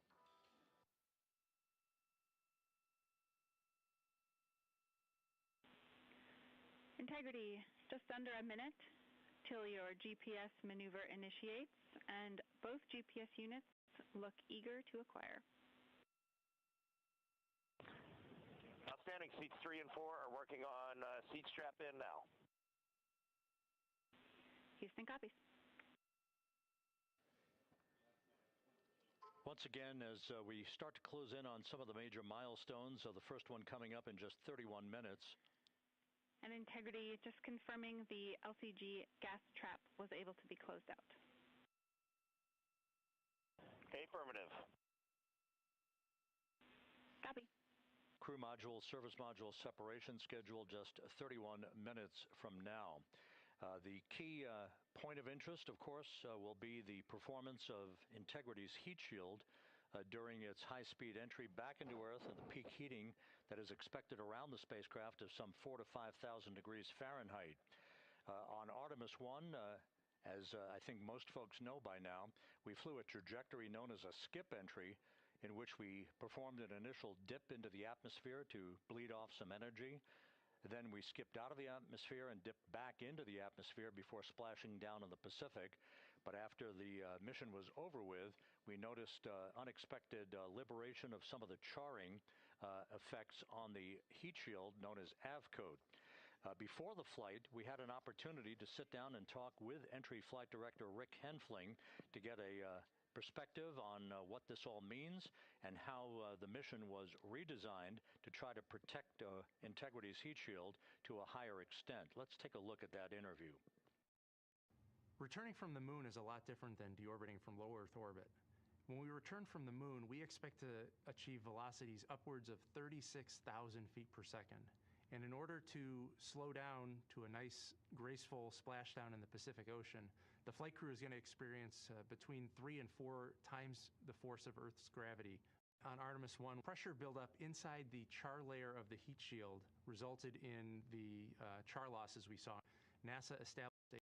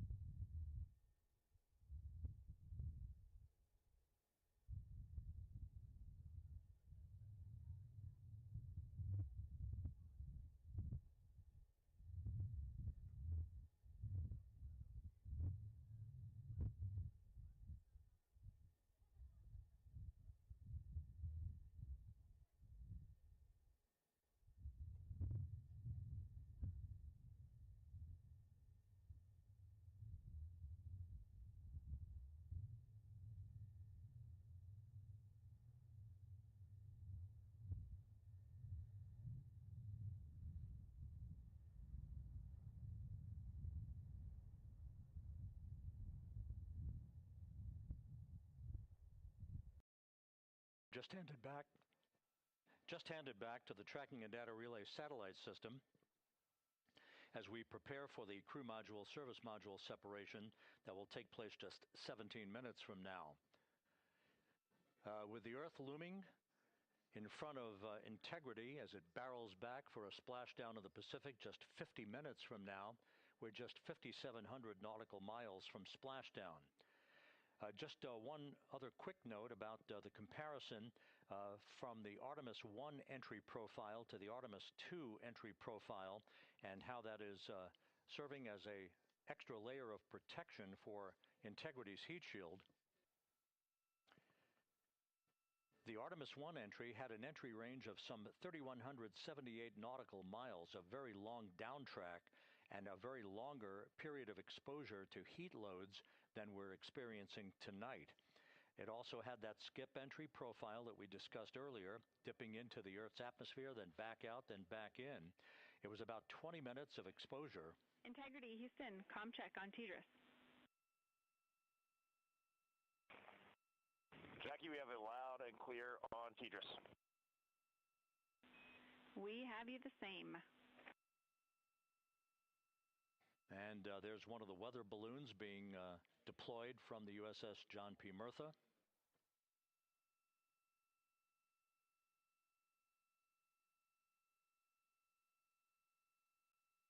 So the Artemis I entry had the vehicle. Any update on GPS? We haven't seen a track in yet.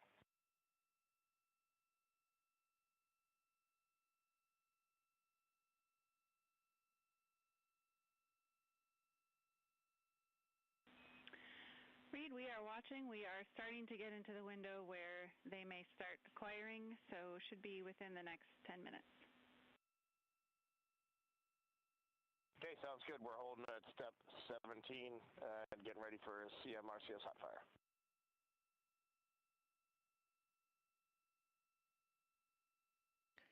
And that exchange indicating that we are expecting to acquire data from the GPS system on board. That'll be a navigational tool that will basically tell Integrity's computers that they're on track down the center line of the corridor for the entry interface that will lead them to their splashdown point.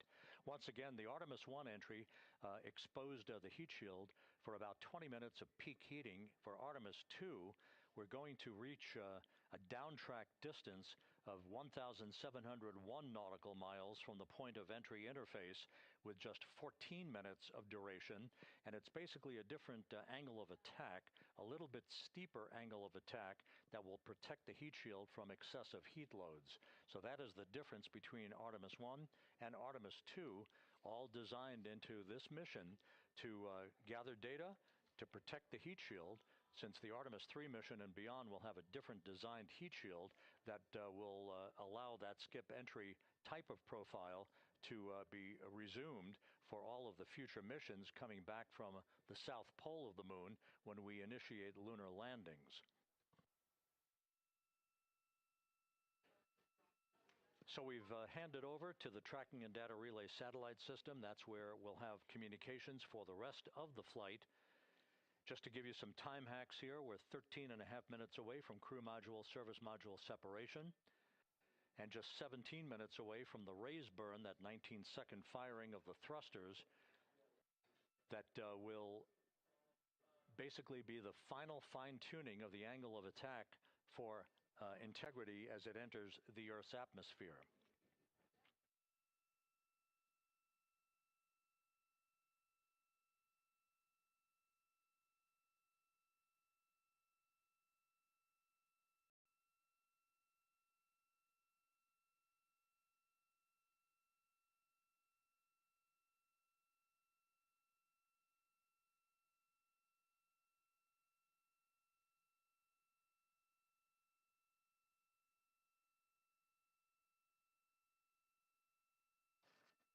And once again, a dueling box view of some of the assets that are involved in recovery operations today. The Integrity, cabin configured, all crew suited and seated. Houston, copy. That confirmation from Reed Wiseman aboard Integrity. As you see The assets are being deployed to the splashdown zone. At the time of splashdown, we expect the John P. Murtha to be about 5 miles away from Integrity, keeping a safe distance until we are sure that the vehicle is in the water and upright, and that it is in a good configuration system-wide for the recovery teams to begin to approach the vehicle to erect that inflatable raft. 2 minutes to CM RCS warm-up hot fire. We're ready. That call from spacecraft communicator Jackie Mahaffey indicating that we're 2 minutes away from a quick burst of the reaction control system. Thrusters, that will be a hot fire test prior to the separation of the crew module from the service module. The European service module has performed flawlessly throughout this flight. Everything, all the burns that had been prescribed for that service module have been executed on time and without a problem. There is the European flight control room that has overseen the manufacturing, the design of the European service module. They deserve quite a bit of credit on this mission for not only propelling the Integrity and its astronauts toward the moon, but also conducting the fine-tuning of its trajectory to bring it to this point where we are dead spot on down the middle of the corridor trajectory-wise to bring Integrity down for its splashdown in the Pacific just 44 minutes from now.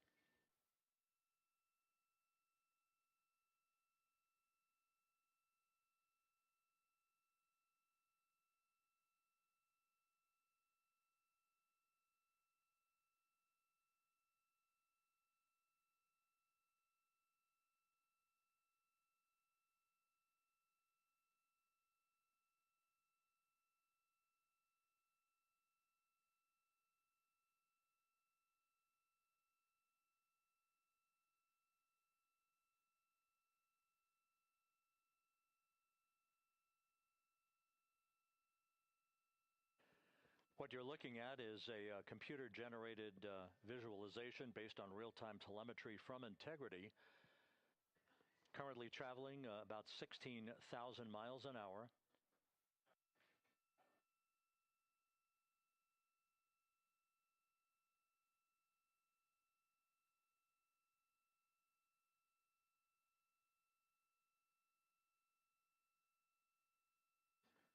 Integrity traveling about 16,000 miles an hour. For the prop cautions, we're taking a look. Copy that. Now just about 5,100 miles from Earth. Splashdown scheduled 43 minutes from now. We're just 9.5 minutes away from the crew module service module separation.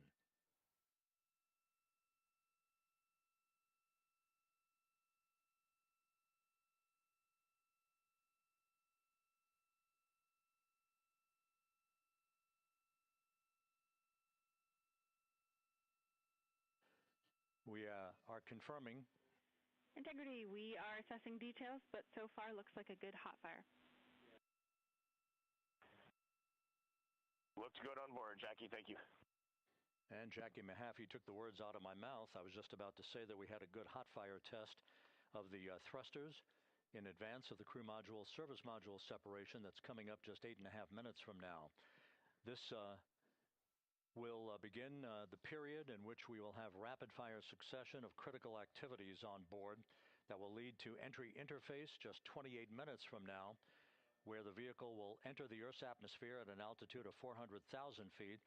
The time of entry interface, 6:53 and 30 seconds p.m. Central Time.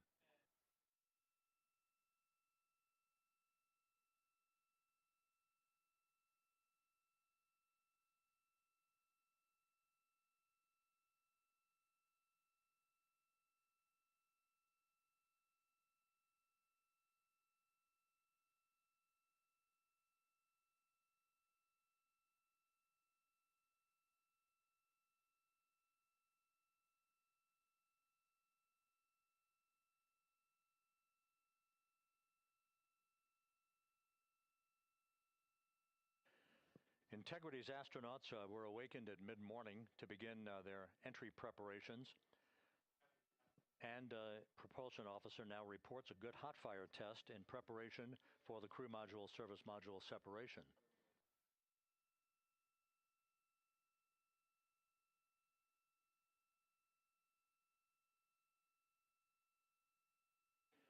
We're now inside 41 minutes until splashdown. Integrity Houston, we have confirmed a good CMRCS hot fire. And although we are not seeing GPS acquired yet, you can skip the troubleshooting steps in 157 for now. Integrity copies.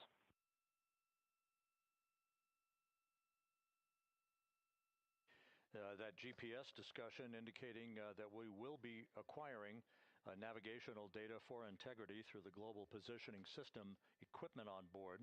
We just don't have it yet, but we will. All of Integrity's systems are in great shape to support its high-speed entry into the Earth's atmosphere. It, once again, will reach a peak speed of 24,661.21 miles an hour. You're calling GPS. We at least have GPS 1 looking good on board.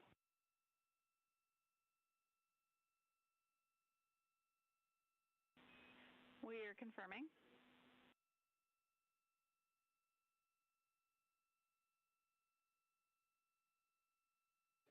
The guidance, navigation, and control officer here in Mission Control confirming that we have good lock on GPS data.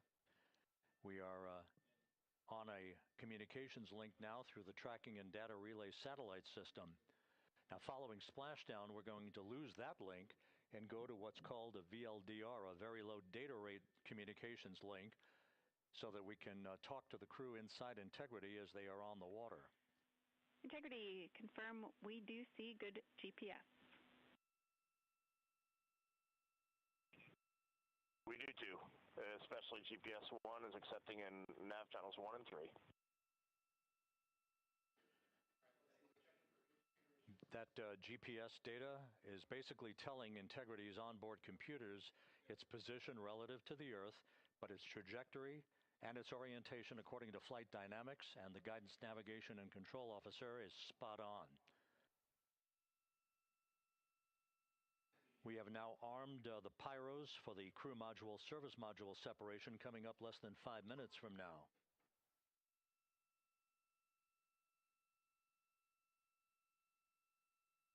Once again, just 10 seconds after entry interface, we will see Integrity reaching its peak speed of 24,661.21 miles per hour. That will be just seconds before we begin a 6-minute blackout period. Integrity Houston, your vehicle is in a good config for CM-SM SEP and go for CM raise. Houston, we see the same on board and copy go for CM raise.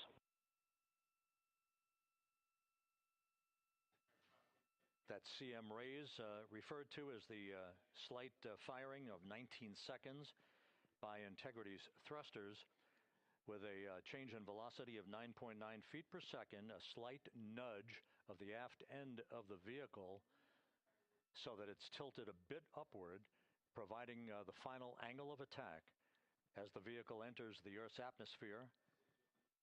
This being the mitigating factor that will reduce heat loads on the heat shield as we reach a point downrange from the start of entry interface, some 1,701 nautical miles to the splashdown site.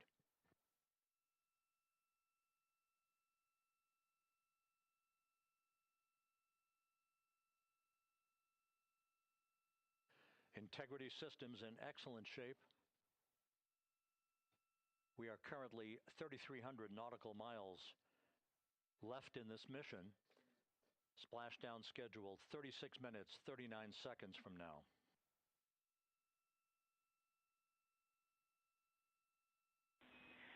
Integrity Houston, for the 2 enabled prop cautions, what happened is while the thrusters were firing, multiple pressure sensors on each of the strings diverged a bit from each other.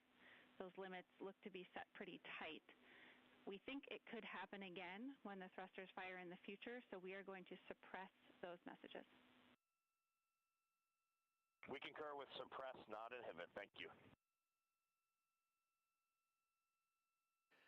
That exchange between Jackie Mahaffey, our Capcom for tonight, and Reed Wiseman aboard Integrity, indicating basically to ignore sensor data. All of Integrity systems are in good shape.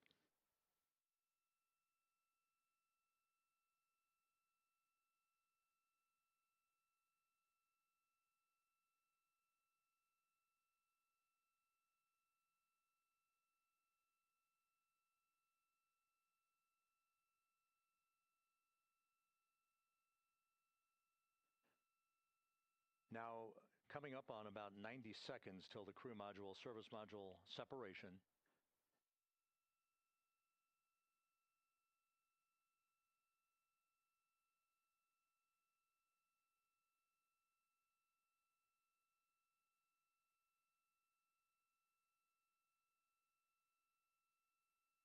All quiet here in Mission Control as we enter the most critical phase of the completion of this flight. All of the preparatory activities leading up to the vehicle entering the Earth's atmosphere just 21 minutes from now.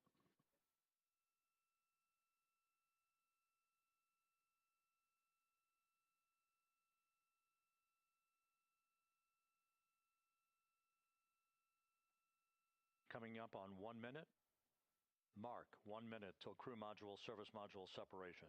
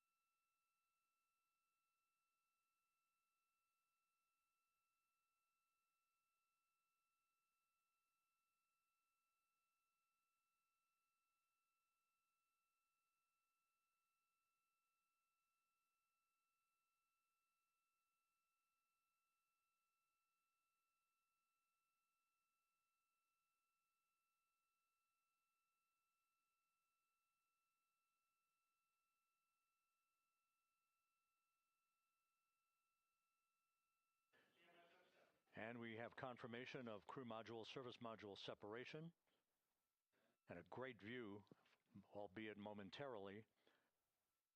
Houston, good step on board. Houston copies and concurs. The European service module now separated from Integrity, a job well done. Integrity, no action for the 4 CDH cautions. Those are SM related, not applicable. Integrity.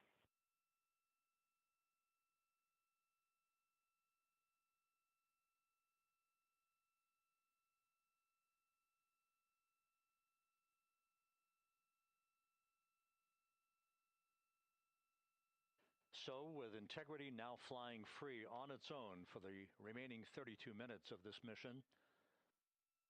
Next up, the raise burn, a 19-second firing of Integrity's thrusters. Good GPS 2.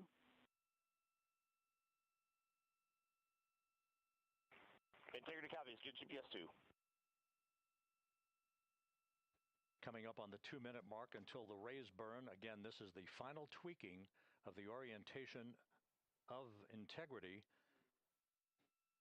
to put it in the right angle, if you will, the angle of attack that it will fly in during its entrance into the Earth's atmosphere. Entry interface now just 18 minutes, 25 seconds away. This is a visualization, but driven by real-time telemetry.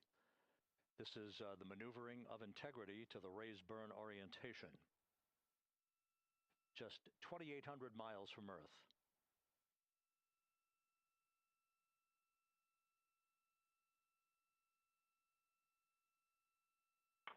Houston, we got a great view of the European service module out the window with the sun hitting the side and the solar rays and the NASA worm right there. It's a beautiful looking machine.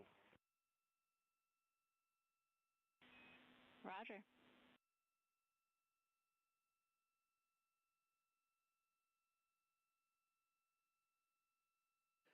And we have completed the maneuver to the raise burn orientation, 1 minute away from the raise burn.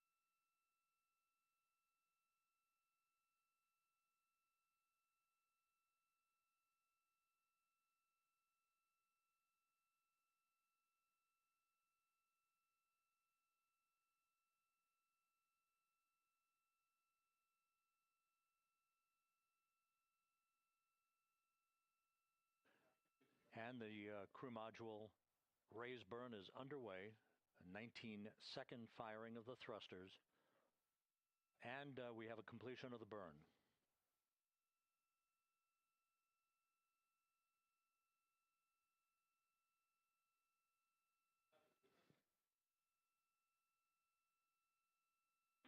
Integrity, good. CM raise burn. Your flight path angle is within limits.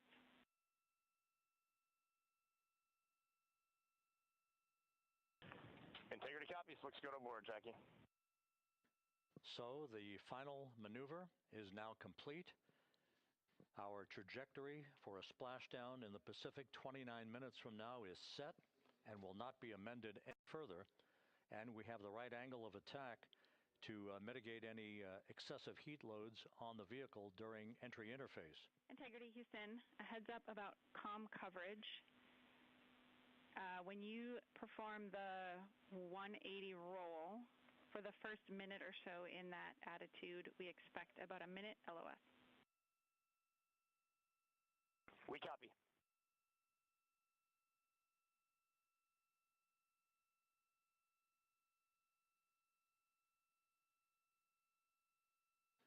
So for those who are watching the series of events coming up, we will enter the first traces of Earth's atmosphere 14 minutes, 45 seconds from now. 6:53 and 30 seconds is what is pegged for entry interface at an altitude of 400,000 feet, traveling at approximately 34,800 feet per second, range to touchdown or splashdown 1,701 nautical miles. 24 seconds after entry interface, we will enter a 6-minute blackout period in which we will lose communications with the crew. This is expected due to the buildup of plasma around the vehicle. That's an ionization effect due to the collision, if you will, of the velocity of the spacecraft with the friction of the Earth's atmosphere. That 6-minute blackout is expected to begin at 6:53 and 54 seconds p.m. Central Time. During that period of time, we will reach our peak speed of 24,661 miles per hour.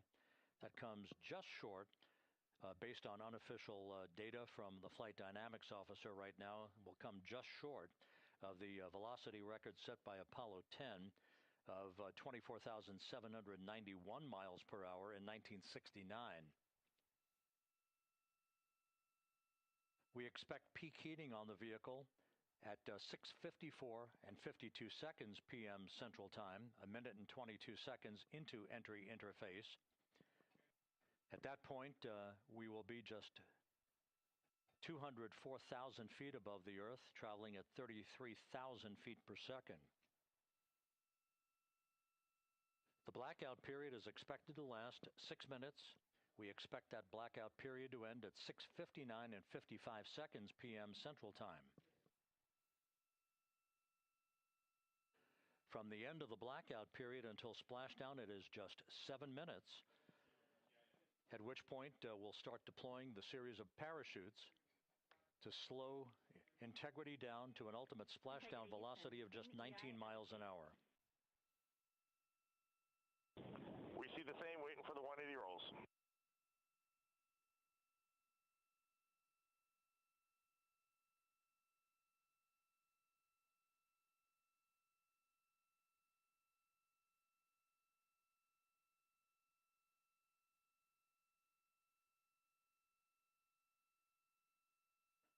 The parachute deployment sequence, once again, will come in several segments, but in rapid-fire succession. And we have a great view of the moon out window 2. Looks a little smaller than yesterday. Guess we'll have to go back.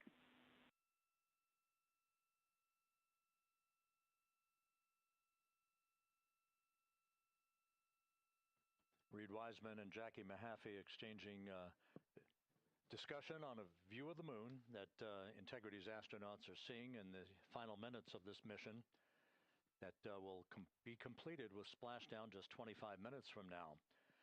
3 forward bay cover parachutes will be used to pull the forward bay cover off the top of the vehicle. Then 2 drogue parachutes will be deployed to slow and stabilize the crew module during its descent, followed by 3 pilot parachutes that will lift and deploy the main parachutes from the forward bay. The final sequence will have 3 main parachutes deployed. These will be 116 feet in diameter, each main parachute approximately 265 feet long when reefed. The parachutes will ultimately slow Integrity down from its peak speed of almost 33 times the speed of sound to a gentle 19 miles an hour at splashdown.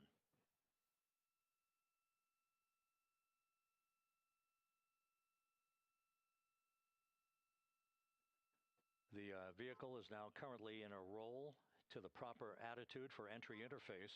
Our trajectory is right on according to flight dynamics.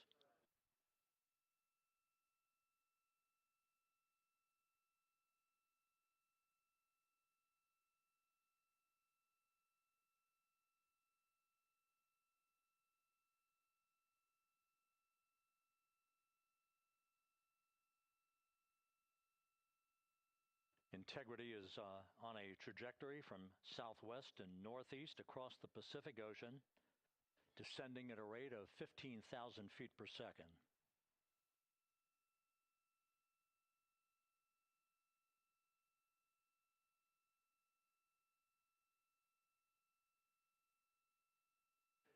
Range to touchdown 4,300 nautical miles, all the systems in excellent shape.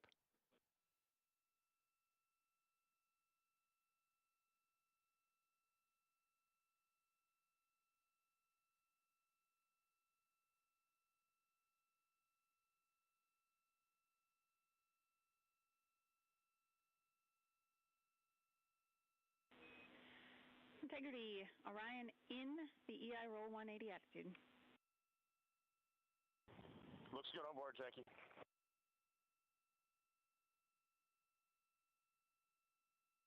This view out of one of Integrity's windows. We had a call for 3 good baros. Those are barometric pressure sensors that feed altitude and rate of descent information to Integrity's computers that will trigger the parachute deployment sequence.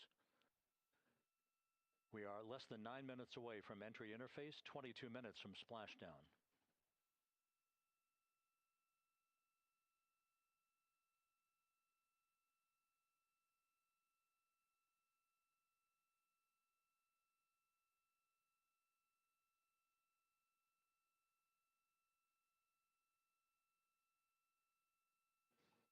You can see the reflection of one of the crew members in the window.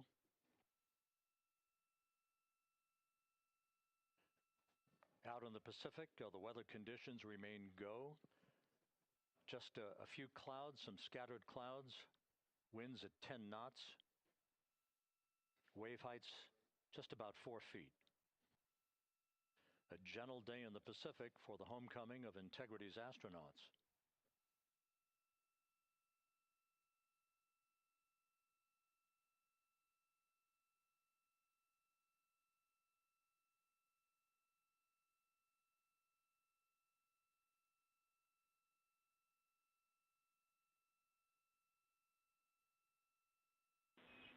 Integrity back in EI attitude.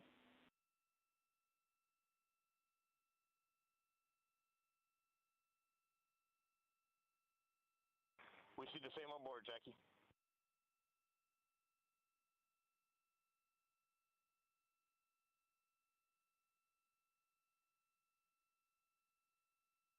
Houston, purge is complete. Crew and vehicle are configured for entry. Houston copies. And we're in step 37, transferring nav state to BFS.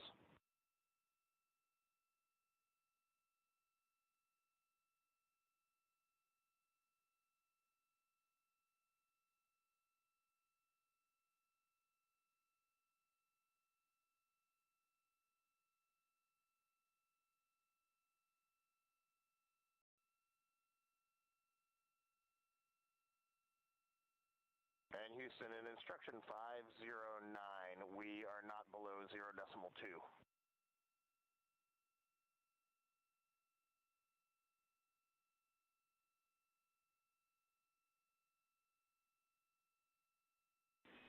Integrity, no action required. Integrity.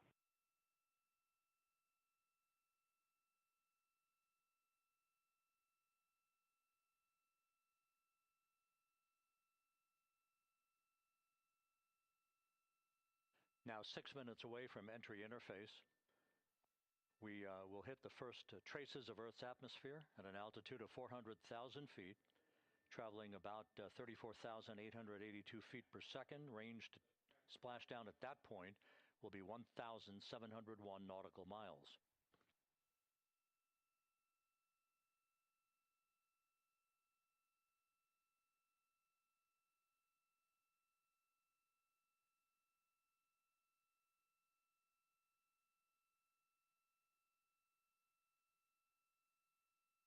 And once again, just a reminder, some 24 seconds after entry interface, we do expect to lose communications with the vehicle and the crew during a 6-minute blackout period when a plasma shield will build up around the spacecraft due to the ionization, due to heating effects.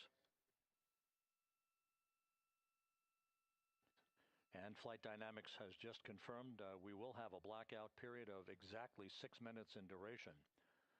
And once again, that's due to the fact that a plasma buildup around the vehicle will prevent communications and data, so we will not be able to talk to the crew members at that time, nor will we receive data here in the flight control room. Houston, everything is looking good on board. Just confirm no pre-EI downloads. Houston concurs. That blackout period to begin at 6:53 and 54 seconds p.m. Central Time, and again will last about 6 minutes in duration.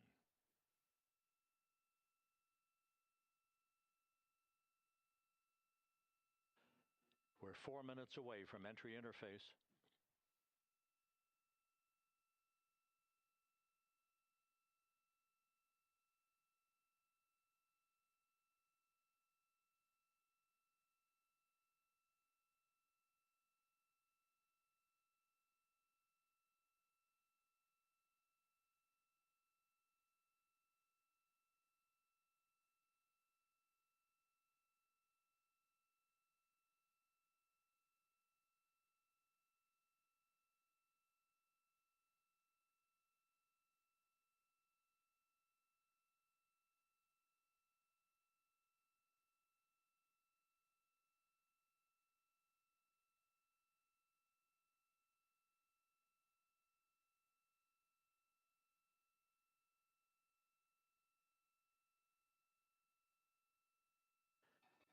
This view from Integrity as it crosses from southwest to northeast across the Pacific Ocean, 3 minutes from entry interface.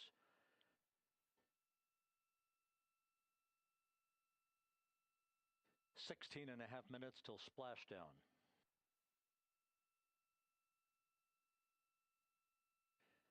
The USS John P. Murtha and the recovery team is on station and in position, as are the airborne imagery assets that we hope to receive imagery from as Artemis enters the Earth's atmosphere and through parachute deployment.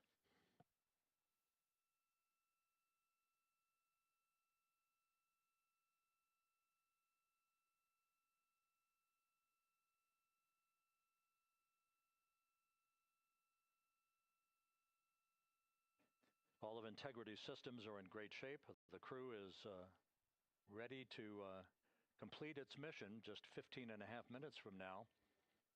All of the activities today have gone off in perfect fashion. No issues with the vehicle, no issues with the crew.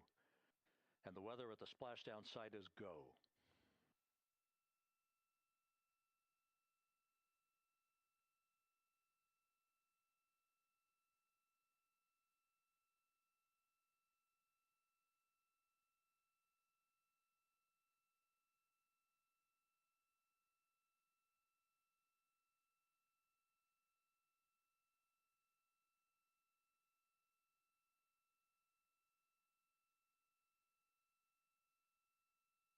Coming up on 1 minute until entry interface.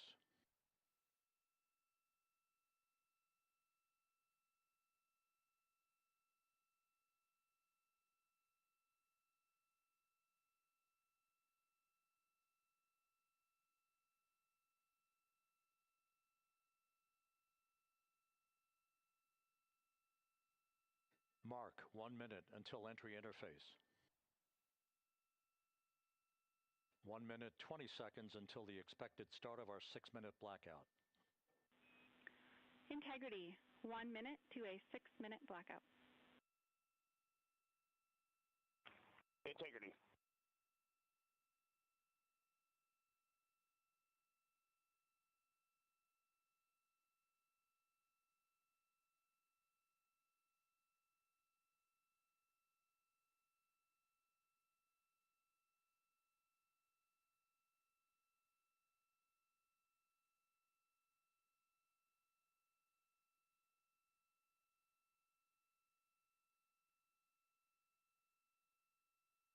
Ten seconds till entry interface.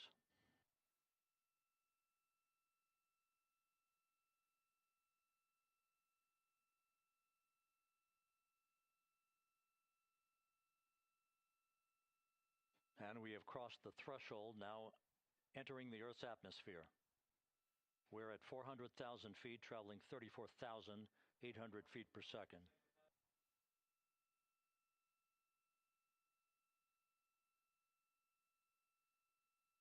Time to splash down, 13 minutes, 10 seconds.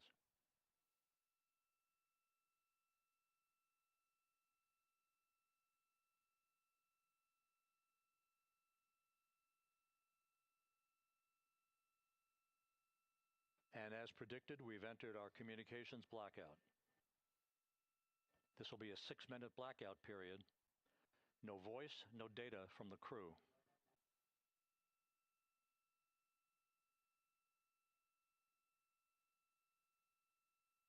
We're 30 seconds away from the anticipated point of peak heating on the vehicle, where temperatures will rise to about 4,000 to 5,000 degrees Fahrenheit. This is the true test of our trajectory.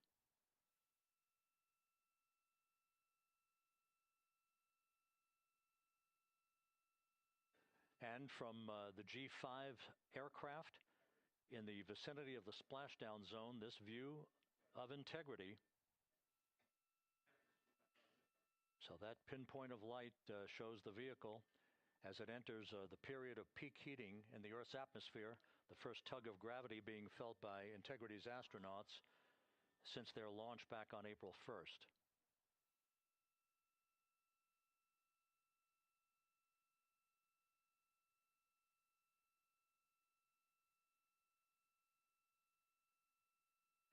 Four and a half minutes until the end of the blackout period. Time to splash down, 11 minutes, 33 seconds.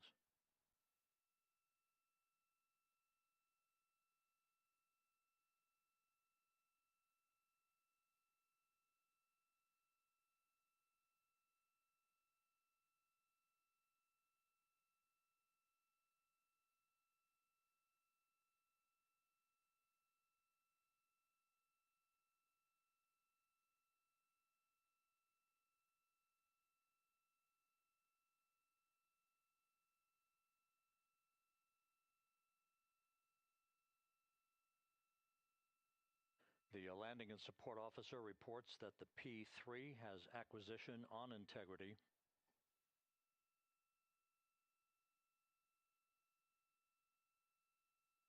3.5 minutes left in this blackout period. This is a visualization of the plasma buildup around the spacecraft and the repelling of that heat on Integrity's heat shield.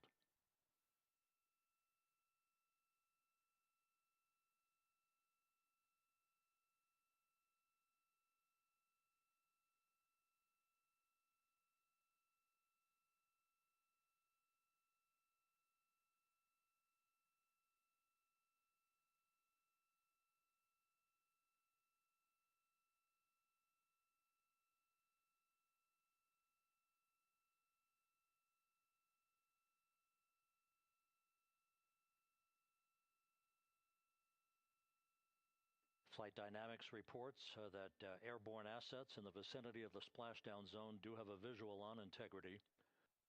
Still 2 minutes and 40 seconds left in our blackout period.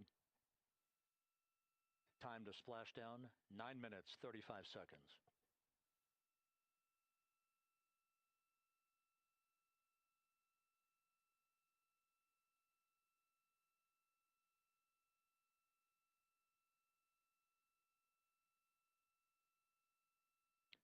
Multiple airborne assets as part of the recovery team all have visuals on Integrity.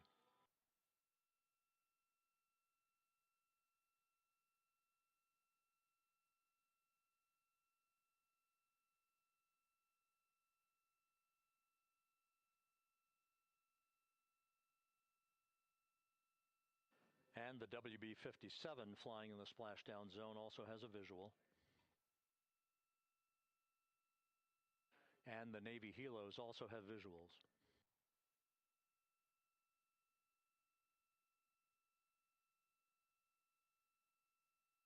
We're still in the blackout period. Still do not have communications from the crew.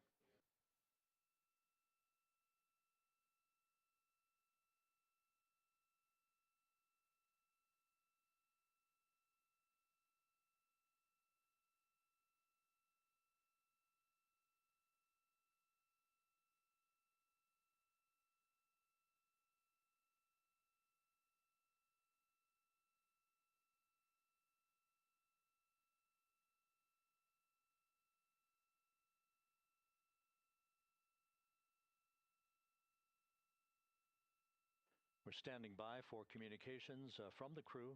We should be out of the blackout period less than a minute from now.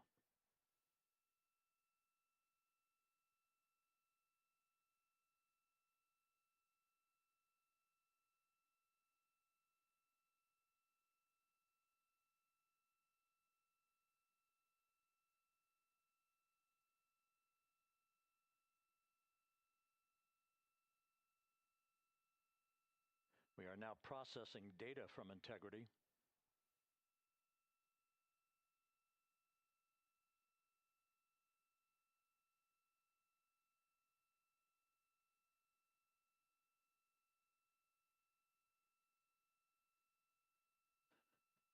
Landing and support officer reports the small boats are en route to the splashdown target zone.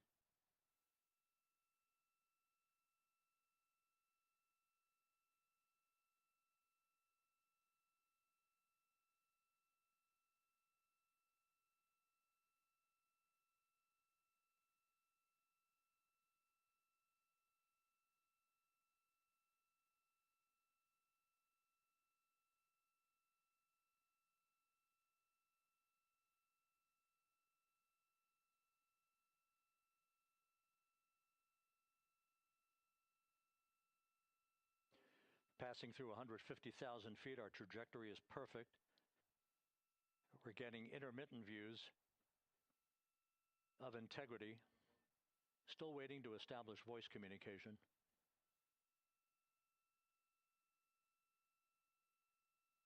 Integrity, Houston, comm check, post-blackout. Houston, Integrity, we have you loud and clear. Your trajectory is nominal, and your recovery teams have visual. Guidance looks good. No action for the enabled internal camera controller fail. Big cheers from the viewing room here in Mission Control as voice communication reestablished with Commander Reed Wiseman For America and a waiting world, Integrity is 5.5 minutes away from coming home.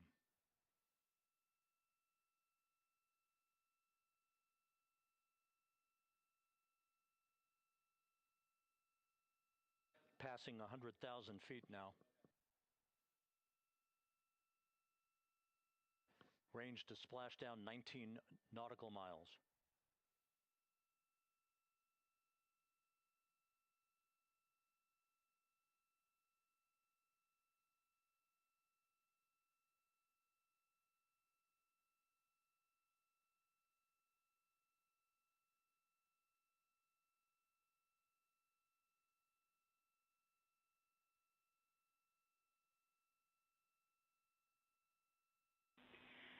Integrity impact to the camera controller fail is no cab 1 views of the chutes.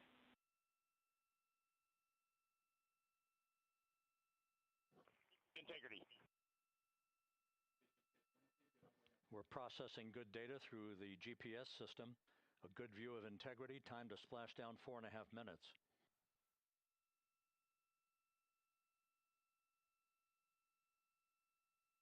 And a view of Integrity from the WB-57.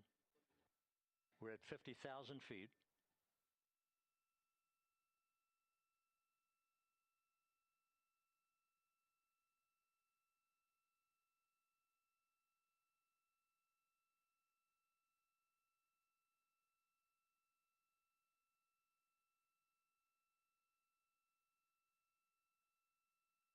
The pyros are armed for forward bay cover jettison.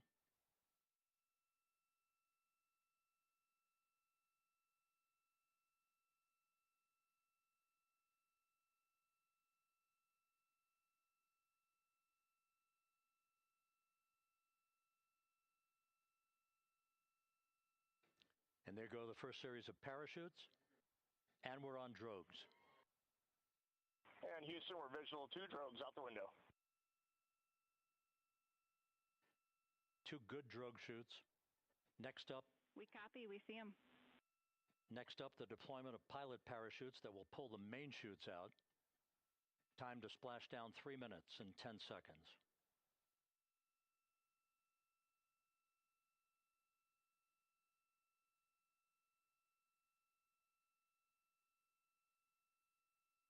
Perfect descent rate according to flight dynamics. Good rates on 2 drogues. We see the same on board.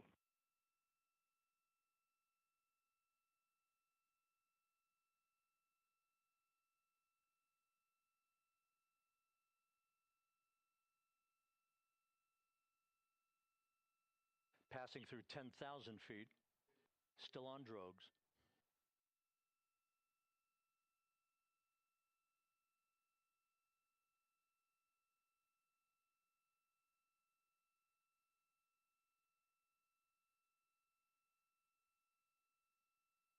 Main chute deploy.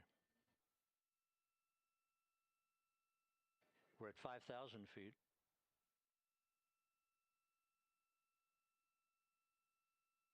Search and recovery beacon has been activated on Integrity.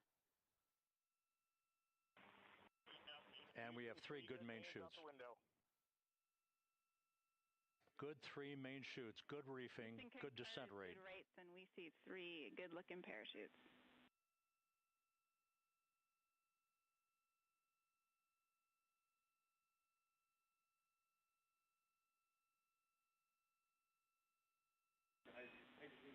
Integrity, cabin pressure indicates no need for hydrazine checks. Integrity copies. This is a perfect descent for Integrity. Its crew sounding hale and hearty on board. Time to splashdown 1 minute, 15 seconds.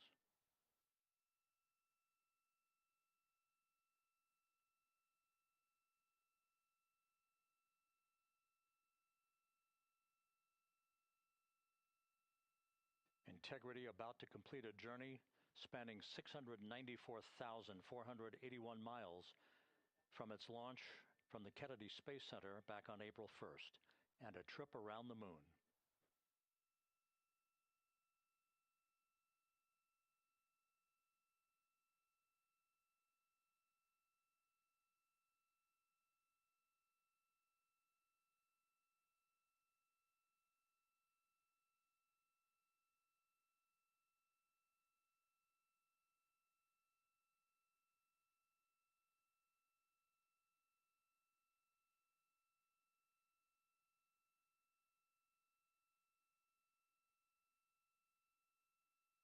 passing through 1,000 feet.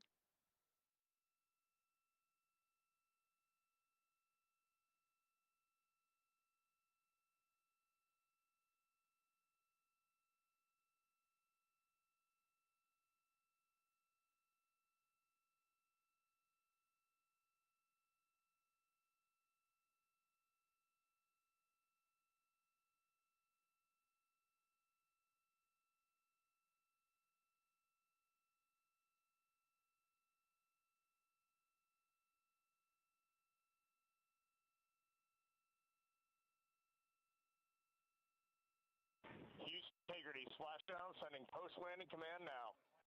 Splashdown confirmed. Copy splashdown, waiting on VLDR.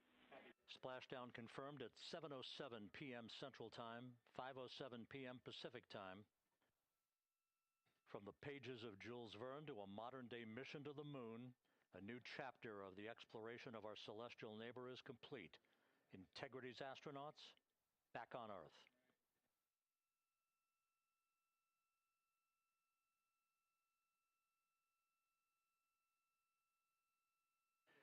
And the landing and support officer reports the vehicle is stable 1. We still will be deploying the crew module uprighting system to maintain that orientation. A perfect bullseye splashdown for Integrity and its 4 astronauts.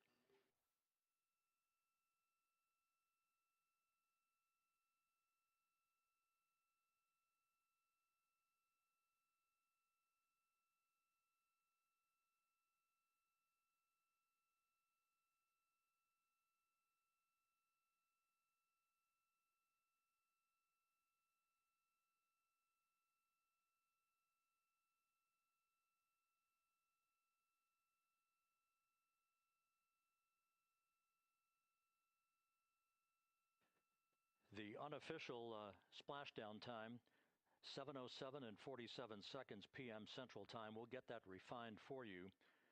That would put the end of the mission at a mission elapsed time of 9 days, 1 hour, 31 minutes, 35 seconds.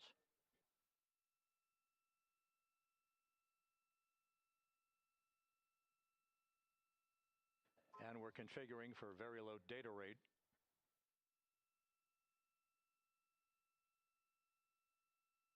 Once again, splashdown occurring in the Pacific, southwest of San Diego at 7:07 and 47 seconds p.m.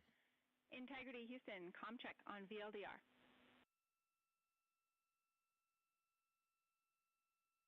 Houston, we have you loud and clear on VLDR. How else?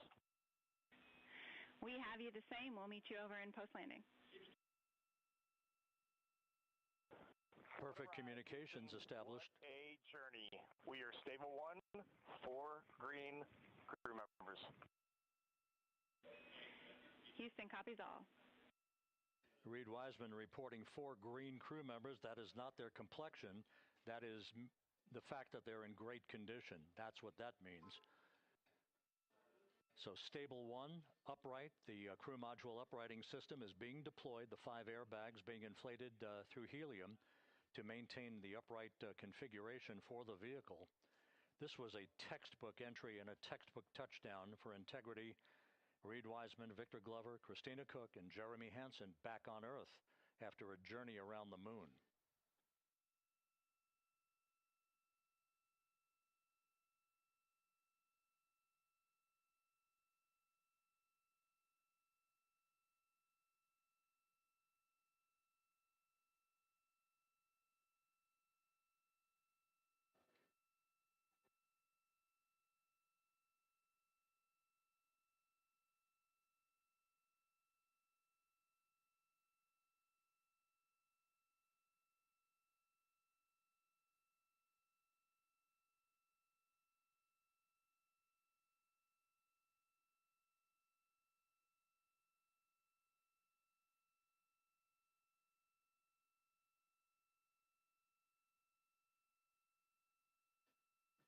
We continue to monitor the functioning of the CMOOS system.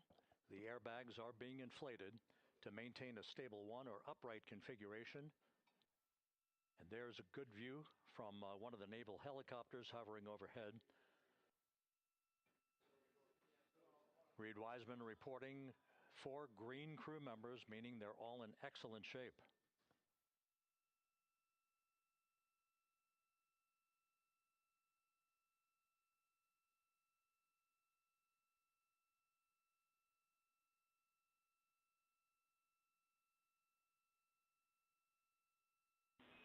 Integrity Houston for SAR beacon and radio. SAR beacon is in for 06, and we're powering the radio now. Go ahead. We see the beacon on. However, the recovery team is not seeing the signal. Your SAR radio uses the same antenna, so you may run into trouble with the radio. Okay, copy. And we are also powering up the sat phone now.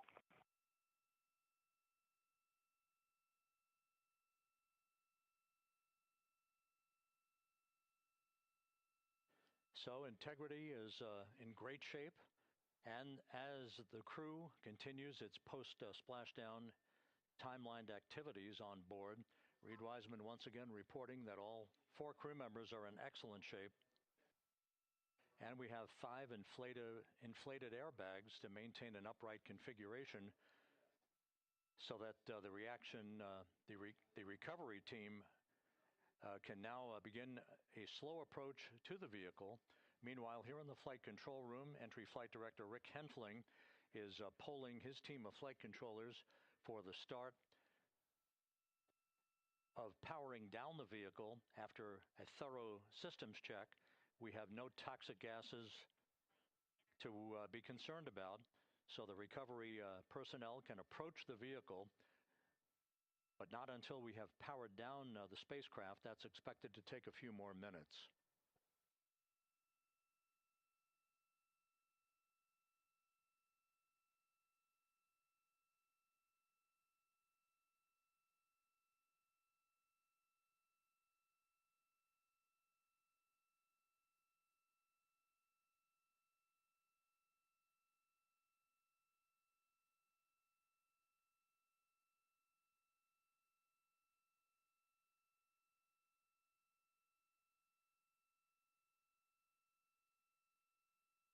Integrity back on Earth following its historic flyby of the moon. It was, for all intents and purposes, a textbook mission. On 2828, but I'll remain on this frequency. We copy.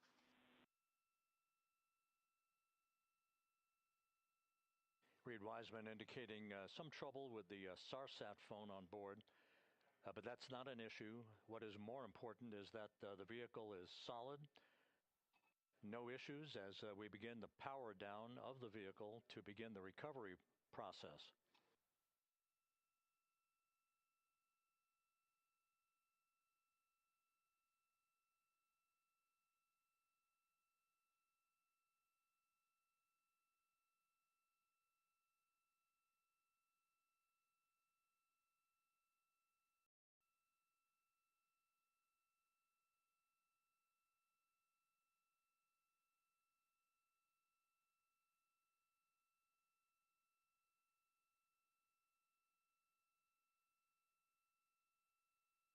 The propulsion officer here in Mission Control reports that we have safed the prop system on Integrity.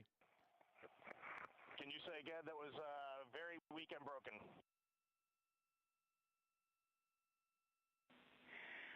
Integrity Houston did not call.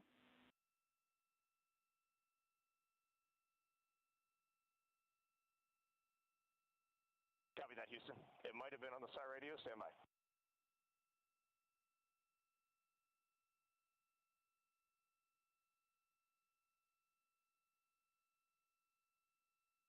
All of the milestones were executed in perfect fashion. Integrity entering the Earth's atmosphere right on time, reaching its peak speed shortly after a blackout period began. We emerged from the blackout period, but the recovery imagery airborne assets were able to pick up Integrity's descent almost immediately through entry interface, tracking the vehicle all the way down. And finally, you saw the sequence of chute deployments. First, the forward bay cover being pulled off the top of the vehicle by a series of 3 parachutes. Then the drogue chutes were deployed, followed by the 3 main chutes that slowed the splashdown velocity of Integrity to just 19 miles an hour.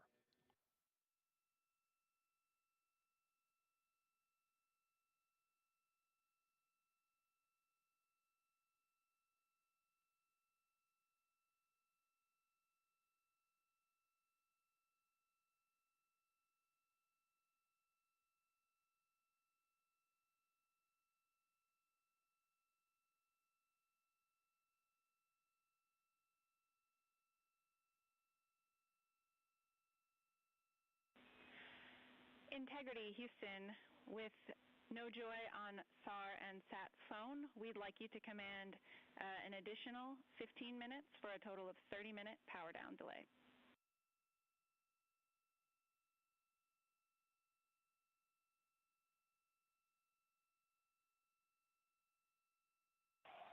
All right, Jackie, we have selected T/D plus 30. No joy on SAR radio or SAT phone. And stand by, we have the master diver on SAR radio. Please hold comms. Hey, Lily. Excuse me. Hey, Jackie, we just got the master diver on SAR.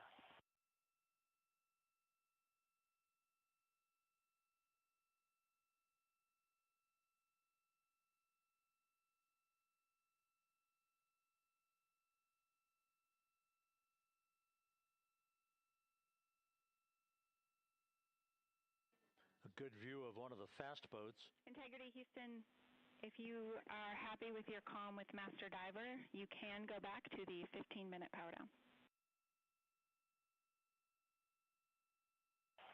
Okay, stand by. Yeah, we'll confirm here in a second. The crew on board Integrity coordinating with the flight control team in Houston here in Mission Control on the timing of the power down of the vehicle, which will be the precursor to the recovery teams approaching the spacecraft. There are no issues with Integrity. We've had a bit of broken capability in establishing a SARSAT or satellite phone communications capability between the crew on board Integrity and the recovery team. That will get sorted out here shortly. There's plenty of cooling on board Integrity, so there's no rush to begin the power down. To call you on the SAT phone and not getting an answer there either. Concur. We haven't had anything come through.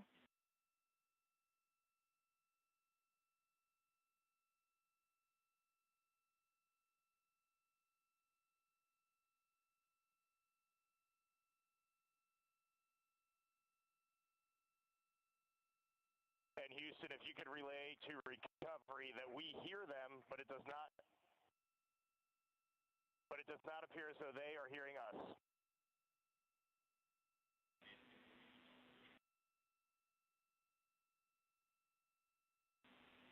Houston copies, and Reed, just to confirm, you are pushing the PTT on the radio.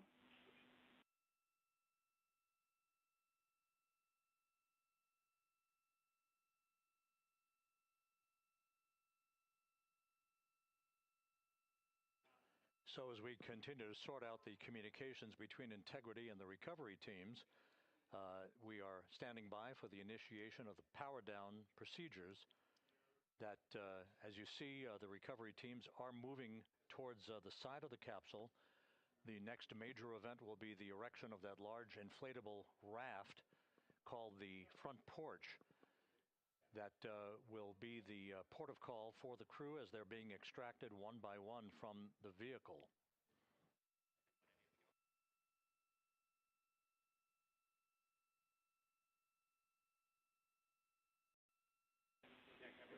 Integrity, Houston, for SAT phone, we are going to attempt to call you.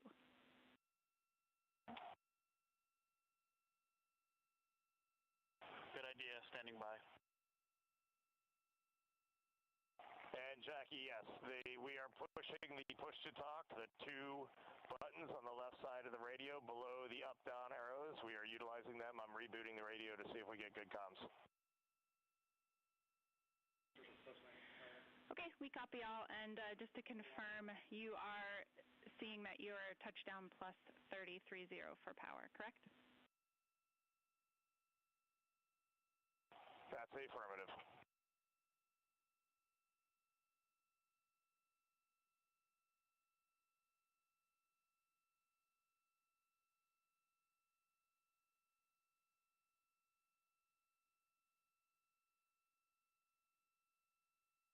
We are trying a backdoor approach to have mission control here call the crew on their satellite phone. This is all part of the coordination for the power down of the vehicle that will initiate the actual recovery operation. The first boats with the Navy divers on board are standing by, waiting to close in on Integrity to begin the process of erecting the large inflatable raft that's called the front porch that will be where the astronauts are extracted from so that they can have a few minutes to get their land legs back before they're hoisted aboard the Navy helicopters for the flight back to the deck of the USS John P. Murtha.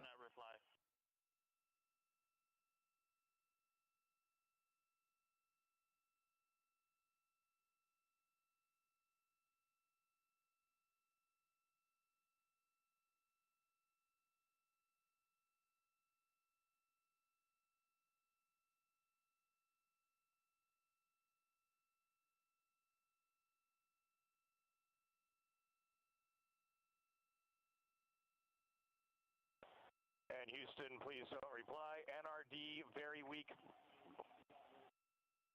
but readable. Master Diver, we can hear, but they cannot hear us.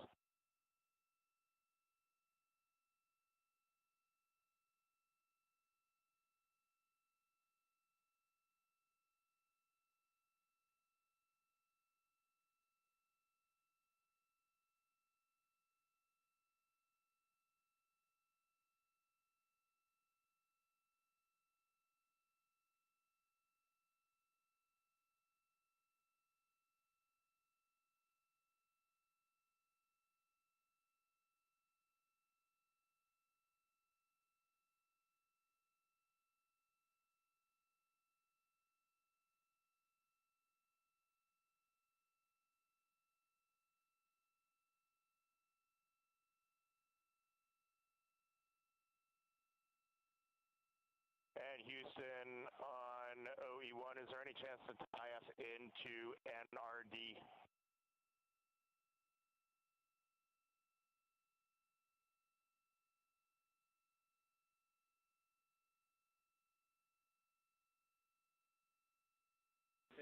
Checking.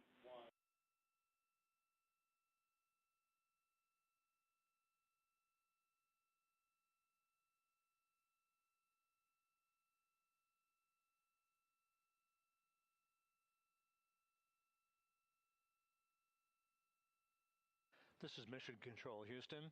While we stand by for the establishment of communications between Integrity and the recovery team that is basically standing by very close to the spacecraft, we're going to go to the deck of the USS John P. Murtha, where Megan Cruz is standing by with Administrator Jared Isaacman.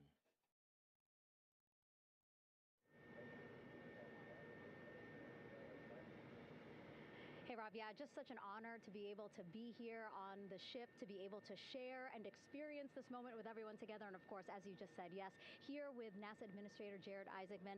Administrator, how did you feel getting to witness this and seeing NASA at its best?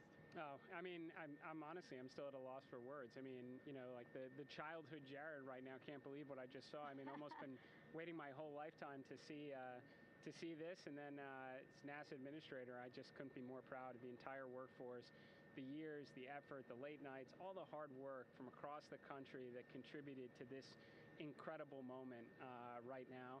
And yeah, incredibly grateful too for our teams here on the John P. Murtha right now. Yeah, look at them behind us here. Got everybody. Hey, what do you guys think? We just brought some astronauts back from the moon, huh? Unbelievable. Thank you. Yeah, so grateful to the Navy, the sailors that are here, the NASA teams. I mean, this is a joint effort that's on their way right now. These recovery forces are getting out to our Orion spacecraft, to Integrity, get our astronauts back on the ship safely. Yeah, and this is not just an accomplishment for NASA. This is an accomplishment for humanity. Again, a historic mission to the moon and back. How does this make you feel, and what do you hope people take away from this? Well, I'll tell you, I think about the crew members that we've all had an opportunity to observe over the last 10 days, right? I mean, they're absolutely professional astronauts. I mean, wonderful communicators, almost poets. But then I think these were the ambassadors from humanity to the stars that we sent out there right now. And I can't imagine a better crew than the Artemis II crew that just completed a perfect mission right now. So, yes, it's a huge moment for everybody, right? I mean, we are back in the business of sending astronauts to the moon, bringing them back safely, and to set up for a series more. I mean, this is not a once-in-a-lifetime, which you hear sometimes around here. It's like, this was a once-in-a-lifetime. No, it's not. This is just the beginning. We are going to get back into doing this with frequency, sending missions to the moon until we land on it in 2028 and start building our base. Yeah, are we going to build on the momentum for Artemis III? I mean, it's just around the corner. Absolutely. So, I mean, that's, part of me too. Like, I can't wait to get the crew off of Integrity right now, but also getting Integrity back on this ship so we can start taking a look at it, because all that data is so precious to us right now. I mean, we are going to definitely want to take a good look at the thermal protection system. We're going to want to download all the data they couldn't transmit back to us and use that to inform Artemis III. But we're already making progress, right? You had SRB segments already showing up at KSC. Core stage for Artemis III is rolling out on April 20th.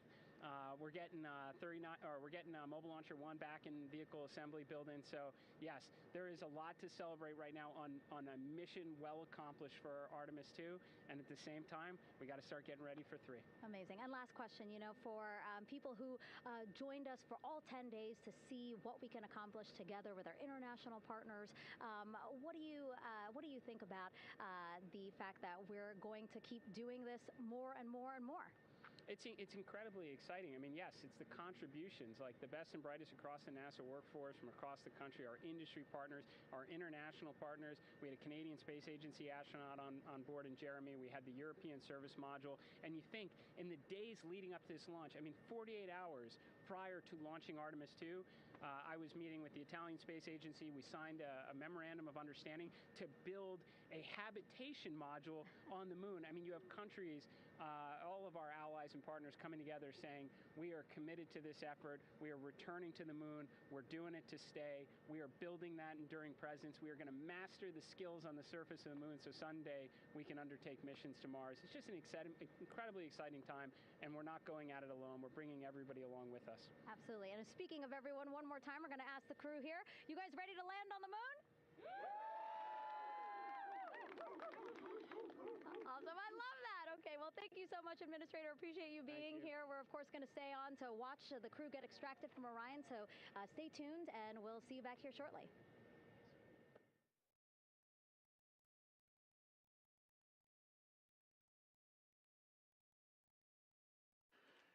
Thank you, Megan, and thank you, Administrator Isaacman.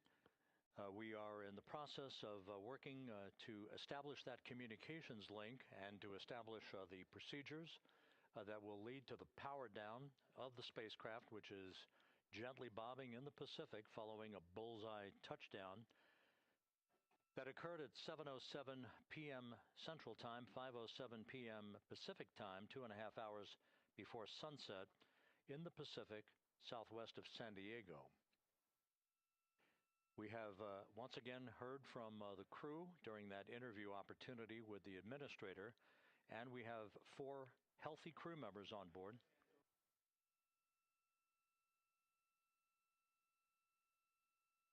We now have confirmation that the vehicle has been powered down as per the procedures. So we have vehicle powered down, and the flight control team here in Houston, Flight Director Rick Henfling, has handed over mission authority to the Exploration Ground Systems team out in the Pacific. Now, we will physically not get off console with this team until the crew has been extracted into the front porch, that inflatable raft that will be erected along the side hatch of integrity, so we're standing by for that in the next step in the recovery procedures. But everything is in great shape, and we have 4 healthy crew members on board the vehicle.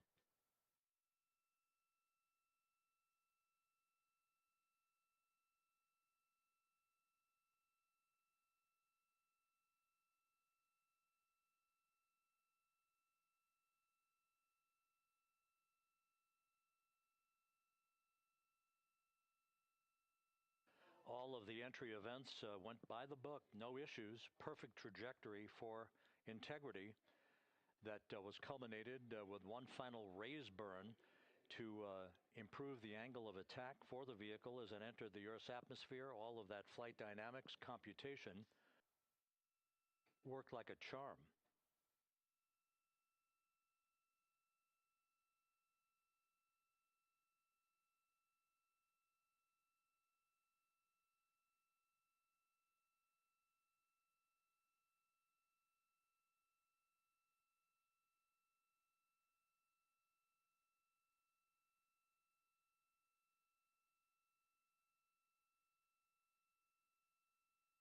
So we are standing by for the recovery team to approach integrity and begin the process of erecting that inflatable raft called the front porch, which will see the crew members be extracted from the hatch of Orion into that inflatable raft before they're hoisted aboard 2 Navy helicopters in a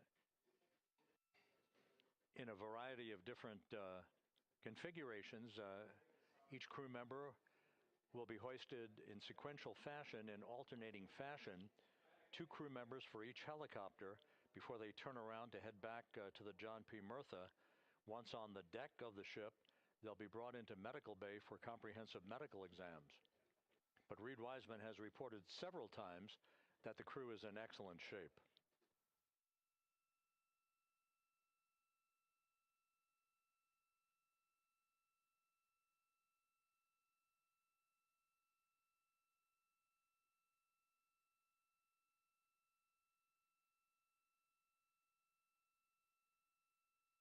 So just to recap, it has been some 26 and a half minutes since the splashdown of integrity in the Pacific. The vehicle is in excellent shape. It performed like a champ all the way down through the Earth's atmosphere. All of the vehicle functions were checked off in excellent trip hammer fashion. The parachutes all deployed as planned. Splashdown occurring at 7:07 p.m. Central Time, 5:07 p.m. Pacific Time.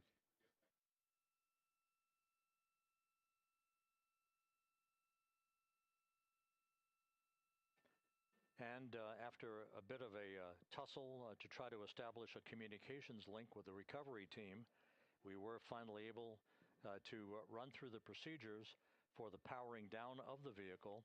We've handed over mission authority to the Exploration Ground Systems folks out in the Pacific, and the recovery team will be approaching the vehicle shortly to erect the inflatable raft called the front porch before opening the hatch to integrity to bring the crew members onto that raft before they're hoisted onto 2 Navy helicopters, 2 crew members for each helicopter, before they're flown back to the deck of the USS John P. Murtha.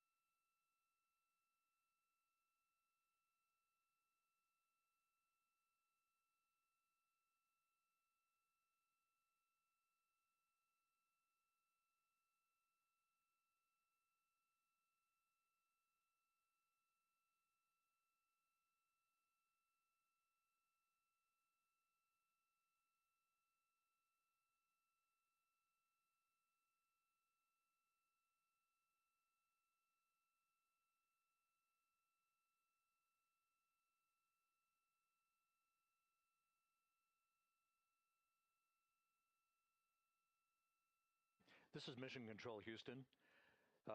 After talking to the flight dynamics folks, we have a bit of a refinement on the splashdown time for you. Their computation shows a splashdown time of 7:07 and 27 seconds p.m. Central Time, 7:07 and 27 seconds p.m. Central Time.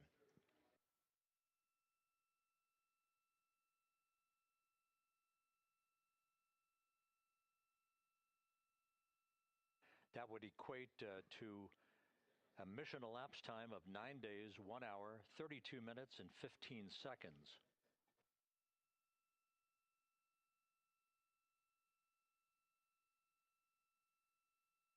Once again, from Flight Dynamics, a splashdown time of 7:07 and 27 seconds p.m. Central Time.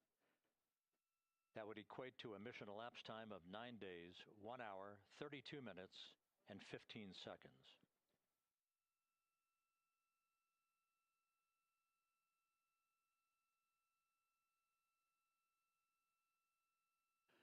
Reports from the Pacific indicate that the recovery team in communications with the crew aboard Integrity, that the crew remains in excellent shape as they await the approach of the team for a final hazard gas evaluation before they move to the side of the vehicle to erect the inflatable life raft called the front porch.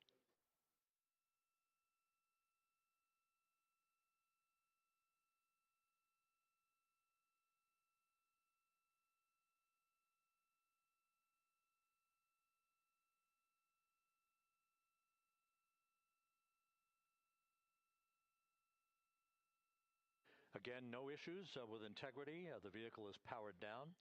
All of its systems are now safed. We have handed over mission authority to the Exploration Ground Systems folks in the Pacific, but we will not stand down and have the entry flight control team depart its positions until that inflatable raft, the front porch, is erected, the hatch open, and the crew having exited the vehicle. So that's the next step in the recovery process that will lead to the hoisting of the crew members. For 2 crew members for each helicopter, they'll be hoisted to a pair of Navy helicopters that will then fly a short distance back to the USS John P. Murtha. What you're looking at is one of the fast boats circling the vehicle to make a hazard assessment.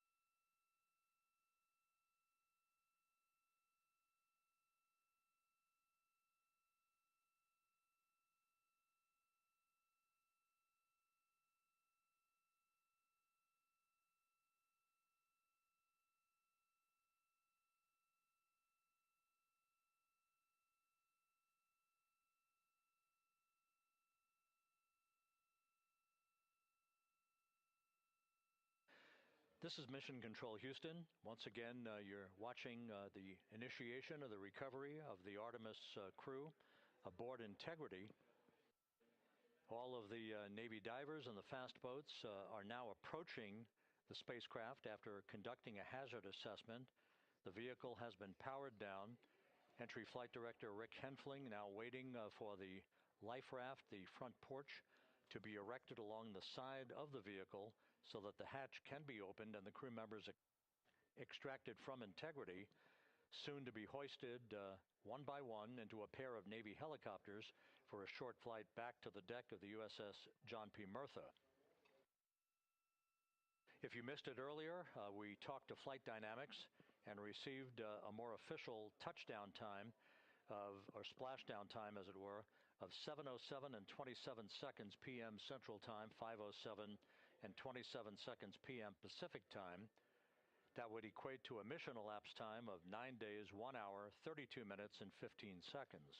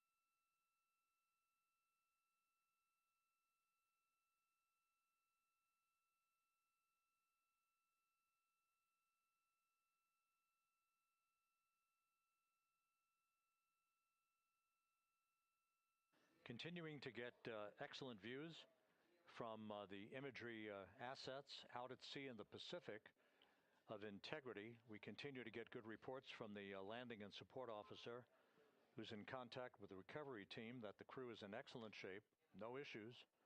They're just currently biding their time, waiting for the front porch to be erected.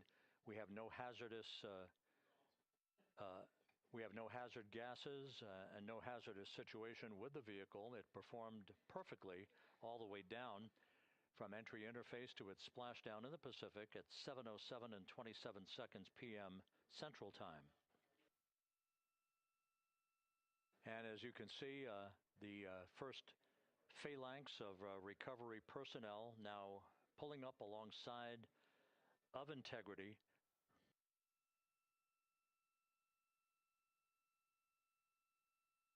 This includes Navy divers, a Navy flight surgeon, and other recovery personnel who have trained for several years for this recovery process.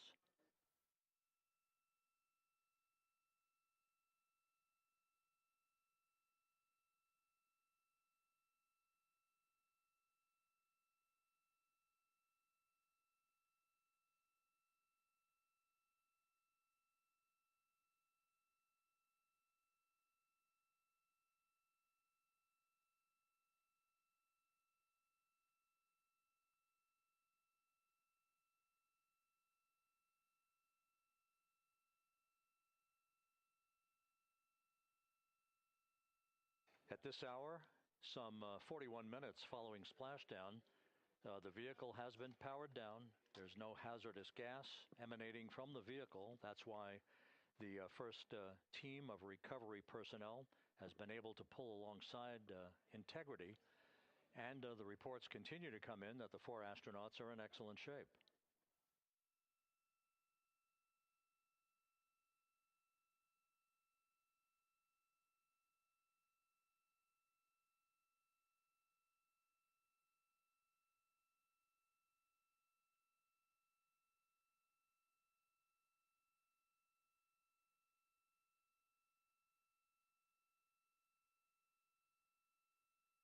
Yes.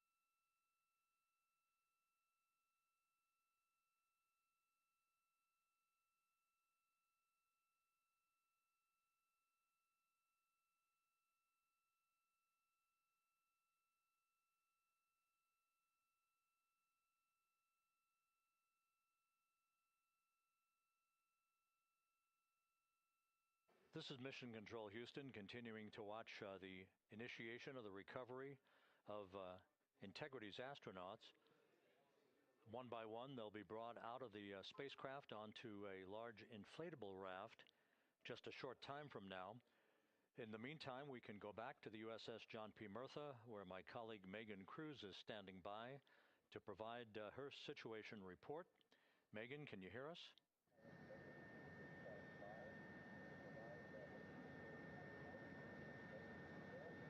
Hey, Rob. Yes, I can hear you. Thank you. Yeah, we're back here on the bow of the recovery ship where there are still plenty of people peering out into the water. We are not very far from the action everyone is seeing on their screen now. The Orion spacecraft, Integrity, in the ocean, surrounded by a number of recovery boats.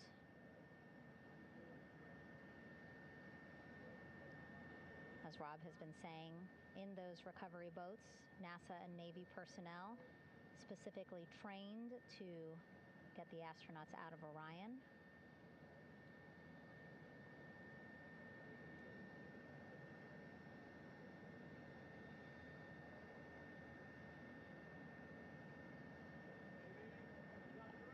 In some of our wide shots, you can probably see that there are 6 boats out in the water. More than 40 people out in the water right now on those boats.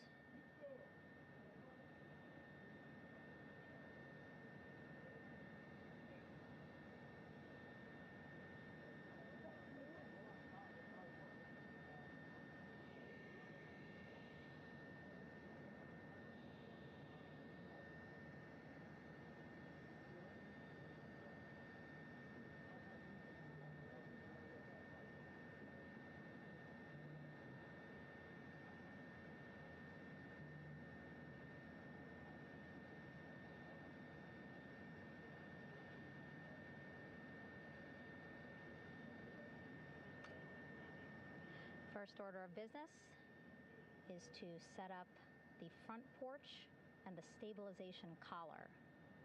You might also hear it referred to as a stab collar. Basically just to make sure that Orion stays upright, doesn't sway in the water too much, again, to make it easier for recovery forces to get the astronauts out.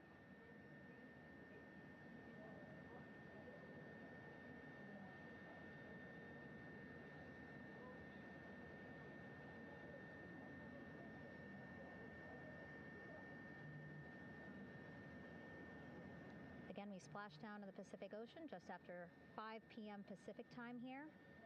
It's a requirement by NASA to be able to get the crew out of Orion within 2 hours of splashdown. So doing great on time so far. Plenty of time. No rush either. I was speaking to NASA flight surgeon Rick Schuring earlier in this broadcast, and he said to me, no rush to get the crew out. Just want to make sure that they're feeling good. And whenever they're ready to take their step out of Orion and onto that large raft, the front porch, folks will be ready.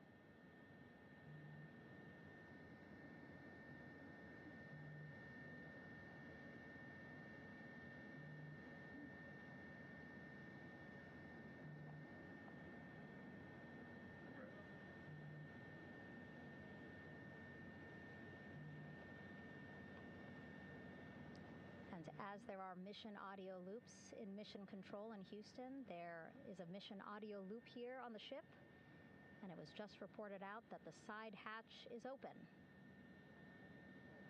Side hatch of integrity is open. You're getting these beautiful shots from our aerial assets. The ship itself, where I'm on, just 3,000 yards away. Again, plenty of people on the boat here, glued to the side closest to where they can see all this action. And again, with just 3,000 yards separating us, great views from the bow here. You can see now that side hatch is open. One of the Navy personnel is about to get inside there.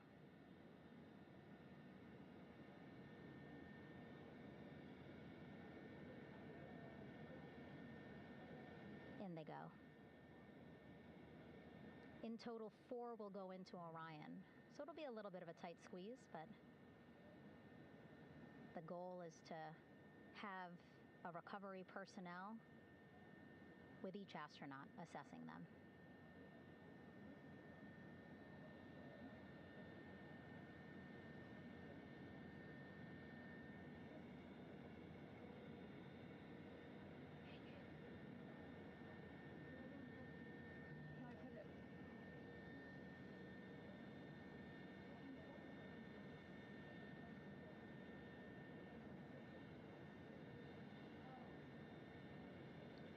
Boats getting closer now. Again, that one that's right up against Orion, those are the divers that will go in to the spacecraft to check on each of the astronauts. These other boats will begin doing a number of things, putting on that stabilization collar onto Orion, building that front porch. Eventually, they will retrieve the parachutes, as well as tow Orion back to the well deck of the recovery ship here.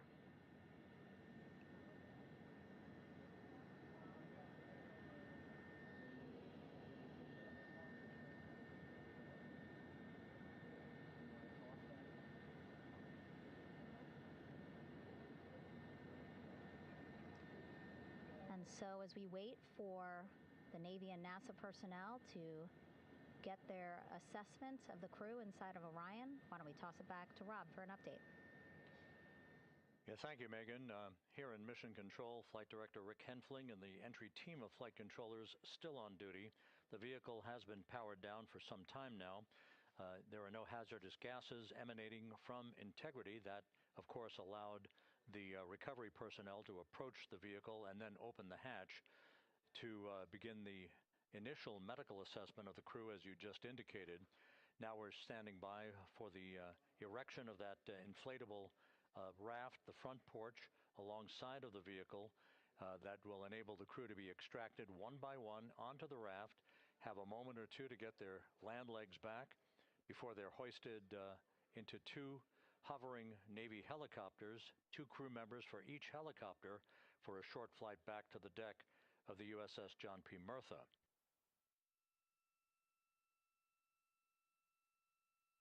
All of Integrity's systems operated flawlessly throughout the course of the approach to the Earth, the entry into the Earth's atmosphere, and all of the key milestones that followed in this high-speed return to Earth for Integrity, a mission that spanned more than 694,000 miles from the vehicle's launch from the Kennedy Space Center atop the Space Launch System back on April 1st.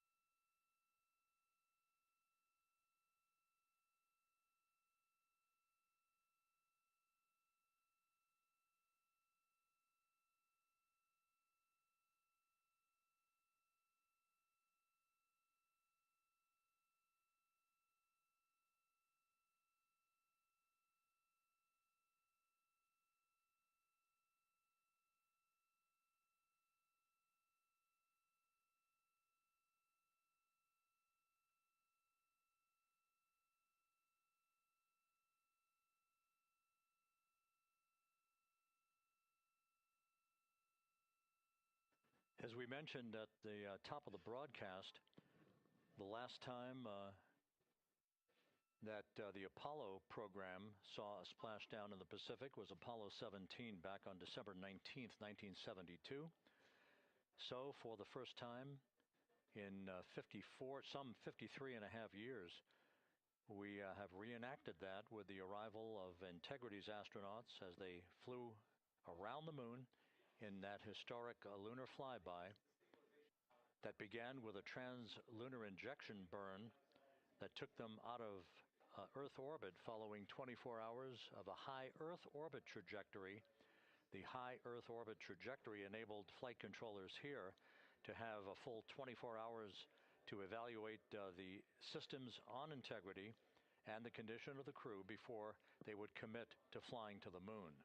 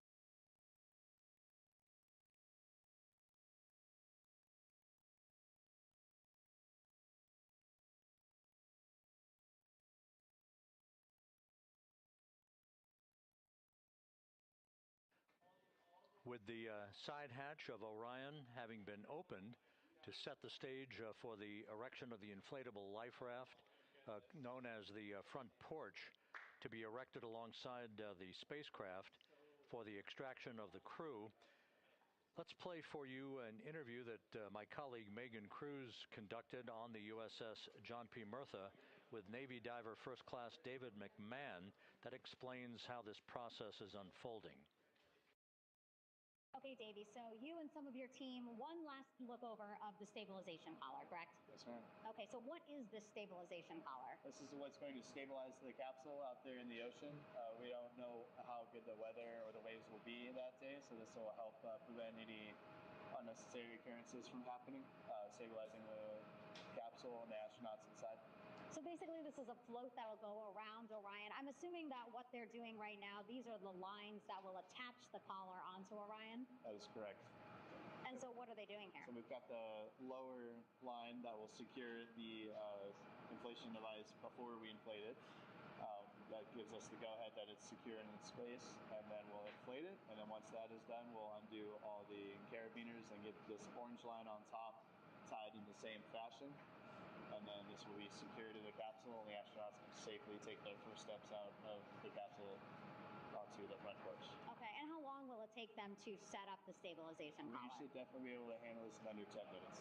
Okay, wow. And then you just mentioned the front porch. So basically after they set up the stabilization collar, then they set up what's called the front porch here. That's correct. Okay, and what's the front porch? Front porch is basically a bigger waiting room for the astronauts to sit in while we wait for the helicopters to show up and grab them. Okay, so the medical team that was inside with the crew, they're going to help them out and onto the front porch? That is correct. And then what happens here? We have higher trained medical personnel also on board the front porch that will give them lookovers and just make sure they're okay while we wait for the helicopters to show up. Okay. How does it feel, I mean, your team, you, to be part of a mission that's returning astronauts from the moon in more than 50 years? We all feel extremely honored to be a part of this, as well as a bigger mission for the Navy and joining up with NASA to do great things. And do you feel like you and your team are ready? Yes, very ready. Cool. All right, thank you so much. Thank you.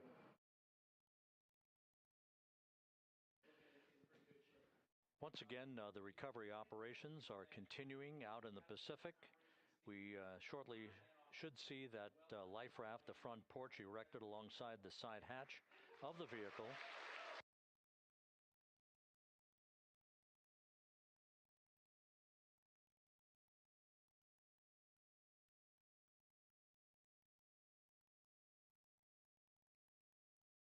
A number of flight controllers have come into the flight control room to receive congratulations from Entry Flight Director Rick Henfling. But we're going to stick with our operations out in the Pacific as we await the extraction of the 4 crew members who are reported to be in excellent condition.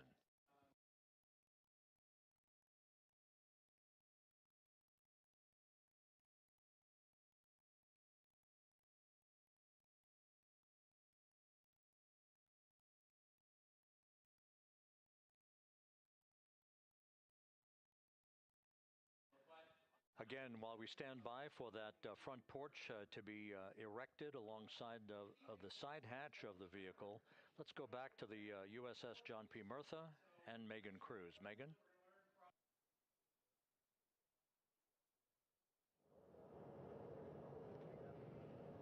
Hey, Rob. Pausing now to listen to some internal audio loops. Again, the operations team here on the ship communicating with everyone out on the water. It seems like currents are hindering them a little bit from unfurling and inflating the stabilization collar as well as the front porch. But again, the requirement to get the crew out within 2 hours of splashdown, plenty of time. So no concerns just yet. But as calm as the water looks, yeah, it looks like it's hindering the teams just a tad.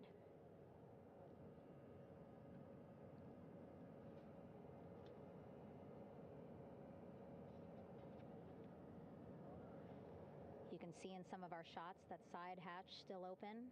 Again, inside there are now 8 people inside. 4 divers, Navy divers, all with medical training, each assigned to an astronaut each. Making sure that they're comfortable, feeling good.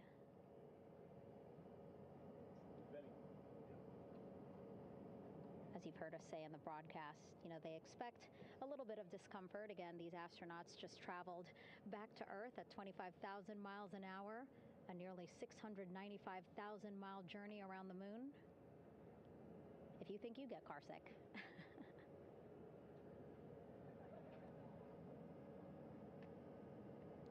Again, 6 boats out there, lots of gear with them, just in case, right?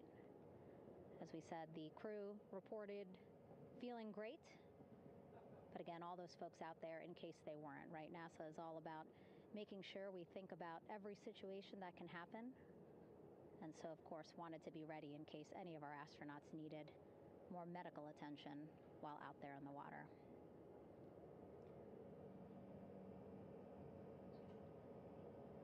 You see now teams, again, trying to set up the stabilization collar and front porch for the crew to get out of Orion. They need both, right? The stabilization collar will keep Orion from swaying as you see it is doing now.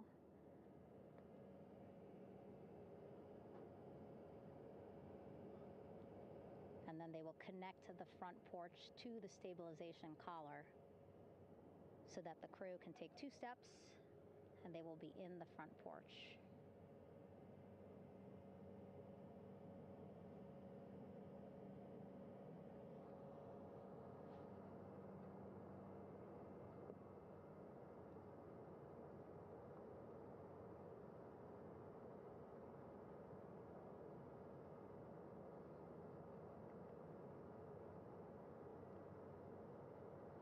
Not a lot of chatter on the mission audio loops. That's a good thing.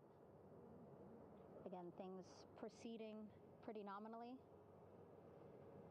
even if they're fighting some currents out there on the Pacific Ocean.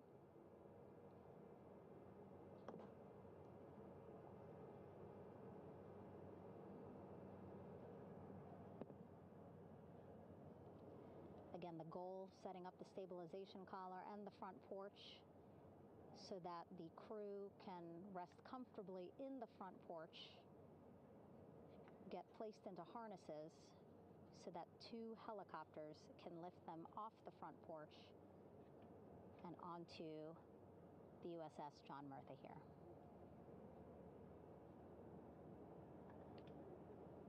The helicopters are going to take turns picking up an astronaut. So again, Helo 1 and Helo 2.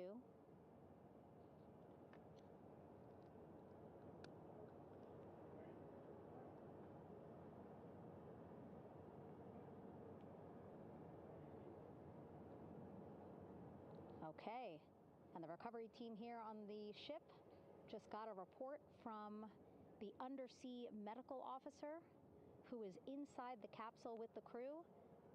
He is reporting all 4 members are green. All of our 4 astronauts, Reed, Victor, Christina, Jeremy, green, meaning they are feeling great, not the complexion of their skin. They are feeling great, happy to be home, and ready to be extracted as soon as possible.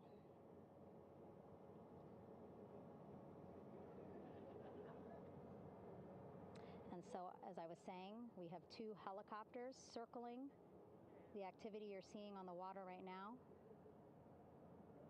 Each will take turns picking up an astronaut. So Helo 1 will come on in, hover above the front porch, about 40 feet above the front porch. A Navy recovery specialist will be hoisted down into the front porch. The restricted maneuvering doctrine is in effect. We'll connect to the first astronaut, which we're expecting to be Christina. And then Helo 2 comes around, picks up Jeremy, while Helo 1 stays above head, and then Helo 1 will come back in for another astronaut, and then Helo 2 for the last astronaut, and then back to the flight deck here on the recovery ship.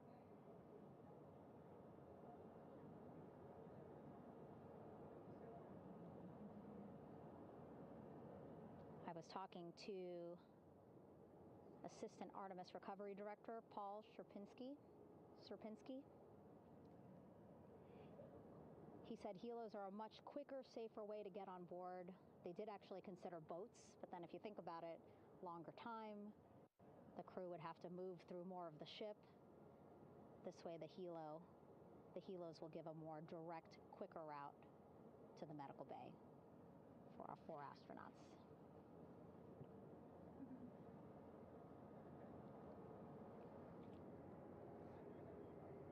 Beautiful shots from our aerial and imagery teams.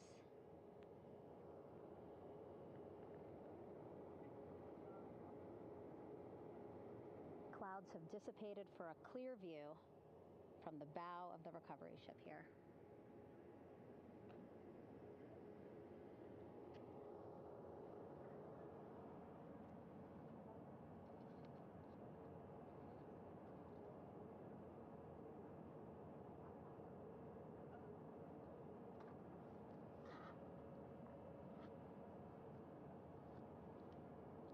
You can still see divers in the water there.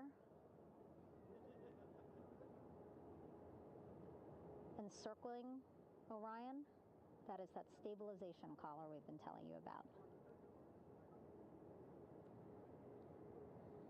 As you saw in that interview just a few minutes ago, they have to first connect it to Orion, and then once it's secured onto Orion, they can inflate it, and then they'll further secure it with other harnesses and lines.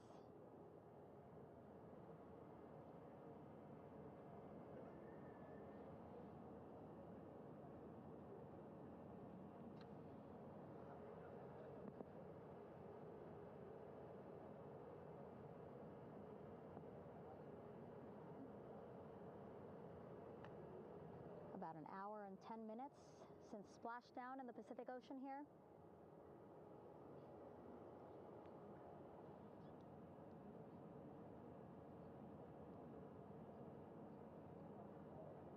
Reed, Victor, Christina, and Jeremy back home after a history-making mission to the moon and back.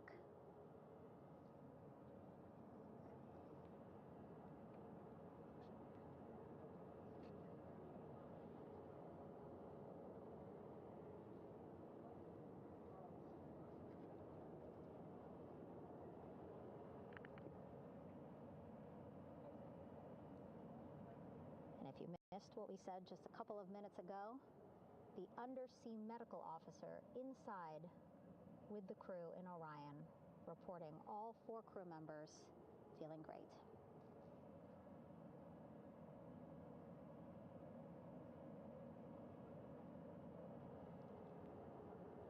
Progress being made there on the stabilization collar. It looks like they are beginning to inflate it.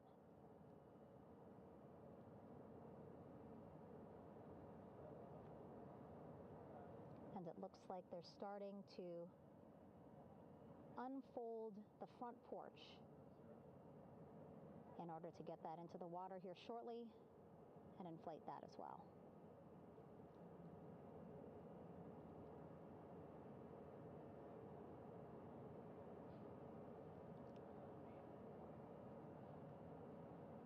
Again, more than 40 people out in the water right now. And those Navy and NASA personnel have been in the water for now about 4 hours.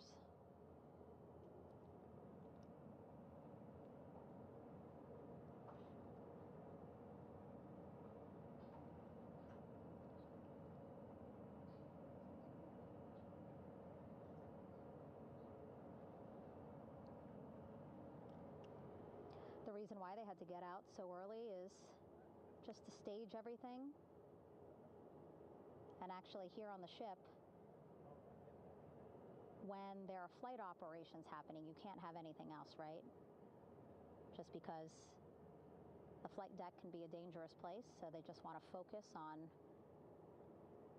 planes coming and going from the ship, so that's why they wanted to get the boats in the water to make sure that they have all the time they needed for the flight ops.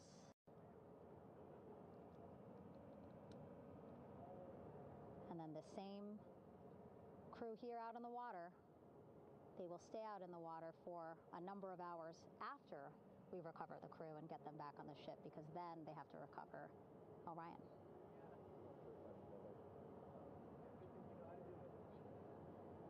All right, that stabilization collar looking good around Orion. We're now seeing some recovery personnel getting on to that collar. Again, they need to further attach it to Orion to make sure that it can really prop up the spacecraft. It's basically lifting it up off of the water just a tad. Again, so it's not so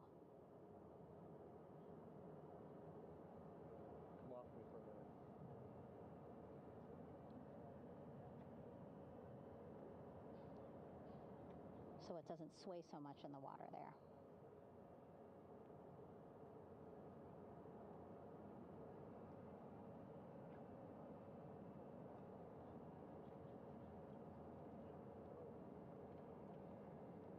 And now that front porch looks like it's nearly fully inflated as well. You can see a much larger surface area.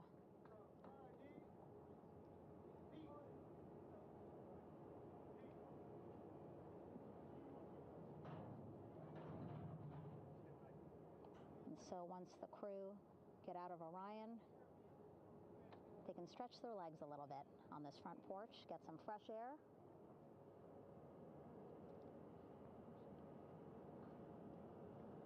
And enjoy this beautiful day here on their home planet.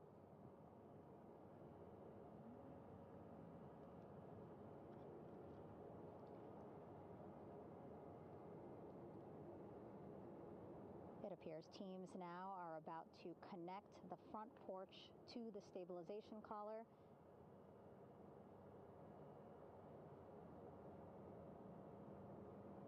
And at that point, when both are secure, we should soon see astronauts come out of Orion.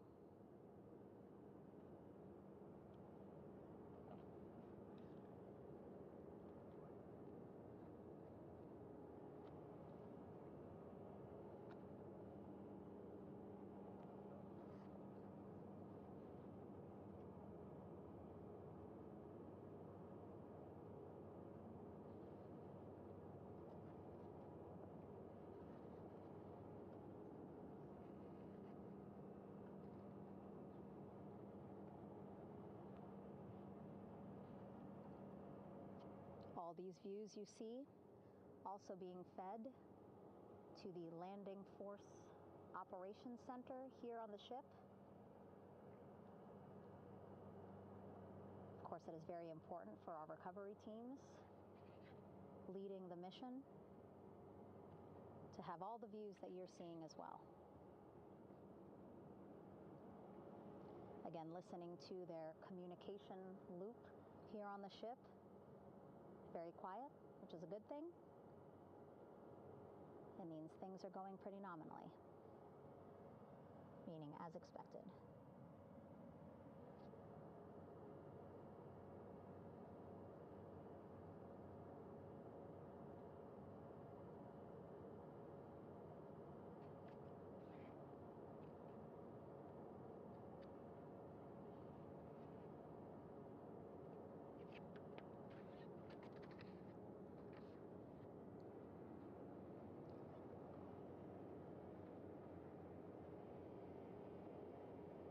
Again, all this activity happening just 3,000 yards away from the ship. So that means this will be a very quick flight back on the helicopters for the crew. 2-3 minutes, and then they'll be back here on the ship. I know.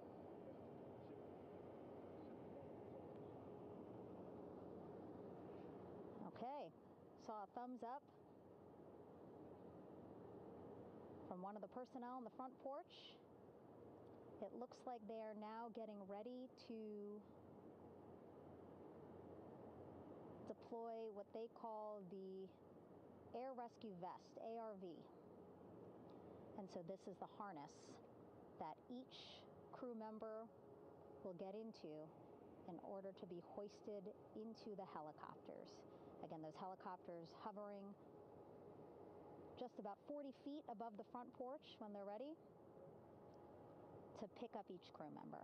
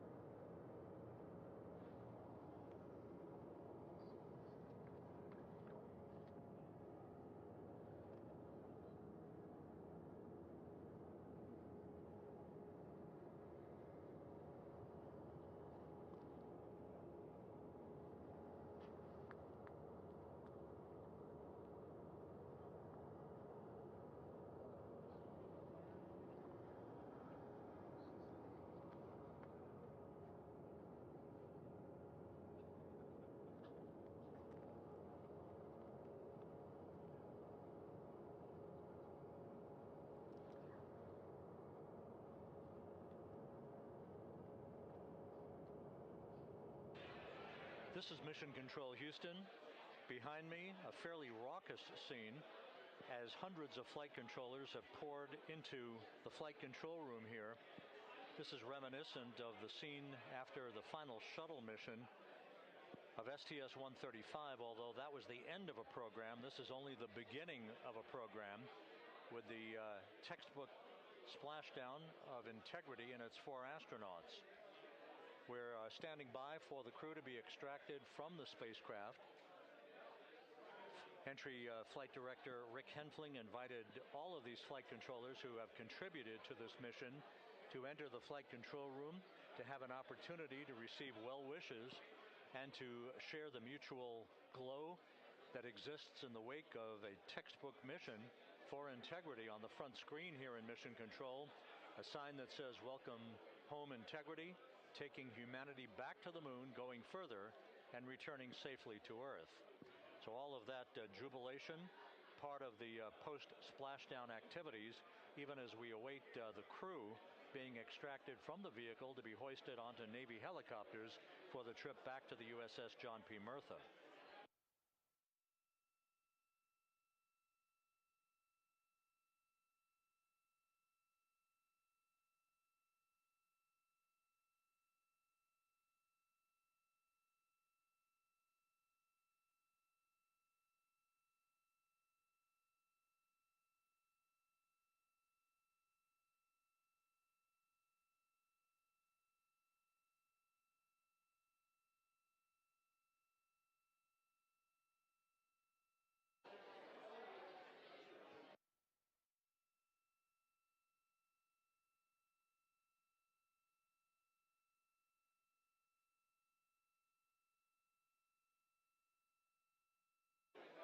Once again here in Mission Control, this view of the Artemis Flight Control Room, known as the White Flight Control Room. This is the old shuttle flight control room, and now is the home of Artemis missions to the moon and beyond. Once again, quite a few flight controllers were invited in by Entry Flight Director Rick Henfling to share in the jubilation following the successful splashdown of Integrity. That splashdown occurring an hour and 22 minutes ago, as we stand by for the completion of the extraction of the crew, and ultimately their hoisting onto Navy helicopters for a short flight back to the USS John P. Murtha. Splashdown occurred at 7:07 and 27 seconds p.m. Central Time. I had an opportunity to talk to the head of flight dynamics, Jeff Birch, a moment or two ago. He said the trajectory of Integrity coming through the Earth's atmosphere was so precise, they've never seen anything line up on a ground track like today's entry by Integrity for its splashdown southwest of San Diego.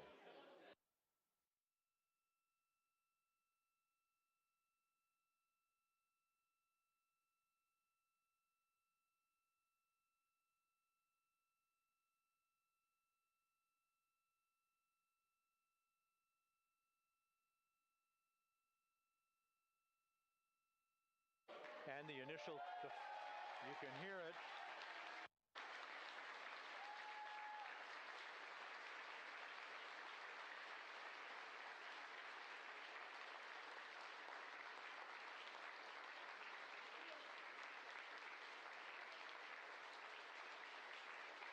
Jubilation here in the flight control room. The first crew member is out of Integrity.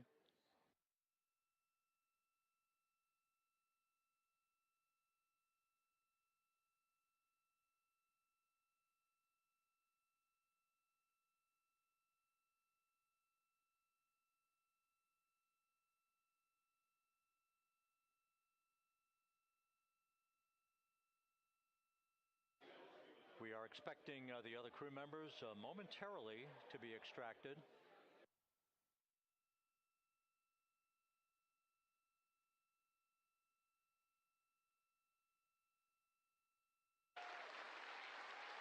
We now have 2 crew members out.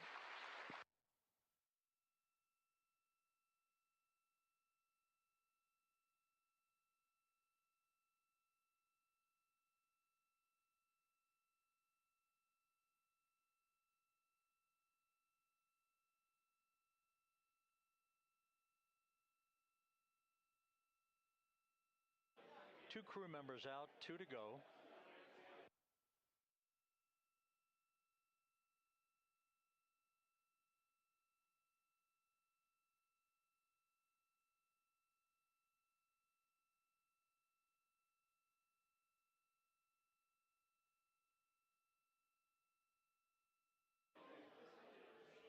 We're about 1 hour from sunset out in the Pacific. Everything continues to go well.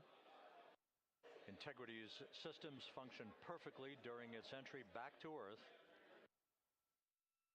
And Reed Wiseman, the commander who will be last out of the vehicle, reported that all the crew members were feeling very well.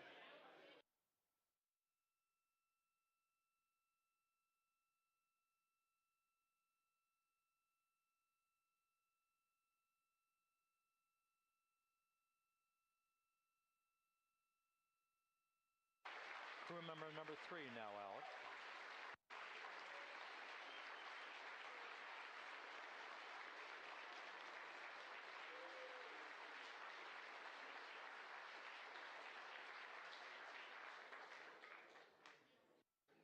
And now standing by for the commander, Reed Wiseman, who will be last out of his ship.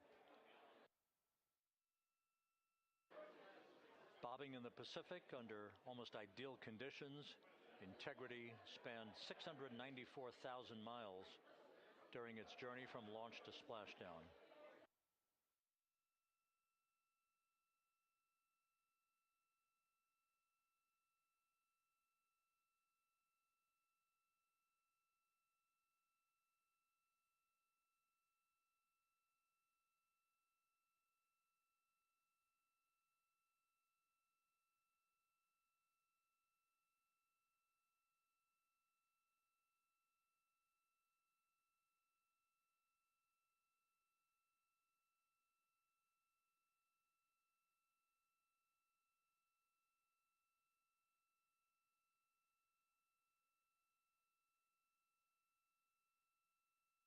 And we now have Reed Wiseman out of the vehicle, all 4 crew members now out of Integrity.